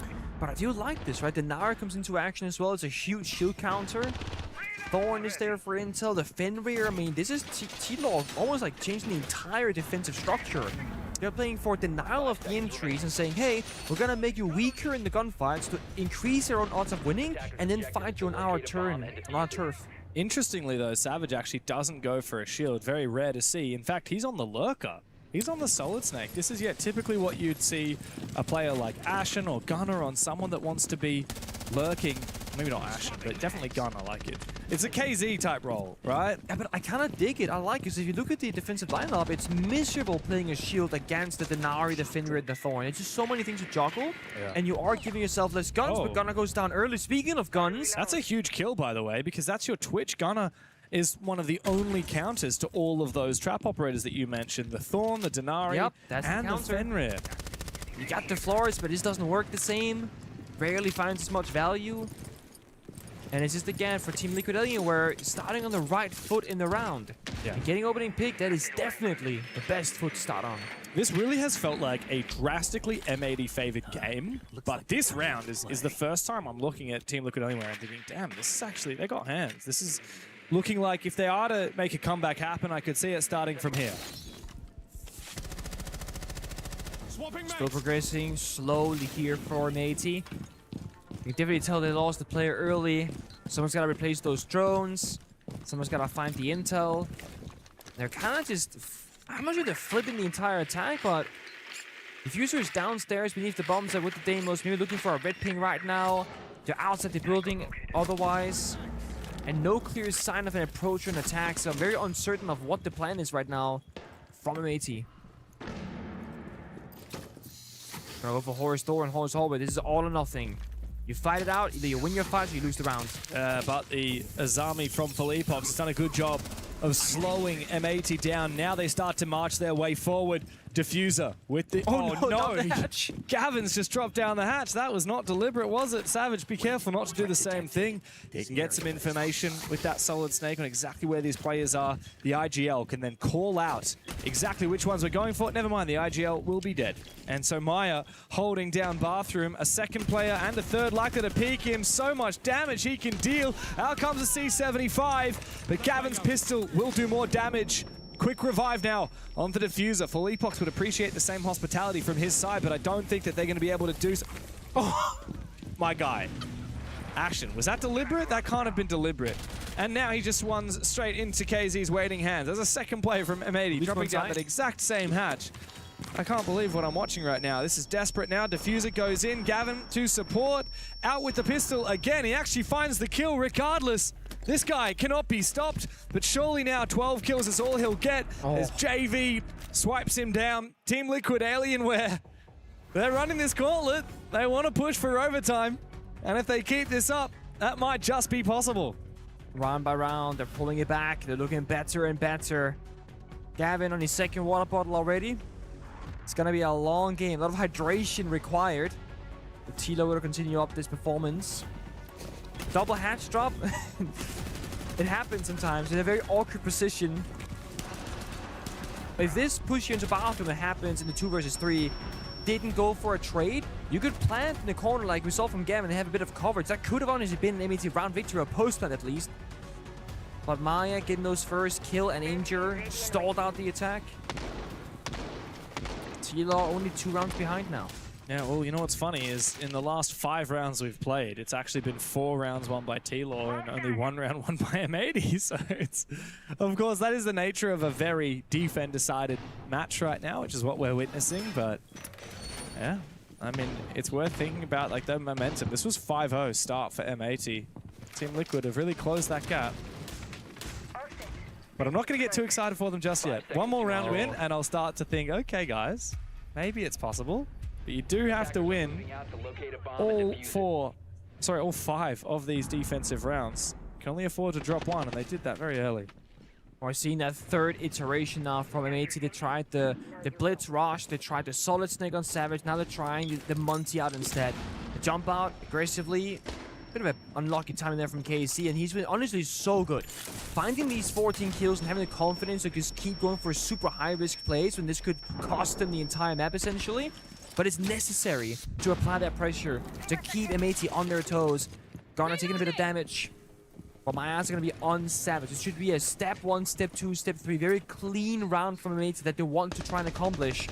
So that, again, Tilo playing Game of Destruction, that is going to be a good counterplay. I'm so worried about the peaks here. It's where Ghana died earlier from that window swing. Yeah. And as long as Savage is outside the building as the Monty, it means internally, not a ton of progress happening in the map. Yeah. And we've seen a lot more confidence from these Team Liquid Alienware players to stand their ground and to lash out when they see a gap. Gunner, though, is the first one to find that. Must have been onto the main stairs, I can only assume. It was. Yeah, and Nade is now in that exact same position, funnily enough. Unless if it was JV92 trying to rotate through the hallway, but regardless, Team Liquid Alienware now have to think twice about contesting on this top floor. Yep, and this is where the Monty becomes a problem for the defense, because there's not really any counters in action. There's a C4 from Nade, but that's about it. Nice. KC at the line strikes out again, 15 kills now. And that's going to be solid. Good Nitro! C4, oh my god, it almost caught him. Wow, that was huge from Savage. The quick reaction time to spin around so that the shield absorbed most of the damage. Otherwise, this round surely would have been dead in the water for M80. Ashen still needs to get to work on the Verd, but before that, they need to worry about these roamers. Pox takes a bit of damage. 3 players from Team Liquid Alienware upstairs contesting the roam, which means that they aren't holding on to the side. Ashen, who's meant to be the Verd operator up above, decides instead to go for the gap, but it has been slammed shut by Team Liquid Alienware. Gavin tries to pry open the round again. But he's going up against a 17-kill KZ, supported with Philippox as well. Gav does have the defuse, and KZ's got the perfect info to try and call out where that is. Him and Philippox need to play this perfectly. Never mind! KZ's a one-man show.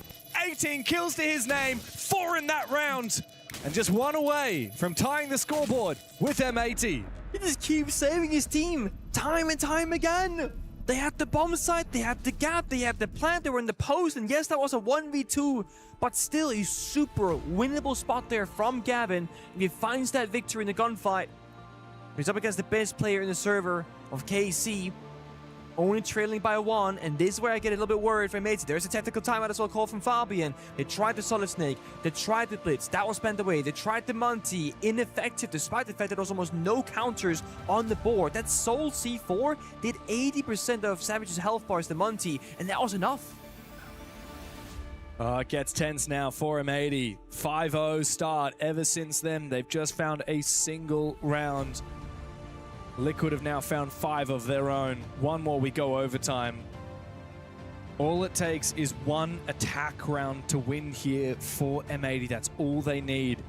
But Team Liquid, they've been so much better. They've been so much more aggressive. I mean, this is the Team Liquid that back when they were W7M, this was the playstyle they had that won them 2 majors and a world championship and the Reload tournament back when they were Furia as well. This aggression, fighting tooth and nail for the entire map, even when they lose the opening kill, as they did last round.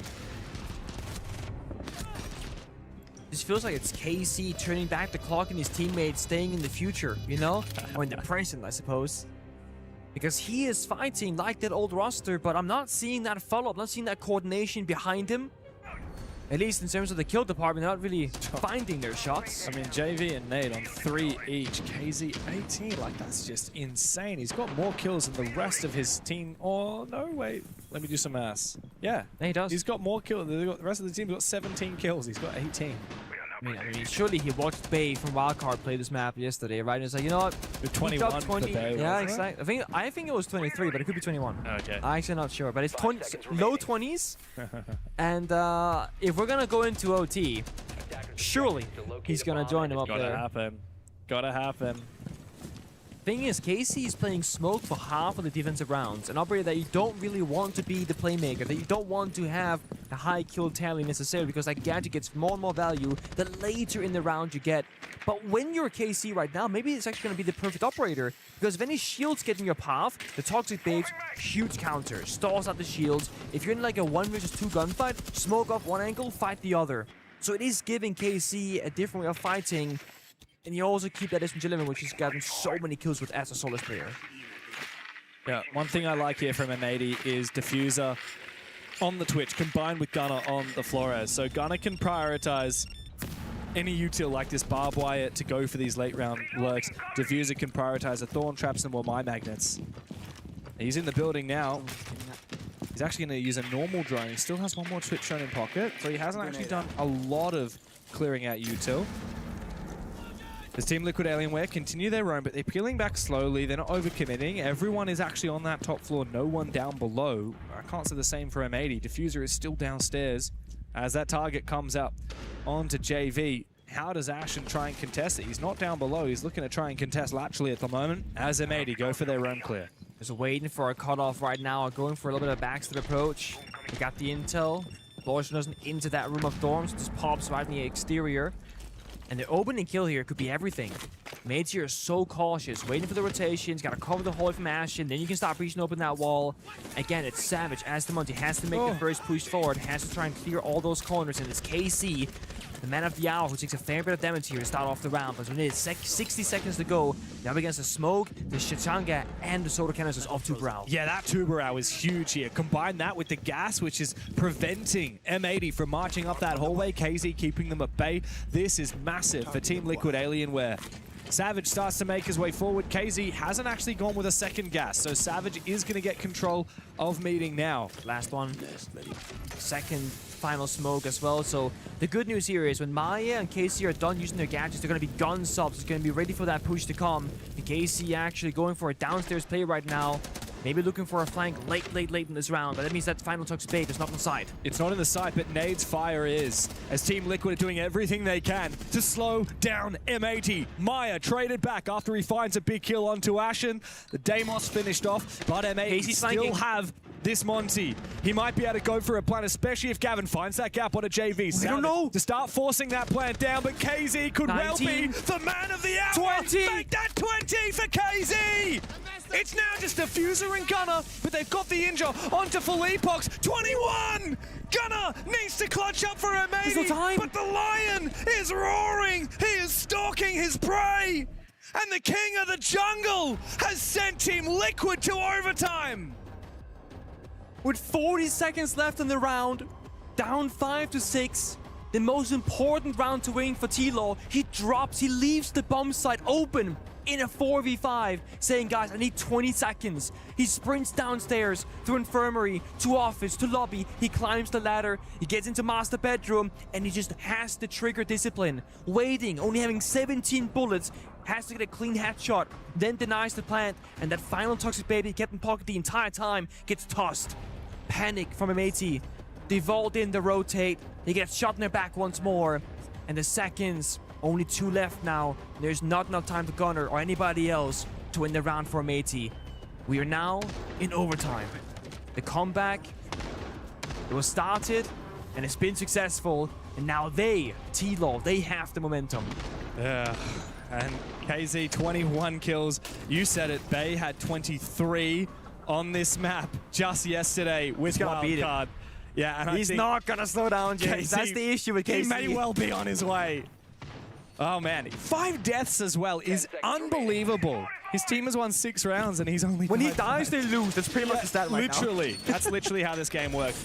And as you said, I mean, to go for a flank that big with that little time on the clock, with a spare canister, as like, the guy if he had who no needs to be using the it's smoke. amazing, but no. Crazy to see, crazy from KZ, as we've come to expect these days.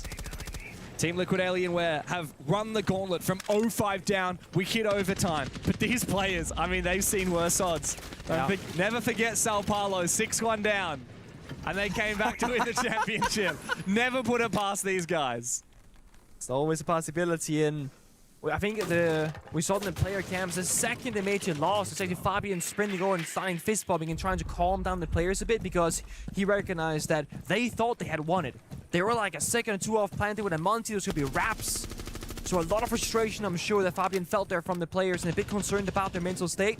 Now we look towards Savage as the IGL, not the Monty, but the new player on the squad from Europe, to say, guys, don't worry, we got this. This is how we're going to win. This is going to be the approach. Gavin also 16 kills, been phenomenal this game so far on the attacking side. That's where we're going to stay entering OT. Time to hunt down KZ. I gotta say, he's put the fear of God into M80. And yet still, they have to contest him. He will fall back towards that bomb site. It is that classic cafeteria waiting room bomb site on the ground floor that we've talked about so much. We don't have the ram this time from M80, so less of a leverage onto the vertical game. Still some options in the late round if you want to use the Flores for vert, maybe even the ace, but it's not ideal. They're instead forming up behind their captain, Savage. A year ago, he raised the trophy in Riyadh, and now he tries to raise M80's hopes after losing from such an advantage. It's another attack attempted. KZ's gone for 22. Ashen's finished off. Goodbye to the Solid Snake. He's Liquid now. 4v5 from M80 as they continue battling. KZ just spawned in top main. He was by the side 20 seconds ago. Now we see Savage approaching that side, but the issue is Gunner's outside the building, so he has to back off right now and wait for reinforcements. 60 seconds, and Meteor sprinting through everything. Castle barricades not destroyed. Top floor control not theirs. No verticality. It's a very linear attack. Super predictable. Gavin's been trying to chase KZ with that Vendetta. He's been chasing him in the kill department as well, but he needs to have a big impact. Little bit of damage, but no kill as of yet onto Maya. Savage cannot plant in this position. He needs to march forward into waiting room or into cafeteria, and Full Epox has taken down Gunner. In for the backstab, it's Gav with the Vendetta as he revolves the pistol. He needs to have more impact than that. In Infirmary, JV tries to survive. That's KZ, actually the man of the hour. He's pushed down into the corner as Savage devilishly trying to battle out, but the team kill from Diffuser, and that means the defuse is on the ground. No one from M80 to salvage the round. It's time to lay down and die. Team Liquid Alienware have been running this gauntlet, and now all they need to do is deny the plan from Gavin. Who else but KZ to do it? 0-5 down to now have map point on Fortress. It's another round where M80 should be winning. They're in the side, they found the gap, they found the kills, and Savage gets the bonk onto Mira. That should be another one for M80.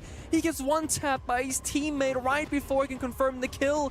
So Savage goes down, his team is in a bad spot. Diffuser, the case on the ground. And they're panicking, sprinting through the side again because the timer, 10 seconds, 9 seconds. So when they play slow methodical and they get into a good position, it still falls apart. That's now 2 rounds in a row where they should have just closed it, but they're so unable to because KC exists and T-Law, they're so back. There's nobody that fires up like the Brazilians. We've seen them do it all over the world. And now they're looking to do it here in Paris. After a very disappointing finish to the last time they were in Paris this February at the 6th Invitational, where they were bested by their Brazilian brothers on Fluxo W7M. They had an early exit to that tournament, And it looks like, with the way this game started, they might also have an early exit this time here at EWC. This is an elimination game, and Team Liquid were the ones that wanted to take us to Fortress. If they had gone down on this map, especially in a 7-0-7-1, like it was looking to be, the series. That's probably the series, and that would mean Team Liquid's tournament done and dusted. M80 now are the ones who are getting a real run for their money. They have to dig deep, but they're back on the defensive side where they want to be. But they have not won a round of defense for the last quick maps. 9 rounds, I'm going to say. Yep.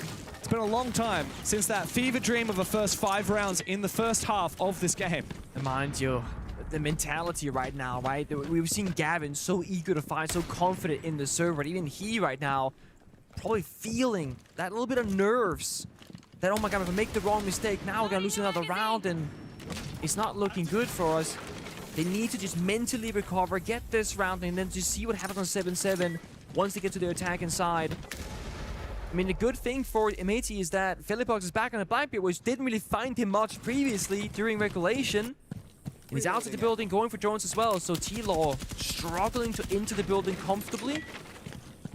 Just opening different doors, different windows. Bit of a stall out. I'm gonna be a little bit worried here for T-Law in terms of the clock, the timer. And it's possible that KZ could be on for the kill record. It is 27 kills. Maya, though, to find the first in this round for Team Liquid Alienware. Ashen has gone down. M80 lost the opening pick. The single map kill record is currently held by Onigiri, Joom, and Palu. Could KZ be one to join them? He just needs 4 more kills in this map. It's also a best of 3 record. We'll get there later, but it's KC having it with Dan Tide on 50. So KC already has one of those records. Looking to break and set another, or maybe tie up those Titans that are above him in the BO1 category. Down to 23. Not right now taking the fight. That's Nate instantly Habana. But a timer, I said I was worried about it. I'm still worried about it. 50 seconds and finally Philippox in the building. Grimby spots out Gavin, who's looking for a fight, actually not falling back from his position. I have to admit, I'm always scared when I see a team go for a roam clear on the Samam side of the map. Not But Philippox might be the one to make this moment. He gets the dash, but it's a trade directly, and he loses a second battle, but KZ will steal the kill. It's number 24. And Team Liquid Alienware retain the numbers advantage thanks to that early kill on Ashen at the start of the round. But now we're deep into the end of the round. 20 seconds and ticking away. M80, sit back and wait. KZ looks for one more. He knows Diffuser is right around that corner. He knows Gunner's peeking him as well. He'll find one before he's traded back. And now Diffuser on his last legs. But he strikes true. We're going the distance. Pengu, unless Maya can come up with this miracle, it ain't happening. It's a 15-round game here for M80. Every single second matters right now between these two teams. Just a 3rd or 4th round now shared between them, where if they just had a second longer, Maya might get that kill. Had M80 had a second longer earlier, Gutter might have found KC. So every time they're stalling out, every time they're waiting for a drone, every time they're waiting for a swing together, it has to happen immediately. Maybe they find that final bit of magic to get back onto the attacking side on the 7-7. Fabian's found a chair. He's sitting down because the old man needs. They can't carry him for much longer in this series. I mean, he's sitting down right now, but I tell you what, we often sit down while we cast, and we stood up and put our chairs away about 7 rounds. Got a chair. About 7 rounds ago, because we thought it was over. We thought we would come back to cameras. We thought that we would be moving on to map number 2, but no. Team Liquid Alienware had a very different idea of what was going to go down today. M80, 5-0. And now find themselves on the attacking side once again, which has been the home of all of their woes today on Fortress. We've only had 2 rounds of Attack 1 in this entire 14-round game so far. 10 seconds left before insertion. I'm waiting for those final attacking operators to be locked in. I'm seeing that raw aura. And Garner's gonna stick it. Usually with the Aura in action, it's going to be a bit of a niche attacking round because there's only so many areas where those are going to get high value. They can only go on a door, not a window. So you can kind of become a flank watcher with the Aura by closing off what's behind you, or when you're tagging by that bomb site or clearing a certain part of the map, you can deny the crossfires by closing the doors. But they are vulnerable. They can be destroyed with any soft destruction, be it explosive fire, canister, be it impact grenade, a C4, a runic scopeless punch. But for this particular round, there's none of that 4 T-Law. So these Aura gates are gonna stay true. They're not gonna be destroyed whatsoever. So if they can get to that point of the round, where that Aura gadget comes into fruition, right? Oh my, he gets shot through the door from JV. So he's not gonna get it. The Aura is done, it's dusted. Gavin trades back to nade. M80 need every kill they can get. Gavin is taking that responsibility very seriously. He's about to break 20 kills himself. And Ashen has worked a miracle with his SMG-12. He's taken down Nate and JV both. Savage forcing that defuse down. It's KZ's moment. You can't go 25 kills and then lose the game. He needs to sneak on through, but Ashen finally shuts him down. The animal has been caged, and Philippox and Maya now desperately need a way to win this 2v3. But guess who? It's the Monty of Savage just sitting back and watching. Philippox and Maya together will actually find one. Maybe they can take down Savage. If they get both angles onto him here, they could definitely take down the Monty, and they do. Hold your breath. Diffuser. Now to cover the diffuser. There's a 1v2, but the spray comes through. Take a bow! Team Liquid Alienware! From the depths, they rise above again! A miracle here in Paris from 0-5 down! And they steal the first map back from M80! Not just the 0-5, all those small victories, even there, it's a 4v3, Monty in the post plant. They have Solid Snake's gadget, but they never cleared the blue camera inside a horse. He was watching exactly what Diffuser was playing from, and he was low on HP. He was watching Savage getting melee punched and shot from the side, being so afraid of taking the risky gunfight, and because he was afraid, he loses regardless. That game had more ups and downs than anything I've seen. My heart is not ready for this. Geez, M80 were just given the phase treatment, weren't they? This is what happens when you let a team back in like this. KZ nearly topping the kill record to drag that back across the line. It should never have been there. It was a 5-1 first half, and not just a 5-1 first half, but a dominant display. And then, boy, when they swap sides, God, did T-Law look good. Oh, my days. And now the story completely flips on its head, Pengu. And there's a small thing that I briefly noticed it, and the observer actually asked the question right now. Right at the very end, when Monty's stuck in the corner, one of the defenders sprinted towards the Monty while being told to be called, and I saw the fire on the ground. So he let his phone explode. Yeah, right by the Monty, so they would take damage from the fire. It didn't net them the kill. It might have done some damage. I'm curious if the highlight reel might show it at the very end. He couldn't move, though. Yeah. Couldn't walk into that fire or get guard broken. If that was intentional, by the way, crazy play. That's to catch insane. that in a post plant in a 2 versus 3. In such a crazy series as well. Look at where we were! We were 5-0 down, and Team Liquid only won a round on the attacking side because, I'm going to be real, they just cheesed the hell out of Glass. They cheesed Glass, and they jumped in every window, and they just happened to win the round. But then the story very much flipped on its head. That's just it, isn't it? It just completely this round flipped around. As well, and you know what? 6-2 down. Oh my days. I actually did not realize that it was 6-2. I thought it had gone a little deeper. From 6-2 down. I've seen it before. I've seen it before. We have. And you know what? I am undoubtedly going to see it again. I will say, so I get to watch everything, right? I kind of get to watch a little bit of the game, a little bit of the teams. I've said it before and I'll say it again. Igor scares me as a full-grown... I'm a full-grown man. I have a wife. That man terrifies me. He was so loud every time Team Liquid found a round, the entire team. We've seen it before, and again, we will see it again. It's just ridiculous from this roster being able to pull back such a close matchup. And not to the effort of M80, right? Like, it's not like M80 played poorly, but by God, they watch tore here, him apart. watch here. Ramon's in the corner. Let's see if we catch it. Look at this moment. It's gonna happen for a second there. So 2 versus 4, by the way. That happens when you see that fire right there?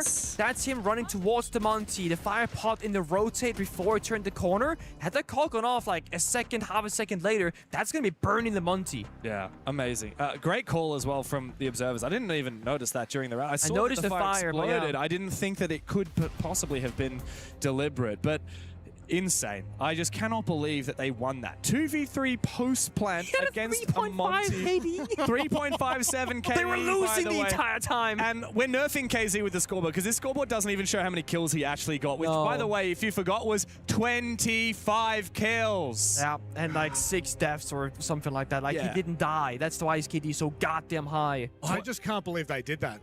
I genuinely can't believe they shouldn't have. I was like, okay, I'm starting to believe. Oh my god, they're gonna do it. They've got match point. They're gonna do it. Oh, the plant's gone down. The Monty is still up. Never mind. And like it going through in my head, I'm like, okay, what am I gonna say for M80 here? Like, how am I gonna position this? Because to be honest, like they almost wait, they didn't almost. Oh my god!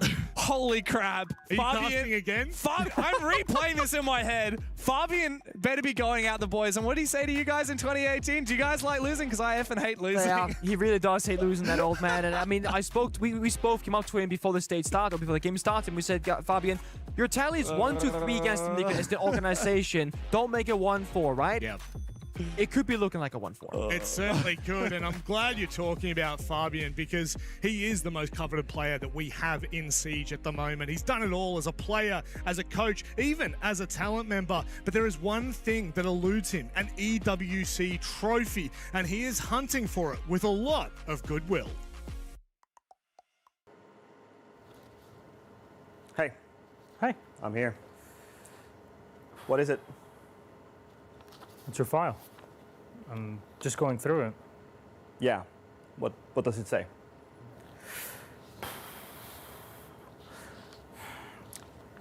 It looks like you lost the spark, Fabian.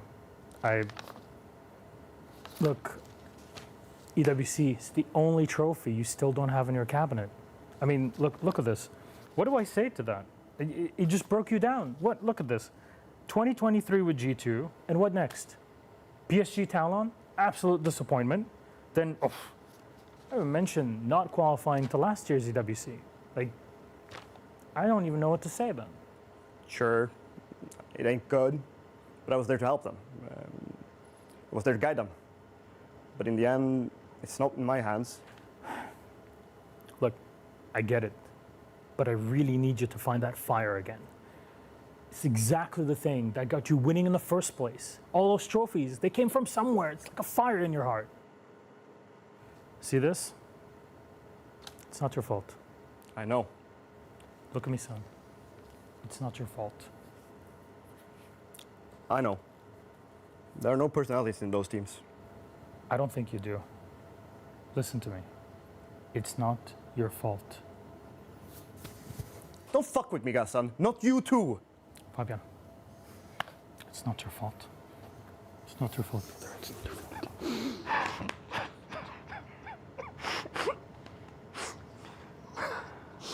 I just want more. It's that simple, Gassan. I just want more. I want to fucking win. I want to remember what it is to be the best in the world again. It's not your fault.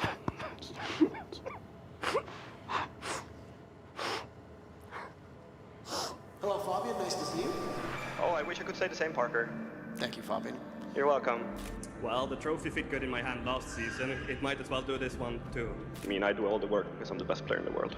Tjenare, Commander General, whatever you want to be called this time. God Emperor. God Emperor. God Emperor Fabian.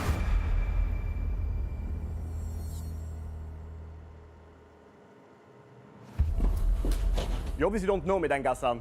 I'm the best there ever was. Never doubt the God Emperor.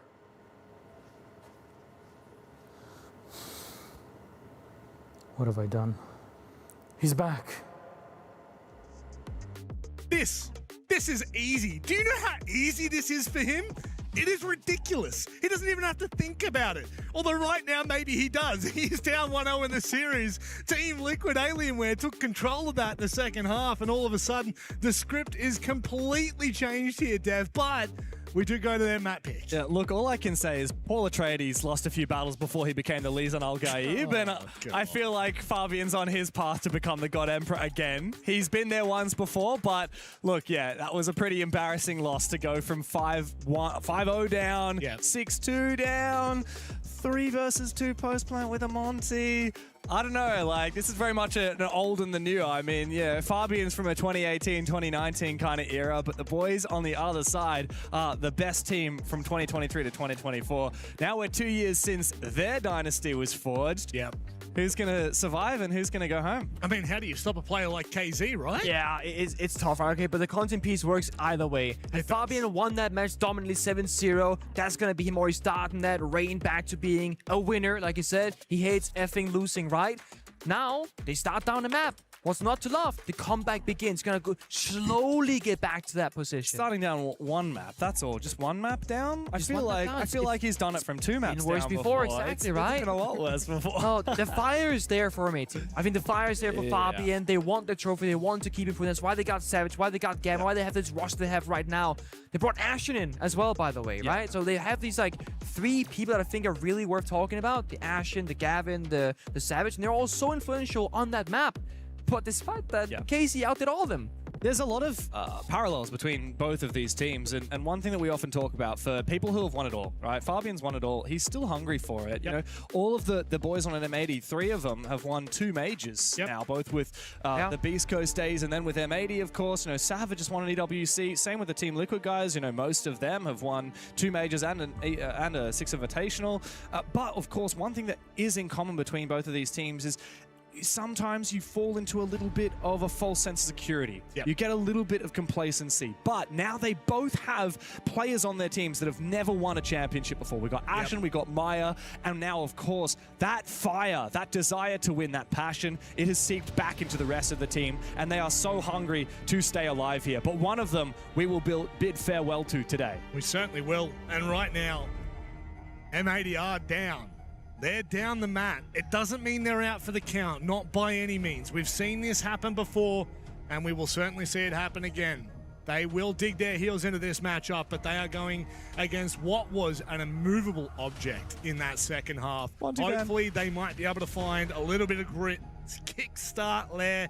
Let's get this underway.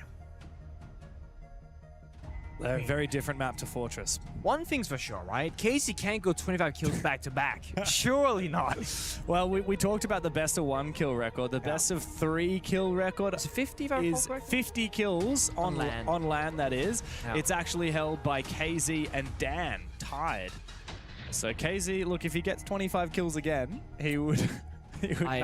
match his own record. It's only 12.5 kills per map required. Yeah, totally. Not sure how he finds the half, but it's there. I think, 12 to 13 kills per map for the next 2 maps is extremely doable. Yeah.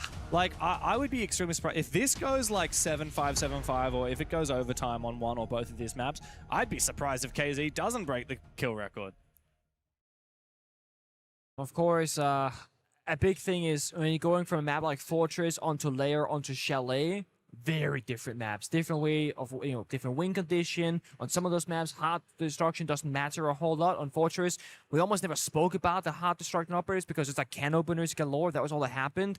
On Chalet, if you can't break certain walls, you can't win the round. On Lair, if you can't break certain walls, you can't win the round. So it's a bit of a switch up. Mehdi on the attack, T-Law on defense. And just like before in Fortress, they've banned the Electro Bros, both the Bandit and the Kaid, because they want to ensure that the very first step of Harvest, like I mentioned before, will be successful. They're not going to get stuck outside the building. Yeah, a lot of work to be done for M80 to bounce back from what was a very disappointing end to that first map. But this is where they want to be. This is their map pick. Oh, well, Casey goes down early. That's a good start there if you're an M80 fan, but this is how it started off in Fortress as well. Early dominance. It's all about consistency. Gunners on the A's on the roof, looking to get that wall popped open, just taking the Skybridge drone for safety. But we also have a couple of players in the windows of Museum and Bathroom. This could maybe a split take, but Philbox finds Gavin on Lion instead. With Lion being dead, you can't stop those defenders in their tracks with that Lion scanner anymore. Yeah, almost gets traded as well. He went for a very ambitious peek, abandoning his safe position.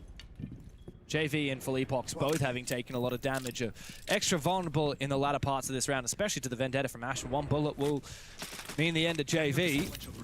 Now it's up to Gunner to take control of Ops. He's done so, gets the hard breach to work. Next step will be breaching onto the bomb site itself. I believe the external breach has already been made as well by Savage. Been opened up indeed. So as I said, like step 1 is accomplished. You got the opening P, you got the foothold inside the ops room. Step 2 is almost there, but the issue is the Toxic Pepsi and Philippox on the main staircase could be a problem. Barbed wire as well.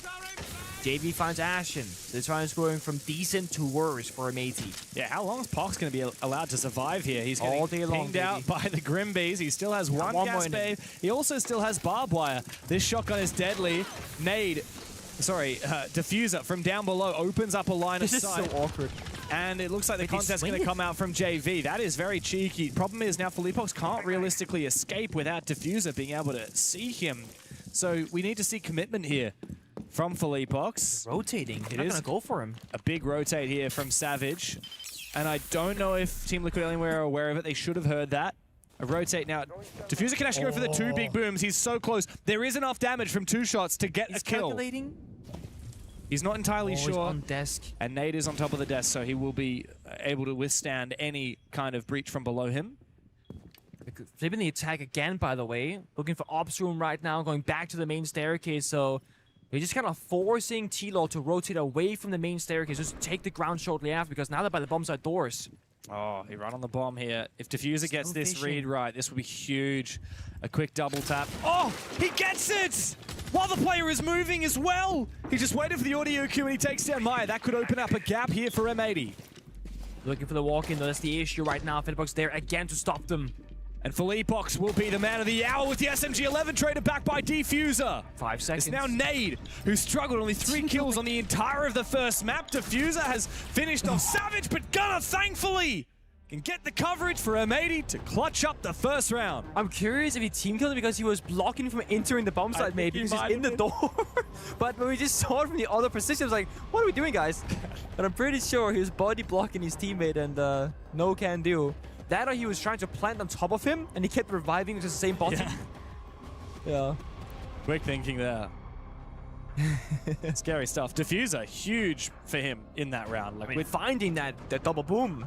Dude, out of nowhere. This is a loud room, right? Like, we have the massive stage 1, which it has so many people playing. I believe it's Call of Duty at the moment. The crowd is roaring. We've got people walking around this building. Tekken over there. We've got Tekken over there.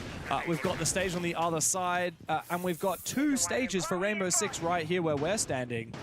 It is loud. Yeah. I have no idea how he is standing there listening to his team comms and trying to block out all the noise from the Esports World Cup around him to actually hear. Right, how could he hear it? How could he possibly hear it, right? Because he's the go. That's called jealousy, my friend, and you might want to get that looked at. There's a cure for it, you think? Yeah, have you heard of therapy? So not a real cure. I saw Fabian go to therapy. That didn't go very far, did it? Oh, didn't he go to therapy? He walked in, he smacked Hassan back on the desk, and he straight left the room. Milosh therapy. Look, if Milosh was my therapist, I think my... Do you know the reference from that content piece? Is it a Good Will Hunting reference? That's it! That's a Good Will Hunting reference. I only knew that because Rob threw to it with he's hunting for some goodwill. That was the only way I knew about I didn't even catch that. I just... Oh, wow. Oh, Rob's That's smooth a great throw. Yeah. Kind of like Gunner's great throw, just... But yeah, unfortunate. Good opening kill though from JV. He was very quiet for a little bit of the first map. But like I said before, I mean, Nade, he got 3 kills in 15 rounds on the first map. JV only 5. And unfortunately for JV, he won't find any more in this round. Also, KZ yet to find a kill after 25 on the first map. Has struggled on there so far. M80 now numbers advantage. You'll have outcam though from T-Law inside our warehouse. Constantly giving yellow ping information. I think he's just shut out actually from M80, so Maya peeking these fights, very blind, and Savage with a shield. Oh, where are you looking We're looking the wrong way. Nade comes out from Savage, he tries to take the fight, but Maya doesn't go for it until he does. Savage looking the wrong way, and Ashen now in a 1v3. DMR in hand, he's got info on one of them, tries to bait out some peeks, but it's a pretty strong crossfire here from Team Liquid Alienware, and Ashen does not have that defuser. He does not. Doesn't even find the kill either. Philippox shot with SMG-11 takes him down. And that very well could have been a good push there for Amati, but looking the wrong way for a split second with the timing of Maya going for a swing. They find 1-2 quick kills. And with that, the man advantage, and with that, also the round. We're tied up 1-1. I can't help but feel like this is going to be a bit of a struggle for Amati going forward. I really think that first map has impacted them. Just that slight bit of hesitation, you know? Ever so slightly. Sometimes that's all it takes. Team Liquid are so much more energized now after a very quiet start to map 1. Even these rounds where they're losing opening kills, like what happened just previously on Lair, they can always fight back. They are mid-round and late-round demons, these Team Liquid Alienware boys. They really are. But that early game, sometimes okay, sometimes maybe good, kind of not so good. Maybe not good. 5 seconds to insertion. It is interesting though, because into Siege there are so many different areas that you can be good at and you can be worse at. And there are just teams that if you let them get to a bomb site execute position as the attacking team, they're flawless. And I think of teams like FaZe Clan, for example, right? And I think the reason why FaZe Clan are so efficient and so consistent across all the years is that they don't have a bad early game either. So when you have a decently good early game, so that you can get to the late stage and you're really good at the late, that's how you win. Yeah. And if T-Law can like really sharpen up in the first like 90 seconds of a round, especially attack inside, I mean, they'll be much better for it. But it's easier said than done. Yeah, it is. And look, M80, I think, are really good at picking apart and coming up with these cheeky ideas. How do we execute onto this position? Yeah, let's flip the attack. Let's flip it back again. Let's get Diffuser downstairs and bank on him finding a kill through the vert. Which, by the way, he's doing again here in this round. Same bomb site we saw before from Team Liquid Alienware. It was very close, but M80 clutched it up at the end.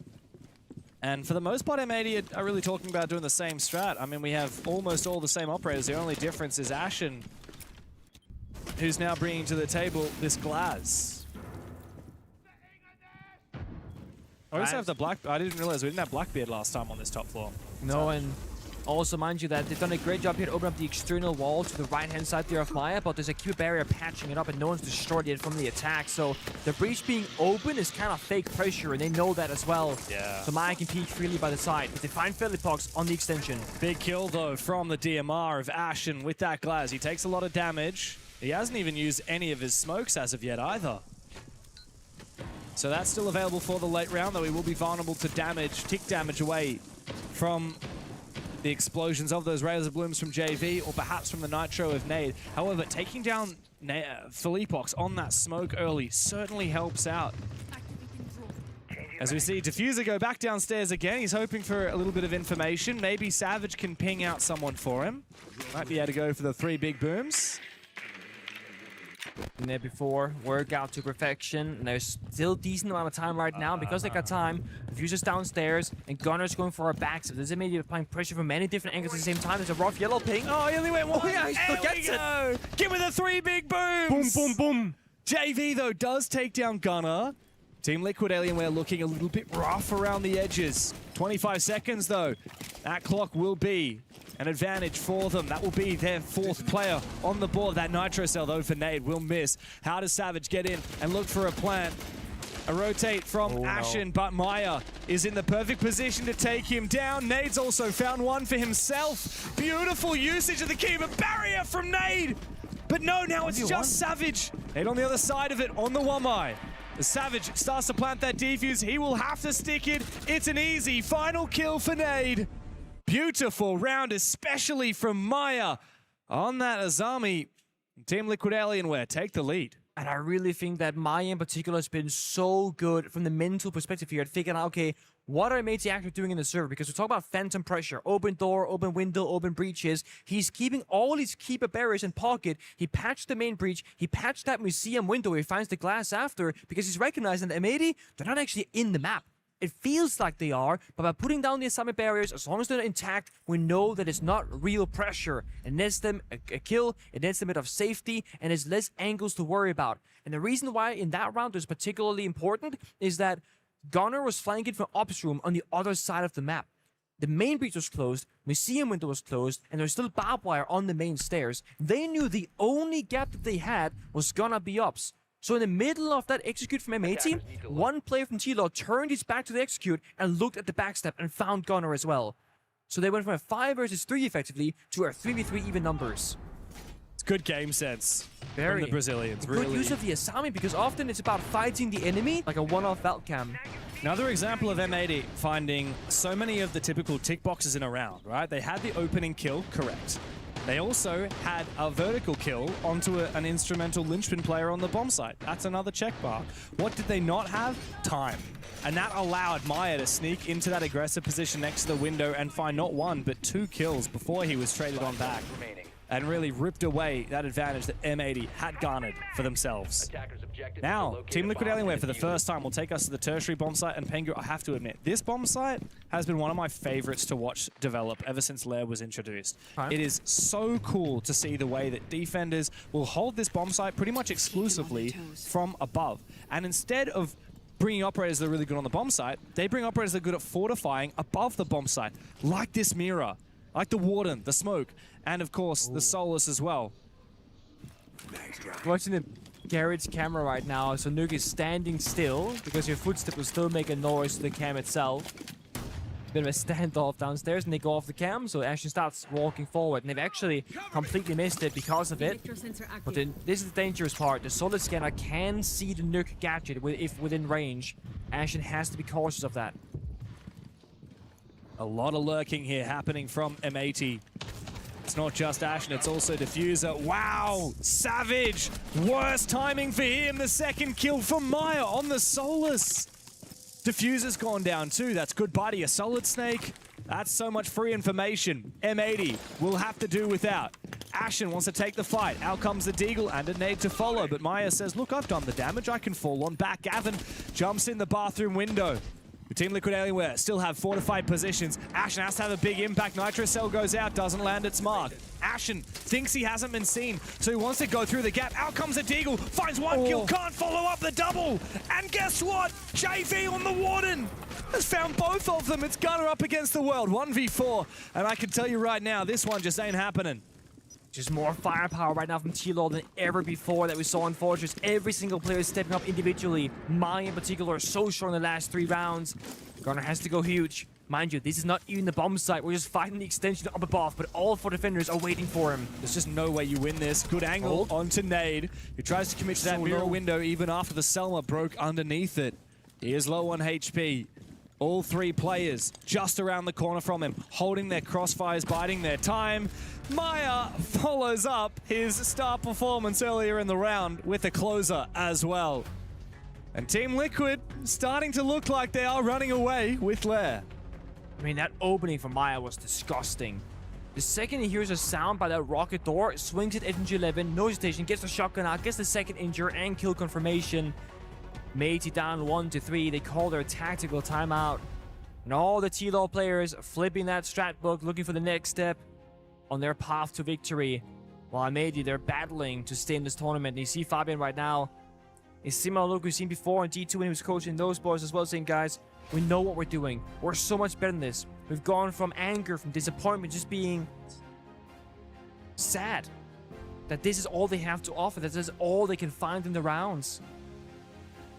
Yeah, on the flip side, Team Liquid Alienware, despite individual players having lackluster performances, they look so relaxed right now. I got to admit, M80 also look pretty chill.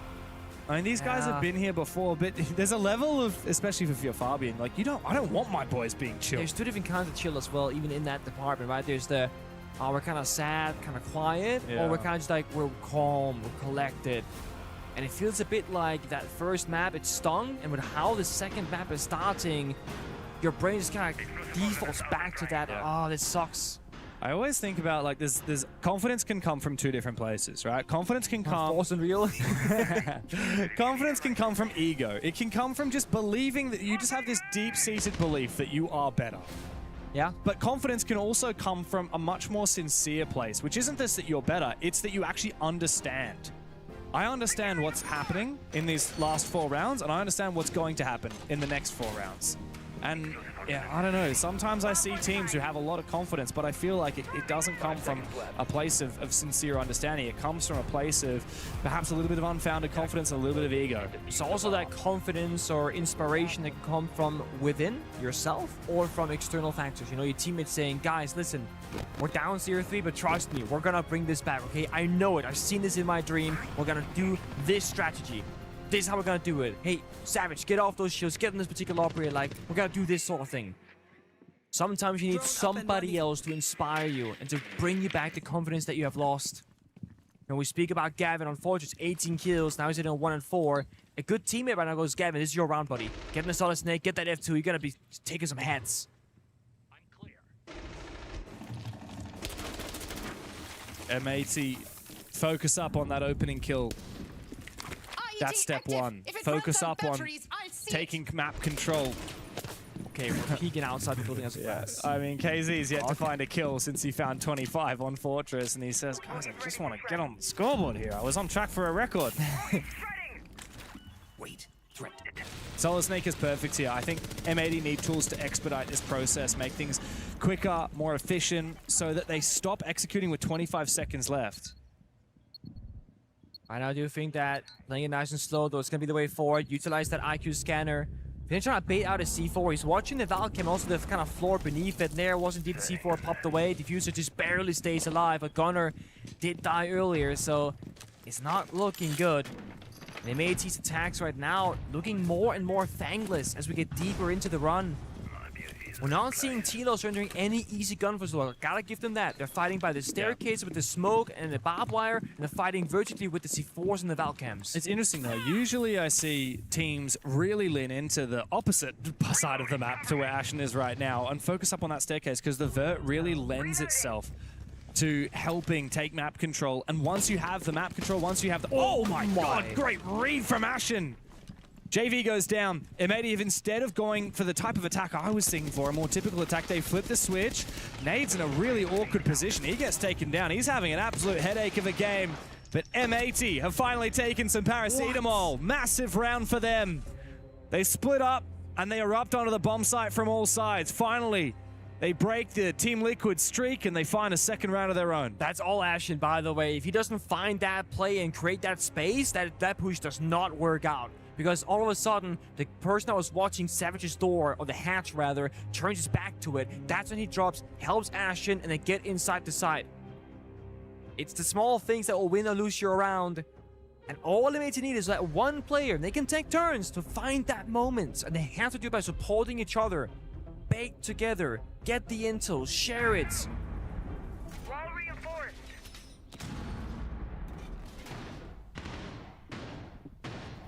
It's a flash of greatness there from M80. Yeah. Bit of a different playstyle, bit of split theory. Good old split theory. Good old split theory, but look, that's not going to work every time, especially if Team Liquid, like, what's the main counter to split theory is traps. Yeah, right? intel. You just have tons of intel, tons of traps, so that you always plug your gaps, and you don't overcommit to one side of the map.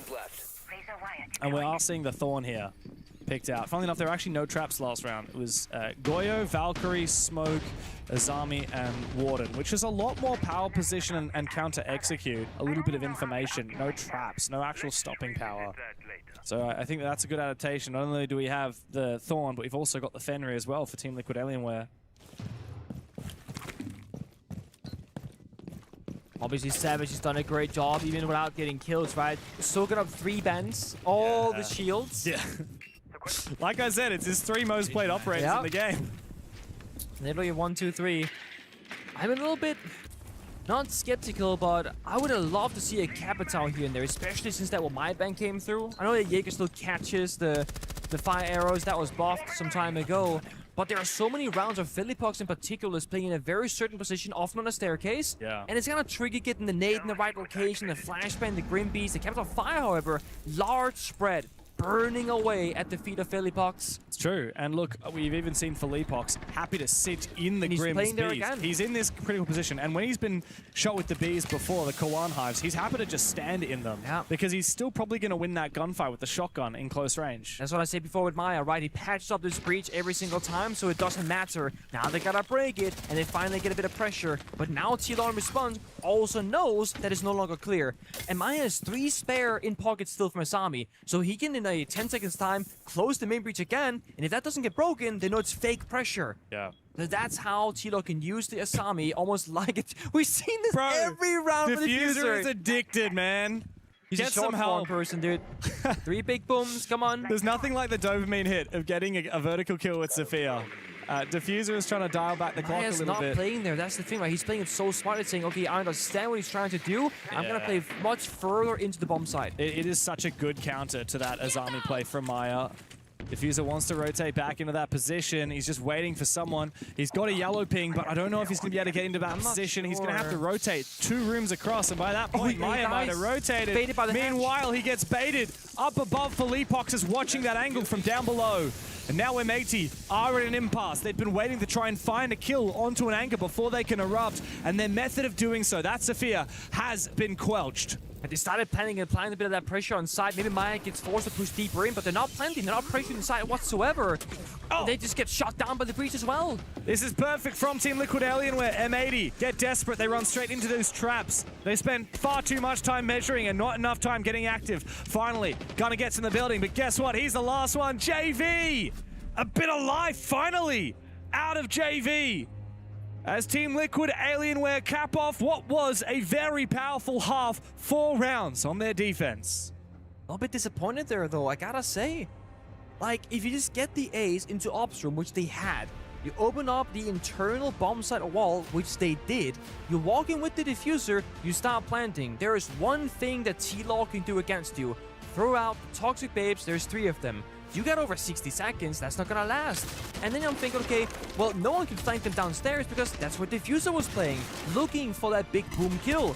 Instead it becomes, we must get the kill, we must use the gadget. Here's the yellow ping, sprint in, die to the hatch. They bait themselves into a bad circumstance. Had they started bait planting earlier, burned the Toxic Babes, then all of a sudden Maya would have to retake that desk position, and then Diffuser gets the kill. And until then, he's the flank watch duty. He's watching that staircase, he's ensuring that there's no C4 downstairs. That's his job. And I feel like that's a very easy read for Amade to recognize that, guys, we need to plant eventually. But the Diffuser was on Savage outside the external breach, not the internal. So planting was never on the cards there for Amade at all. Yeah. Because there's no safe spot from that position at all. Well, this is M80's map pick, and Team Liquid have started things off with 4 rounds. Now, M80, they play this a lot in the NAL. In fact, the last time they played it that wasn't against the North American team was all the way back 6 months ago at the 6 Invitational, where they lost it to G2. Since then, they've been beating teams like 5 Fears, Shopify Rebellion, 100T, Cloud9, and lost to Dark Zero in their most recent match, which was 3 weeks ago. Quite an embarrassing loss as well, 7-2. On the flip side, we really do not see much lair out of Team Liquid Alienware. They played it 3 times in the last 6 months, and it's been a loss to Furia, loss to FaZe, loss to NIP, most of which were pretty dominant games against them. So on paper, coming into today, I would have thought, yeah, I mean, this is an M80 favored map, right? They should be pretty happy with Lair. I mean, not to spoil anything, right? But Fabian did tell us that he was very happy with the first 2 maps. Even if they go to Chalet, he was very comfortable there as well. He did say so that. It's like... This is exactly where M80 want to be right now. In theory, yes, but with a different result. Especially, I wonder how much choking Fortress has affected them. Do have to wonder that.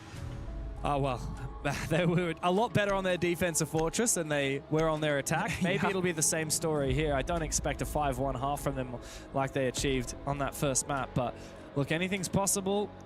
These guys, like I've said, we've got 3 two-time major champions. Like, very few players in this game can say they've won a major. Even fewer can say they've won 2. Yeah. That is a very, very small list. And funnily enough, we have most of the players that have won 2 majors actually in this game right now. And true. And also for the M80 side, they only won in Europe. Manchester, Munich. We're true. in Europe again. We are in Europe. Where is that EU buff for M80 and the boys? It's not there. We're in Paris. Team Liquid Alienware actually have quite a history with Paris as well. Let's not forget, 6 Invitational 2021. Heartbreak for Nesk and Palu. And where NIPO took them. And yeah, and I mean, Team Liquid were, I would say, probably favorites to win that event. Definitely. And obviously NIP had really had their moment, their mark in the sun, but look, Team Liquid at the time, Palu and Nesk largely regarded as the best players in the world. And Palu, unfortunately, his dad passed away, I believe, the day before the grand final, I think it was. Shortly before, yeah. It was sometime in that period, and yeah. Lost his dad, lost dedicated the entire event to him. Yeah. It felt like that was going to be his moment. Yeah, I mean, it would have been. It was so close, like in an alternate reality, like that's the story that we tell. Remember when Palu, you know, did it all for his dad after his dad passed away? No, it's even more heartbreaking. And that duo kept playing for, what, 4 more years, never finding a trophy. Yeah, and then Team Liquid, of course, made quite a big change when Palu went over to Flux W7M. Nesk most recently retired after Team Liquid failed to make it back to Paris for the 6 Invitationals 6 months ago. And when they failed to make it, that was really just the moment when Nesk said, I think my time has come. Time to go do content creation.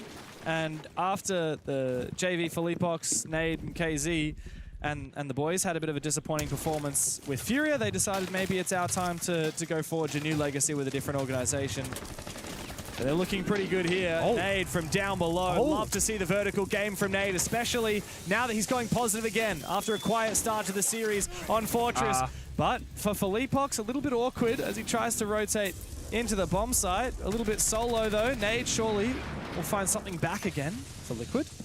Again, small issue there, right? Felipox taking his left, but ideally you can't just look away from the other angle. Gets shot to his side. JV injured in an awkward spot, but does get raised here by KC, and Maya finds one to Diffuser as well. Oh! Media trying to swing back, but it's a tough spot to be in. Be careful, Ashen. Maya actually has is he down Oh, wow.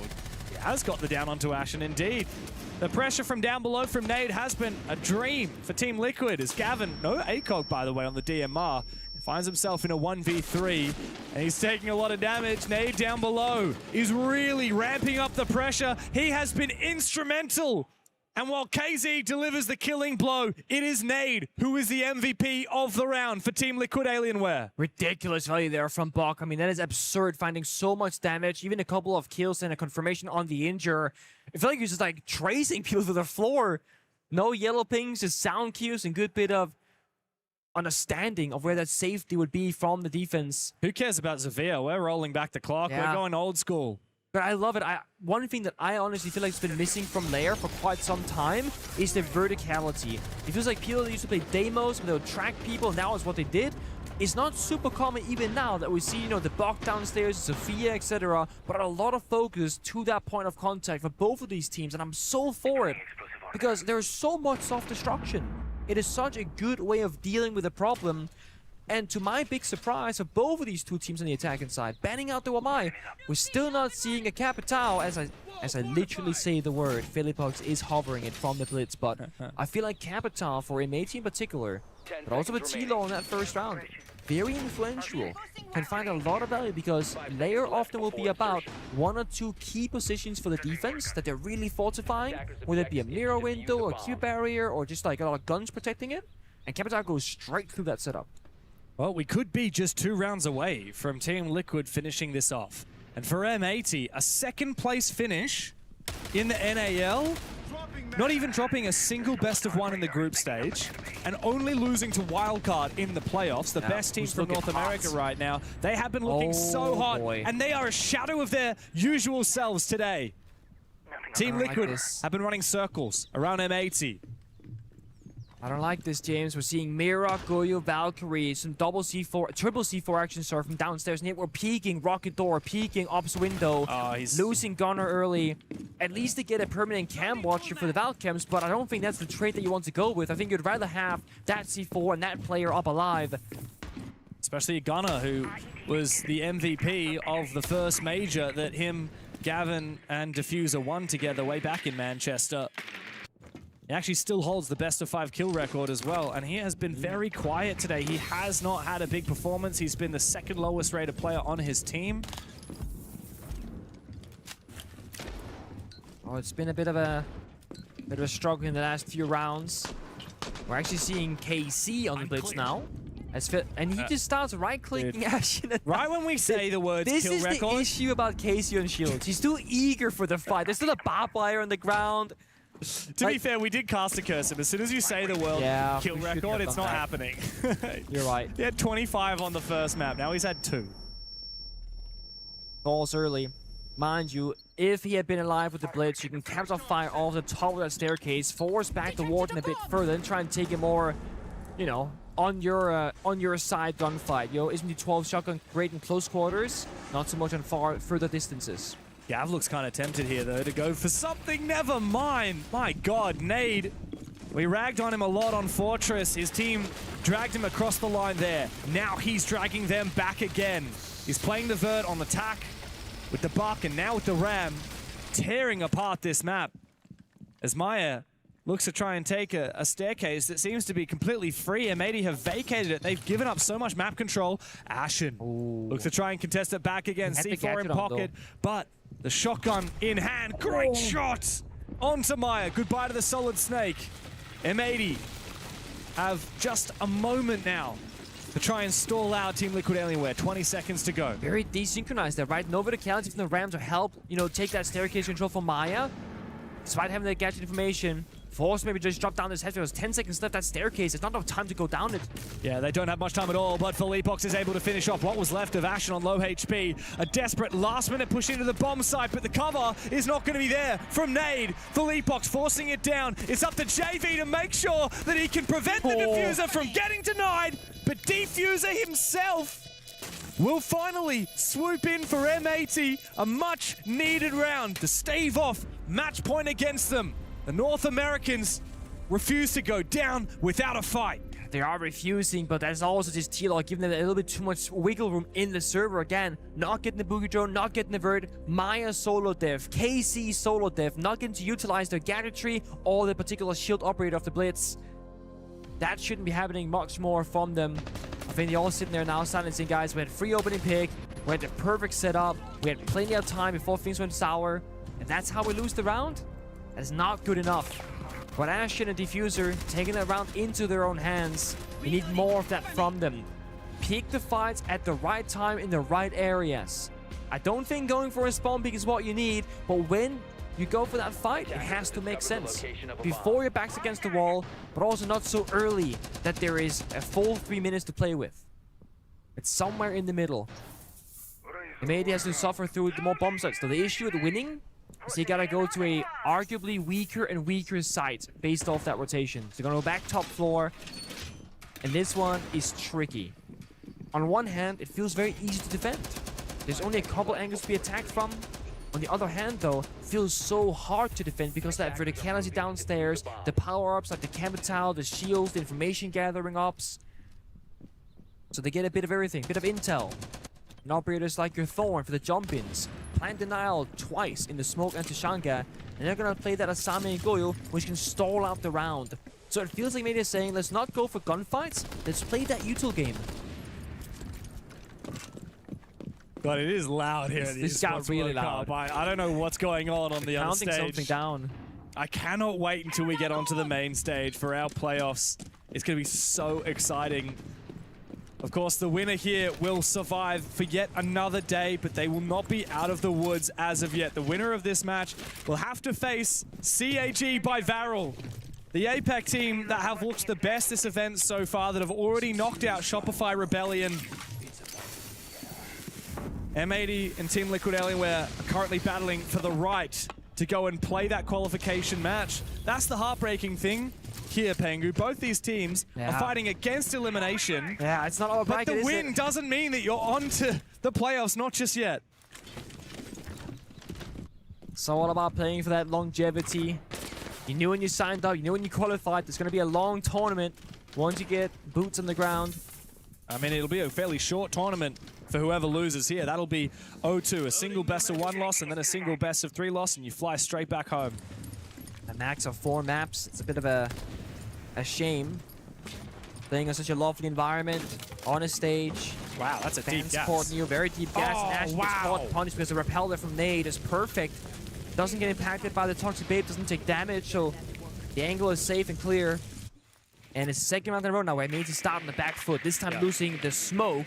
Thankfully, double down with the Shang, but it's a huge loss to suffer early. And it's irony, isn't it? Too brash from Ashen, who was trying to use that smoke to simply slow down the push. He wasn't trying to do anything too crazy. He was just trying to carefully slow Team Liquid down, and he suffers for it. Now that stopping power of the smoke will evaporate for the rest of the round. Gavin is getting revealed by the Grimsbees, now getting targeted by the Dokkaebi's Jago payload. He's about to have his phone explode, and then he will need to move. Otherwise, he'll continue taking damage. I feel like he forgot about the fire because he took far more damage than he needed to. It's time for a big play. Gunnar! Double kill with the TCSG. He's given M80 a lifeline again. 25 seconds as Team Liquid Alienware start to make their way into the bomb site. It's JV on the Blackbeard. KZ and Nate to help on out. Savage needs to clutch on up the Portuguese captain, the IGL. He finds a second. KZ, after making miracles happen on Fortress, needs to clutch up here. Out go the concussions. Savage looks to try and prevent it. KZ can actually deny this using the concussions. It will stop the counter defuse animation. And Savage doesn't know where he's coming from. Now he won't have any audio whatsoever. KZ takes the fight, takes the round for Team Liquid Alienware. And he's brought them once again onto match points. M80 on the verge of elimination. It's so well played as well. You just take away the ability to hear, to see correctly from Savage. Feeling so much pressure. His senses just being doled away. And every time T-Law are facing a round loss in those final seconds of a round, it's Casey in this BO3. And the more we see from Fabi, and the more we see from the players from AT, the more defeated their faces appear, because reality is kicking in. They are one round away from going home far too early at this event. And how does a team with this much potential, with one of the most esteemed of all time in Rainbow Six coaching them, he's won 2 invitationals as a player, 1 as a coach, and then you've got 3 people, Gunnar, Gavin and Diffuser, who have won majors with 2 different teams. And then you've got Savage, the most recent esports World Cup champion, the young legendary IGL that everyone was searching for as Team Secret started to break up. Of course, he made it to the 6th Invitational just here in Paris not 6 months ago. It looks like he won't even make it to the quarterfinals. It's never easy for a team when you're supposed to have an upgrade. But again, the story works the same way. Had the names been flipped here, and M80, they were the ones being up about to win, right? Then T-Law, same story. A core roster from Fury, from WCM with Maya, now being on Liquid. And they're supposed to raise the trophy. They're supposed to go deep into a tournament. They would have the exact same disappointment of a story had they been in M80's shoes. It's a mirror matchup. It is so insane that the number of commonalities and parallels between these 2 teams. And yet one of them will go down winless out of this tournament. I mean, for Team Liquid, you can hardly blame them for losing to Wildcard. M80 know what that's like recently in the NAL.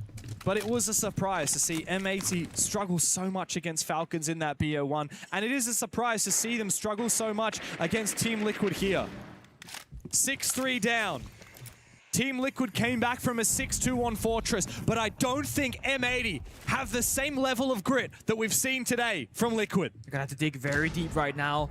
We're talking Manchester level performance from the individual players of M80. We saw Gunnar had a huge moment in that previous round. The 2K from Skybridge into out the breaching buys them a little bit of time, but then they couldn't fully close it out. They have to work together as well. T-Law right now playing very cautiously. They don't want to make any mistakes, don't want to take any risk that is too large in the server. They have operators that honestly, there's no easy solution for them. There is no shield to crouch. They do have the Ying to hit the bomb site. They have the Solid Snake to get that bit of information. But someone's got to strike first. Someone has to take that first bit of risk. The wall frozen. With the exothermic charge placed upon it. Half the round burned away. Almost nothing accomplished here from T-Law. Just waiting. 12 seconds for each solar cannons. But Nate finds the kill. He finds the first pick onto Ashen. And he has info on the bomb site now.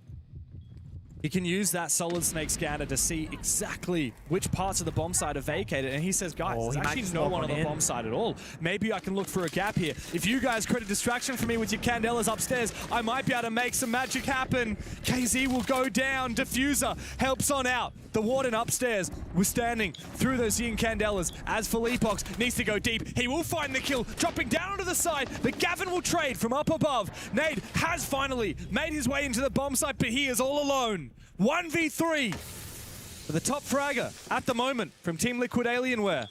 Does he have info? Wants to go for a vertical play, but it's not going to happen, not just yet. Oh, and indeed, Gunner will get him straight back again. Onto the bomb site so quickly for M80. Back into it and fighting. 2 more rounds to push OT. Round by round. As with losing Ashen early, the individual players stepped up. Very well played there from M80. Not, I think, over-rotating because Nate found that pick. They said, guys, if he takes the bomb side, at least we have the control up above. We can play the post. We can maybe deny it vertically. The fighting is going to happen on that extension upstairs. Do not be fooled. Do not be distracted. And Tilo assaulted well. The Incandelas were going in. He sprints past the hallway. He triggers the Razor Bloom from the Thorn, then just goes further away, saying, I don't want the fight. It's not going to be to my advantage. But the issue is that bomb site rotation. You gotta go flawless here. 3 rounds in a row for me into OT. The tertiary, into top floor. That's very problematic for them. Into basement. That's going to be the full streak. And it's very different bomb sites that needs different things to work out for you to win and different ways strategically to play it out. And we're gonna see the bandit from Savage right now that they can try and trick those external and internal walls. And if you get this done correctly, you can lock them from entering the site beside a single doorway. That could be round defining. But I see Nate on that bomb. He's gonna go downstairs and make Savage's life miserable. And if they're successfully doing so, the bandit is just a C4 and a gun. That gadget will not exist. You're right. M80 have a really good idea of how to win this round using that bandit. But Team Liquid Alienware had Nade last time use that buck to go get down below and put a lot of vertical pressure on it. Got that team 2 or 3 kills. And while he's doing that, he can also get rid of those bandit batteries. So if he's confident to take that map control, then Team Liquid won't be worrying too much about that bandit pick whatsoever. It's gonna be a matter of who can do it better. Savage just pre-plays 2 of the bandit batteries. 2 are still in pocket for active usage later on. Oh. AC injured early, but she'll be able to crawl past the corner. Oh, his feet's his feet is sticking out. Does he not see it? Gunner, I don't think he realizes. He might not realize he's injured at all, actually. But guys, he's right there. That's such a missed opportunity. If he swings now and dies, that changes everything from getting a free kill to becoming the freebie. This is a worst-case scenario for M80. 1 player down, and it's the guy who stepped up last round, and now they decide they need to go for a retake. Big from Savage. He takes down JV. Ashen now takes that position up with the smoke, but he's about to meet Felipox as Team Liquid Alienware have decided it's time for us to rotate back into the action. He's got the Goya Fire, not popped though. Hitbox taking that space, now they get popped instead. It's the peel on back, stuck in the hallway. Well, G2 to fight a C4! Oh! They're stuck in the worst place possible. It's a nuclear play from M80. Felipox still on the floor. He is irredeemable, unsavable. KZ 1v3. Look, the KZ from Fortress I would back him to win this, but he hasn't had the form in these last 10 rounds to do so. He knows exactly where Felipox is. That gas will finish him off! M80, a 1 step closer to OT. They cheered them up and they spat him out. They lured them into that hallway. Double fire pop, C4, couldn't run away, couldn't stick around. Again, a weak start for M80. But then, honestly, the defining moment for me is when the 2 platoons, Ashen and Savage, after Gunner died, they just swung together and traded back right here, double swing. They needed that kill to get back to even footing. But if they had lost that individual gunfight, that could have very well been the round. It was all or nothing from M80, and it's exactly how they need to keep playing this. No fear, no hesitation. And a good grip on the util, like you said, the double fire, the C4, and the smoke. They turned that hallway into a just impossible place for Team Liquid to stand in. The floor was lava, the floor was exploding. I was about to say! And then the floor was set alight. But now Back to that conversation of the perfect rotation. Now it's basement. 10 seconds left. And again, very different win conditions, very different set of operators. Look at Savage, right? From Bandit to Echo. I mean, speak about a toss-up. That's such a different way of playing the game. But this is going to enable a player on a staircase, for example. And if Philippox wants to take that staircase gunfight, which he plays himself on defense, one Echo stun timed correctly, and that's going to be a kill. But before that, it's a wallbang lead from Gavin through a soft wall onto JV, playing a Dokkaebi, a very active util gadgetry that will not exist in this round. And they are keeping up that pressure. They are literally just fighting every second and not being afraid of taking the most ridiculous fights right now.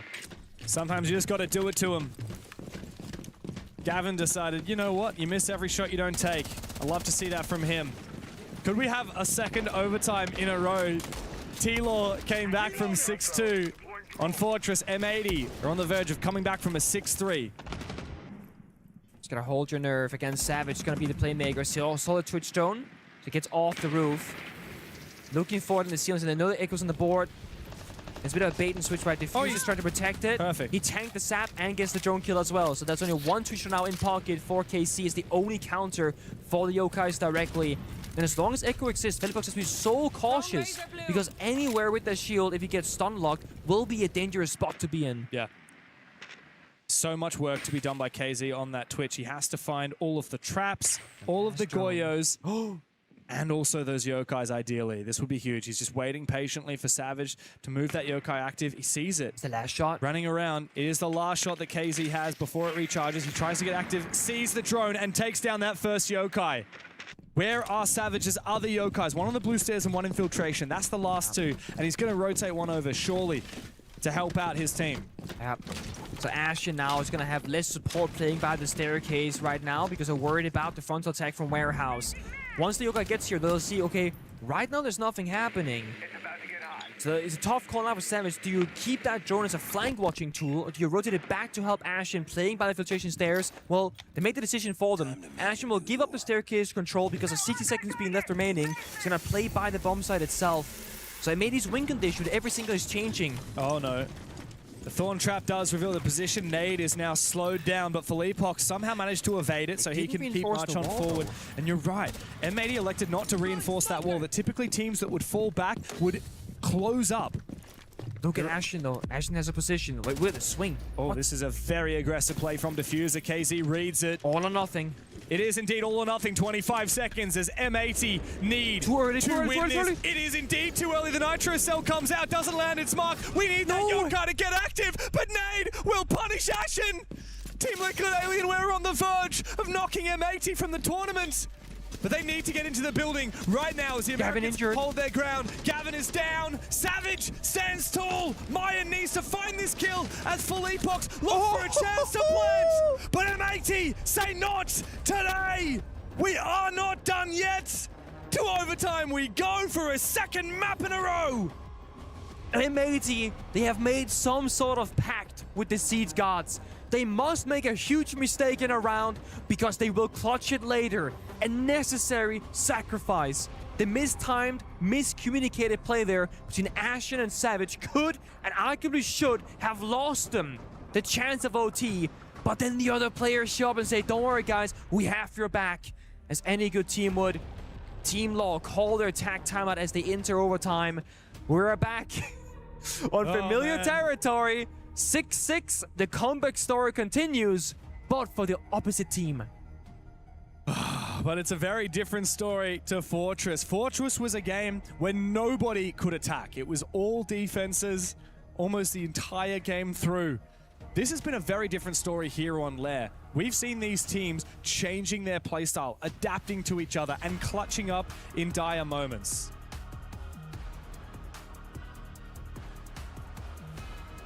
I'm arguing with James when I would sign language. No, stop looking at there's a grammatical error. That right there, the G, that part. No, isn't that grammatically incorrect? Yes, but that's fine. Okay, as long as you don't mind. I'm just saying, if I was you... You're looking at my notes and judging my notes. No, I'm sorry. That, you know what? I shouldn't have done that. I fixed the grammar for you. Thank you. Okay? That's past my line. Sometimes I'm gonna go here. Sometimes I write down some ideas while we're casting. You know? It was just misspelled. And I thought it was Thanks, Grammar Police. I thought you were going to trip up your own words. And I don't want you to happen for you. I don't sit here and read the bloody thing. They're just notes. Oh, Shall go now. All right. Who takes notes and doesn't read them again? Why take them then? Have you ever heard of journaling? Sure. Diary stuff? Yeah, people do Dear not diary, read them today back. I misspelled the word and I'm so butthurt because somebody pointed it out. I'm sorry, James. Yeah, thanks, man. I'm sorry. Do you want to cast the rest of this yourself? I'm ready to walk off. Rob is right here, buddy. Okay? You say the word, I'm gonna get 2 bald men casting this match in OT. Oh, man. I don't think the esports scene is ready for that. No, not yet. It's too soon. Oh, man. We're into overtime, and I think that these teams are overcooked just as much as we are here on the desk, trying to get a handle on what has been such a heart-stopper. What happens now? M80 back onto the attack. It's been a long time between drinks for them. They only won 2 rounds of attack. One was onto the top floor, one was onto the basement. Right now, we go to the top floor again here from Team Liquid Alienware. Of course, the side swap makes things kind of challenging. You just found your stride on one side just to go back on the other. Finally, Capital from M80 though. I was saying, where is this operator? It was missing the entire time they were attacking previously, and now it's the perfect counter to take down Philippox on the main staircase. Diffuser, do not die trying to do the big booms, okay? You're needed elsewhere for different things. It cannot be all or nothing. Yeah, he is, but there's no one there. They know. They're playing deep, like deeper in the bomb site, just like before where he died to the hatch. You gotta clear Philippox first. Get that main stairs control. Get up to breach. Because once Philippox is dealt with, then you can breach the bomb site wall. Well, until then, it's too risky because you shoot off the Selma charge, which only you have 1 left in pocket. Well, there is no catch to try and support Philippox from the fire and from the Grimsbees. Wait. We could see 3 big booms here. As Diffuser gets back into position, but Nade keeps on moving. Top fragger for Team Liquid Alienware. Big scalp to take if they're able to find him. He is still standing above soft floor. Here comes the fire. That's what they need. Savage rotating in position to take down Philippox. Oh, good smoke though. Yeah, the smoke will slow him down. The fire will force him back. And finally, the kill is delivered. It's on to Gunner though, from JV. Team Liquid struck first, somehow out of nowhere. As M80 try their best to push Team Liquid back, but they have struggled to find any kills to go with it. Would have been such a beautiful time in there. The fire to force back Philippox to go big booms right beneath him, but only one went out doing damage. He stays alive. Now prone the floor inside a server, holding that first push. I still think M80 are in a great spot to go for a plant here, but the issue is they haven't broken that bomb site wall because Gunner died. So they gotta get Diffuser all the way across the hallway, start reaching the wall, then the second issue appears because he just dies in the path there. So now the wall will not be opened up. They cannot go for a plant. Nade's picked out again. M80 now. How do they get into a plant position? They are struggling to do so. Savage tries to get active with the smokes. This is so desperate. He goes all the way back. Casey has the angle. Skybridge. KZ. He can deny the plants. Oh my god. Massive clutch from KZ. 1v5 for Gav. It just ain't happening. Philippox to shut him down. A flawless round to cook up yet another match point for Team Liquid. Another round, just like on Fortress, where M80, that could have been their flawless victory. If the Fire Sophia combination gets that Philippox kill, they get the bomb site wall, they don't lose the Heartbridge operators, they go for a plant, and Casey doesn't find the kill on Skybridge, it's absolutely free. But all the things I just mentioned did not go according to plan. They went the opposite direction, completely in the wrong one if you're an M80 fan or player. I mean, look at this Heartbreak. He was slowed by, looked like the bar pipe, but it was the, I'm not sure, he couldn't sprint, I guess, because there was a Banshee on the floor as well. Yeah. So he couldn't sprint, and he couldn't see, and he just dies, and then the wall doesn't get opened up, and the step 1 was never fully accomplished, but they were trying to do step 3. So tunnel visioned on getting that kill from below, on clearing out Philippox from the stairs, on taking control of bathroom to have lateral pressure. They never maintained control of Skybridge.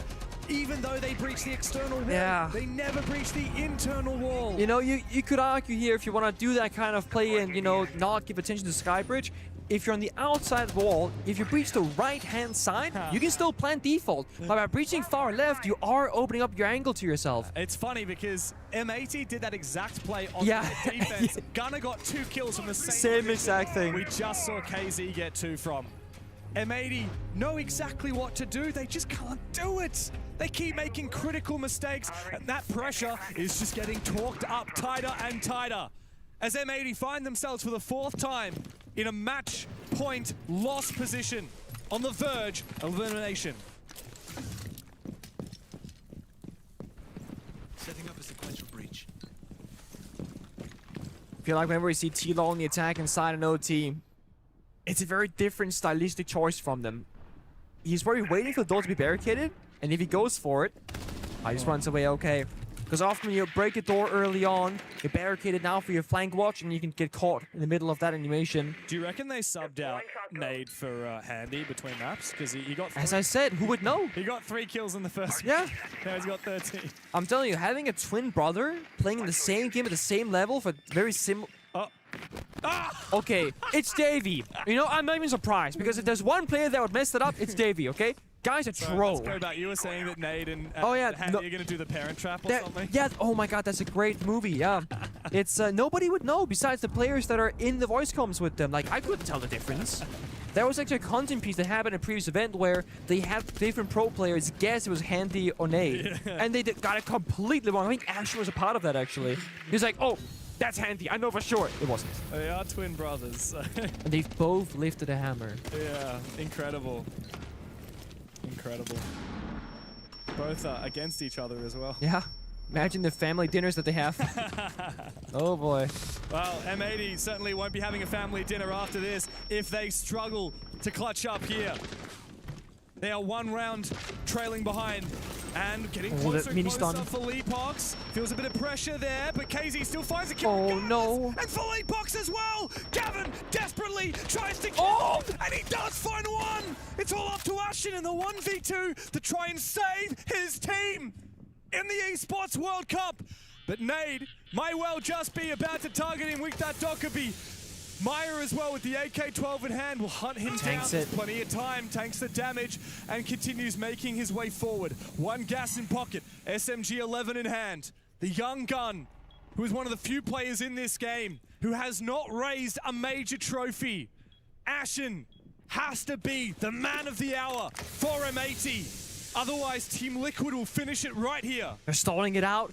They're just waiting for that adrenaline to dissipate, to use all the toxic babes, all the final piece of safety that he has. In a couple seconds, they can push and force that 2v1. It is indeed a 2v1. The SMG-11, almost good for 1. They know where he is. He's locked out of the side. He's trapped behind a soft wall. They look to peek him again. He's got no bullets. Oh, wait, he's out. Out comes the shotgun, but Nade is on the floor. Maya how's he has done to it? go for the kill. Ashen continues high. No. Continues fighting. But the cavalry is here. M80 have stumbled again. The young legends are going home. But Team Liquid will survive! He had it! He basically won the round. He basically hit the shot, but he didn't. He played that as good as he could have. But the game said no. The gods said no. Oh, what a way to close out a map! I can't believe it! I am stun-locked right now. I am legitimately stun-locked.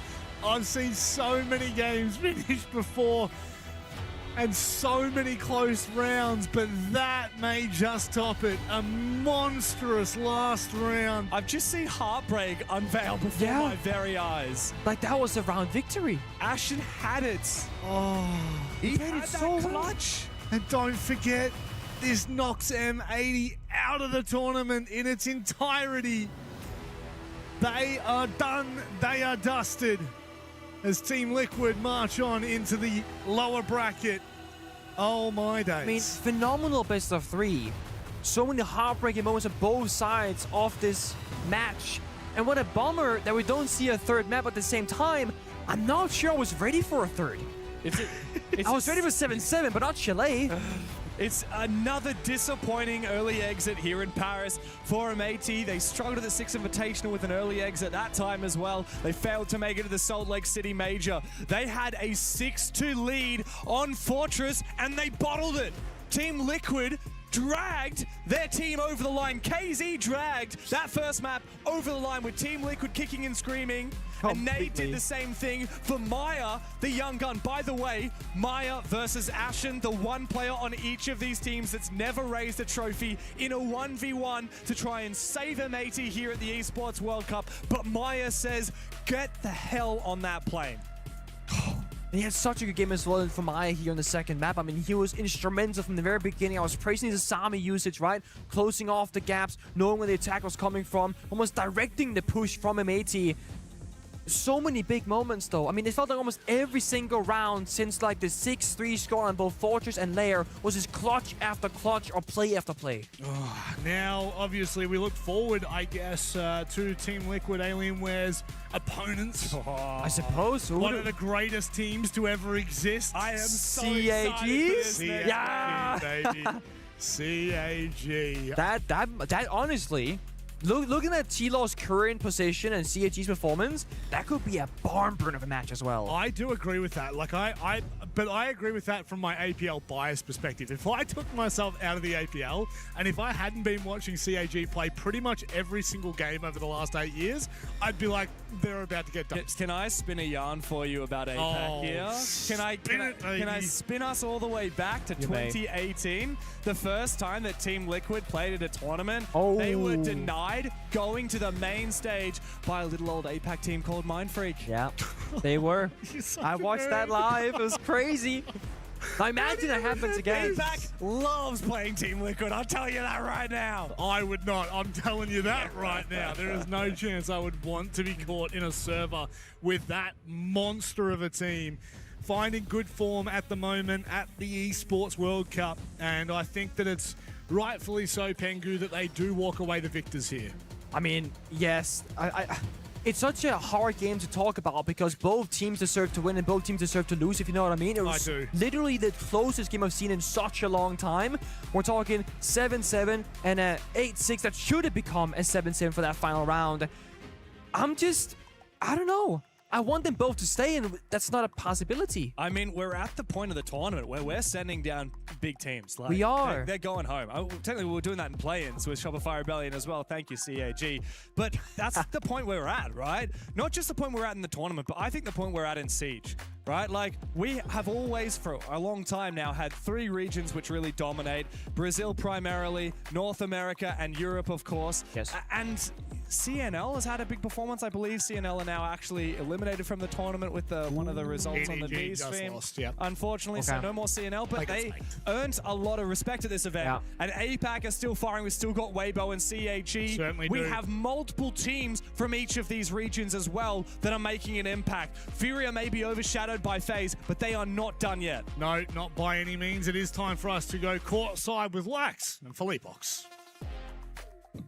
SAL is still holding on. I'm here with Philippox from Tila. I mean, what a series. An 8-7 into an 8-6. How are you feeling? I'm feeling great. I mean, it wasn't the best game from us. We are still playing really bad on attacks. But I'm really happy because we got the resilience to come back in Fortress and close out the game on Lair. So I'm really happy right now.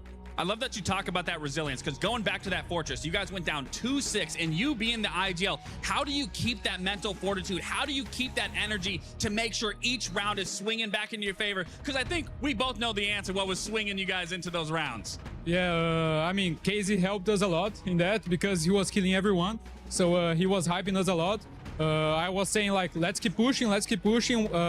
Once we start winning, they will start to break, and that's what happened. So I'm really happy that we could get back to the game. And I quickly want to talk about that last round in that Fortress. It was Maya and Nade in that clutch. We saw a Dokkaebi call, I believe, go on to Nade, running straight into the Monty. The phone explodes. The fire's on the Monty. Was that intentional? Yeah, it was me and Maya, but no, it wasn't intentional. It wasn't intentional. I mean, it was 7-6, I think. Yeah, so the nerves are like up there. So we weren't thinking straight. We were just playing automatically, like, let's push this Monty, and the fire was lucky. Beautiful. Now, moving into your next match that is going to determine top 8, you are going to be playing against Keg. Are you ready to ruin the hopes and dreams of the Japanese region? You did it in Reload. You ended their run. Tomorrow, you will also be able to end the run. Are you ready for that?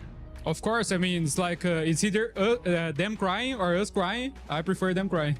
Absolutely. Well, before I let you go, celebrate with the team and being able to crush M80's key. Is there anything you want to say to the fans? Any skin promotions you got? I'd like to thank the fans that's always supporting. I mean, we are not playing the best Siege right now, but we are trying to get the momentum and play like we know how to play. And if you guys want, there is a skin in the game from Team Liquid Alienware, Ella, really beautiful. So buy it. Help us. All right, well, thank you, Felipox, and congratulations. One more hurdle sets you apart from being in top 8. That wraps everything us for down here. I'm gonna send you guys back to the desk for one more breakdown. Back to you guys. Thank you very much for that, Lux. And Felipox getting a lot of inside information, but I think that the clearest one for me, Pengu, it's either them or it's us, and I prefer them. I mean, you don't want to be the one to cry, right? Over your opponent, usually it's going to be a better result. Also, shout out to Lax for catching that question in the interview about the Monty and the Dokkaebi interaction, because was that intentional? Maybe it was, maybe it wasn't. Now we know for sure. They did communicate that despite the nerves and the pressure being super high on the server. Muito bonito. Muito bonito, okay. Oui. No. Sim. Sim. Okay. And I love the humbleness as well from Felipox, you know, saying that, guys, we know that we're not playing to the level that we usually are. We're looking to get back to that level. So trust in us, keep watching us. We'll get there before the event is over. They will. It's been a long time since they were properly in the limelight. They've really had that spotlight stolen from them. They're looking for a chance, and yeah, I would hate to be in CAG's shoes right now. So would I. I mean, the thing is, if you actually think about both of these two maps that just played out, it's kind of crazy, Dev, to remember that both ends of the game were actually pretty big clutches in the end. Yeah. I mean, it could have been huge completely clutches. different. Fortress, like I said during the game, I had fully written Team Liquid Alienware off on As you should have. At the 2 versus 3, there's just no way that you overcome a Monty post plan, and yet they did. Just instrumental plays from them. Like, I love to see it, and we saw the same kind of stuff on Lair. Like, there's no way Amedi wins that round. There's no way Maya Ashen gets it. When he gets the injury and fades away while blinded, I'm thinking that's the round and then he's got shotgun. Yeah. Come on. And the worst part is for Ashen, right? So easy to be hard on yourself. He could have kept running one on time. In hindsight, we all know that. But he had a shotgun point blank, knowing his enemy sprinting towards him. That's a free kill. Yeah. But he's going to sit there and go, oh, I should have done this instead. No, you shouldn't. It's hard, because if he had run and Maya had gone the other way, then he would have gotten caught while sprinting, and I think he would have kicked himself even more. It's such a tough position. We would have had another iconic screaming of the sprinting. Why are you sprinting? Thank you, gentlemen. I'm glad someone else could do that for me. Look, at the end of the day, I think that whilst Team Liquid Alienware can well and truly walk away the victors, M80 played their hearts out on stage. It's not easy. It's not easy to lose in that fashion on the first map and come back into the second map and look just as good, if not better. Fabian has a saying that I love to reference, and you almost said it yourself there, Rob. It's not easy when it's hard. It's not until it's when it's. I'm so sorry. It's not easy when it's hard. I messed that up. Yeah, but today was hard for me.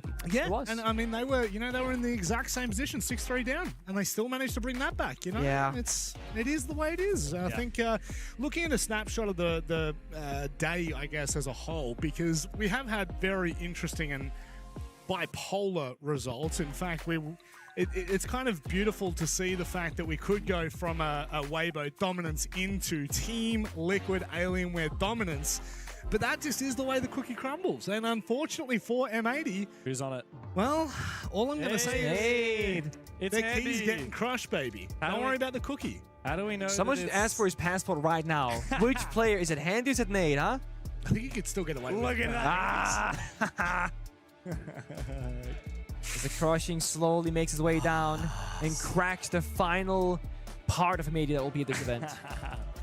Look, North America's lucky that they have still 2 contenders in the tournament in Wildcard and Dark Zero, but M80 certainly had high hopes for the Esports World Cup, and that dream has well and truly been crushed today by Team Liquid. Certainly has. Unfortunately for NA, they probably went into this tournament as heavy favorites across the board. You're thinking M80, you're thinking Shopify Rebellion, and unfortunately it just hasn't gone their way. Whereas the joy there of Nade, I think that we can all feel that. We can all enjoy Team Liquid getting back into a position where they'll feel a little comfortable. And obviously, a little earlier, Team Secret. How do I put this in a PG-friendly way? Okay. They took them out to lunch and then they ran before they paid the bill. But that's a pretty good lunch, but I think that's even polite. They asked them to lunch. These guys didn't even ask them to lunch. They took them to lunch and then left them.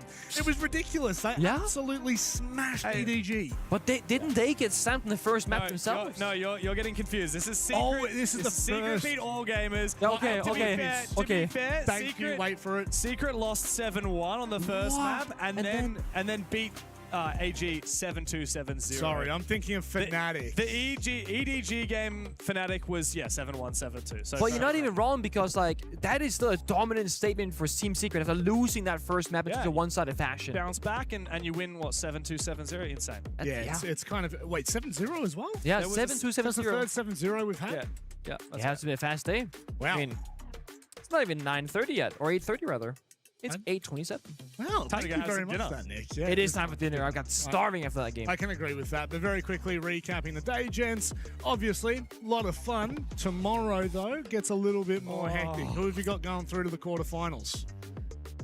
Well, so can I just list the games as far as I know? Sure. So we got Here you go. Look in front, right here. Even better, we got Team Secret versus Team Falcons. Falcons wins. CAG by Varel versus CG wins. Team Liquid Alienware. And then on the other stream, we'll also have Furia versus Fnatic and Virtus Pro versus Weibo Gaming. Ooh. I think Falcons will get Secret. I think that will be a absolute bloodbath. Sure. I think that Secret will not get much. Then CAG will beat Team Liquid in a barn burner 2-1 fashion. I think that will be a really insane I generally think it's going to be a close game. And then, I don't know if we have the graph for the other one, but Furia Fnatic, I think that's going to be a really tough game because both of those teams have been very inconsistent, very high highs and very low lows. So it's just going to be like a crazy frag fest. Yeah. And then one of the games I'm most excited for is Virtus Pro versus Weibo because huge. I think both of those I'm not teams going to call that one. firmly deserve to be in the top 8. Yeah. I think probably, my hot take, I think both those teams deserve to be in the top 8 more than Furia and Fnatic. Ooh. But of course, this is the way that the bracket has handled. Look, I've seen Furia play with us a bit. They're a bit shaky Both right teams now. are really good on their moment, but also overheat, particularly Furia. But I don't know, who knows? Like, obviously, Weibo also have stumbled as well. VP haven't been as flawless as I expected, but look, I think that Weibo have one of their hardest opponents that remains in the tournament. I think that VP is one of the best teams here, and for me, still a championship contender. The fact that both of them, one of them has to go is kind of a little bit heartbreaking. It's the same story as just now with immediately Team Liquid Alienware, right? Like someone has to go home in every single matchup now so we keep moving forward in this tournament. It's all elimination. It's all elimination games. It is. So tomorrow we're dressing all in all black, right? Funeral day. I think I'm going to do that. I'll take you up on that. Please don't. Please don't. I'm not going to take either of you up. Okay, maybe do. Maybe you'd look good in black. We're working I think tomorrow. You look clean. Yeah, we are. Yeah. This is brown. This is brown. Yeah, but Brown is like not- you lose. Oh. Oh, is that a black shirt I see? That is black. Okay. I agree. So you take off the top and boom, we're there. I mean, what am I doing? Whoa. You take one of the two. And on that note, I'm getting Anyways. told. Yep, okay, let's get away from Pengu. Let's get away from today. Let's move into tomorrow. It is elimination and qualifying time. It is only one or the other. It doesn't matter which team you are. It is quarterfinal time on the line. It's time for us to end today. Thank you very much for joining us. We'll see you tomorrow. Same place, same time.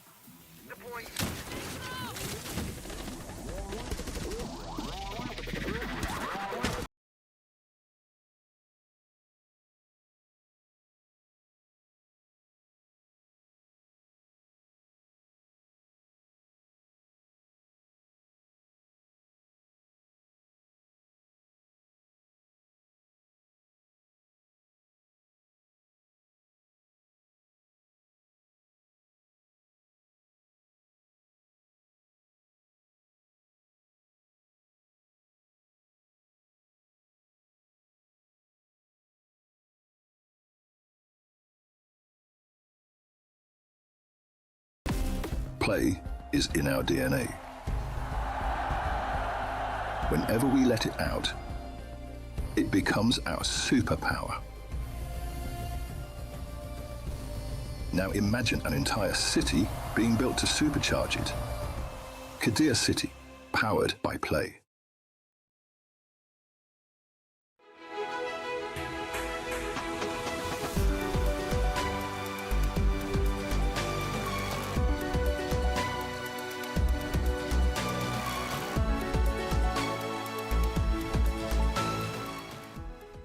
The human body was built to move. Not trapped at a desk in one singular posture for 12 hours a day.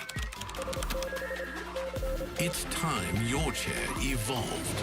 This is Secret Lab Titan Evo. Ergonomically engineered for you, gamers, hybrid workers, artists, backing your every move.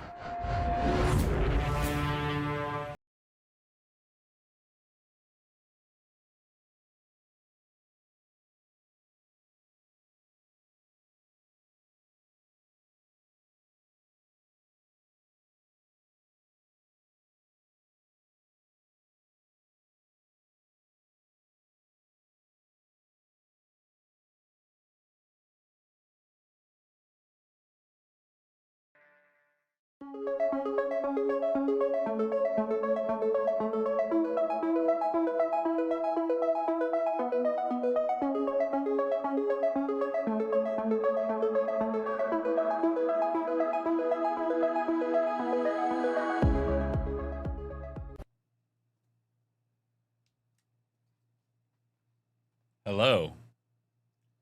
That's ended a little bit earlier than I thought it would, but it's kind of how it goes sometimes. So now let's stream. Shall we? Shall we? Shall we? Shall we?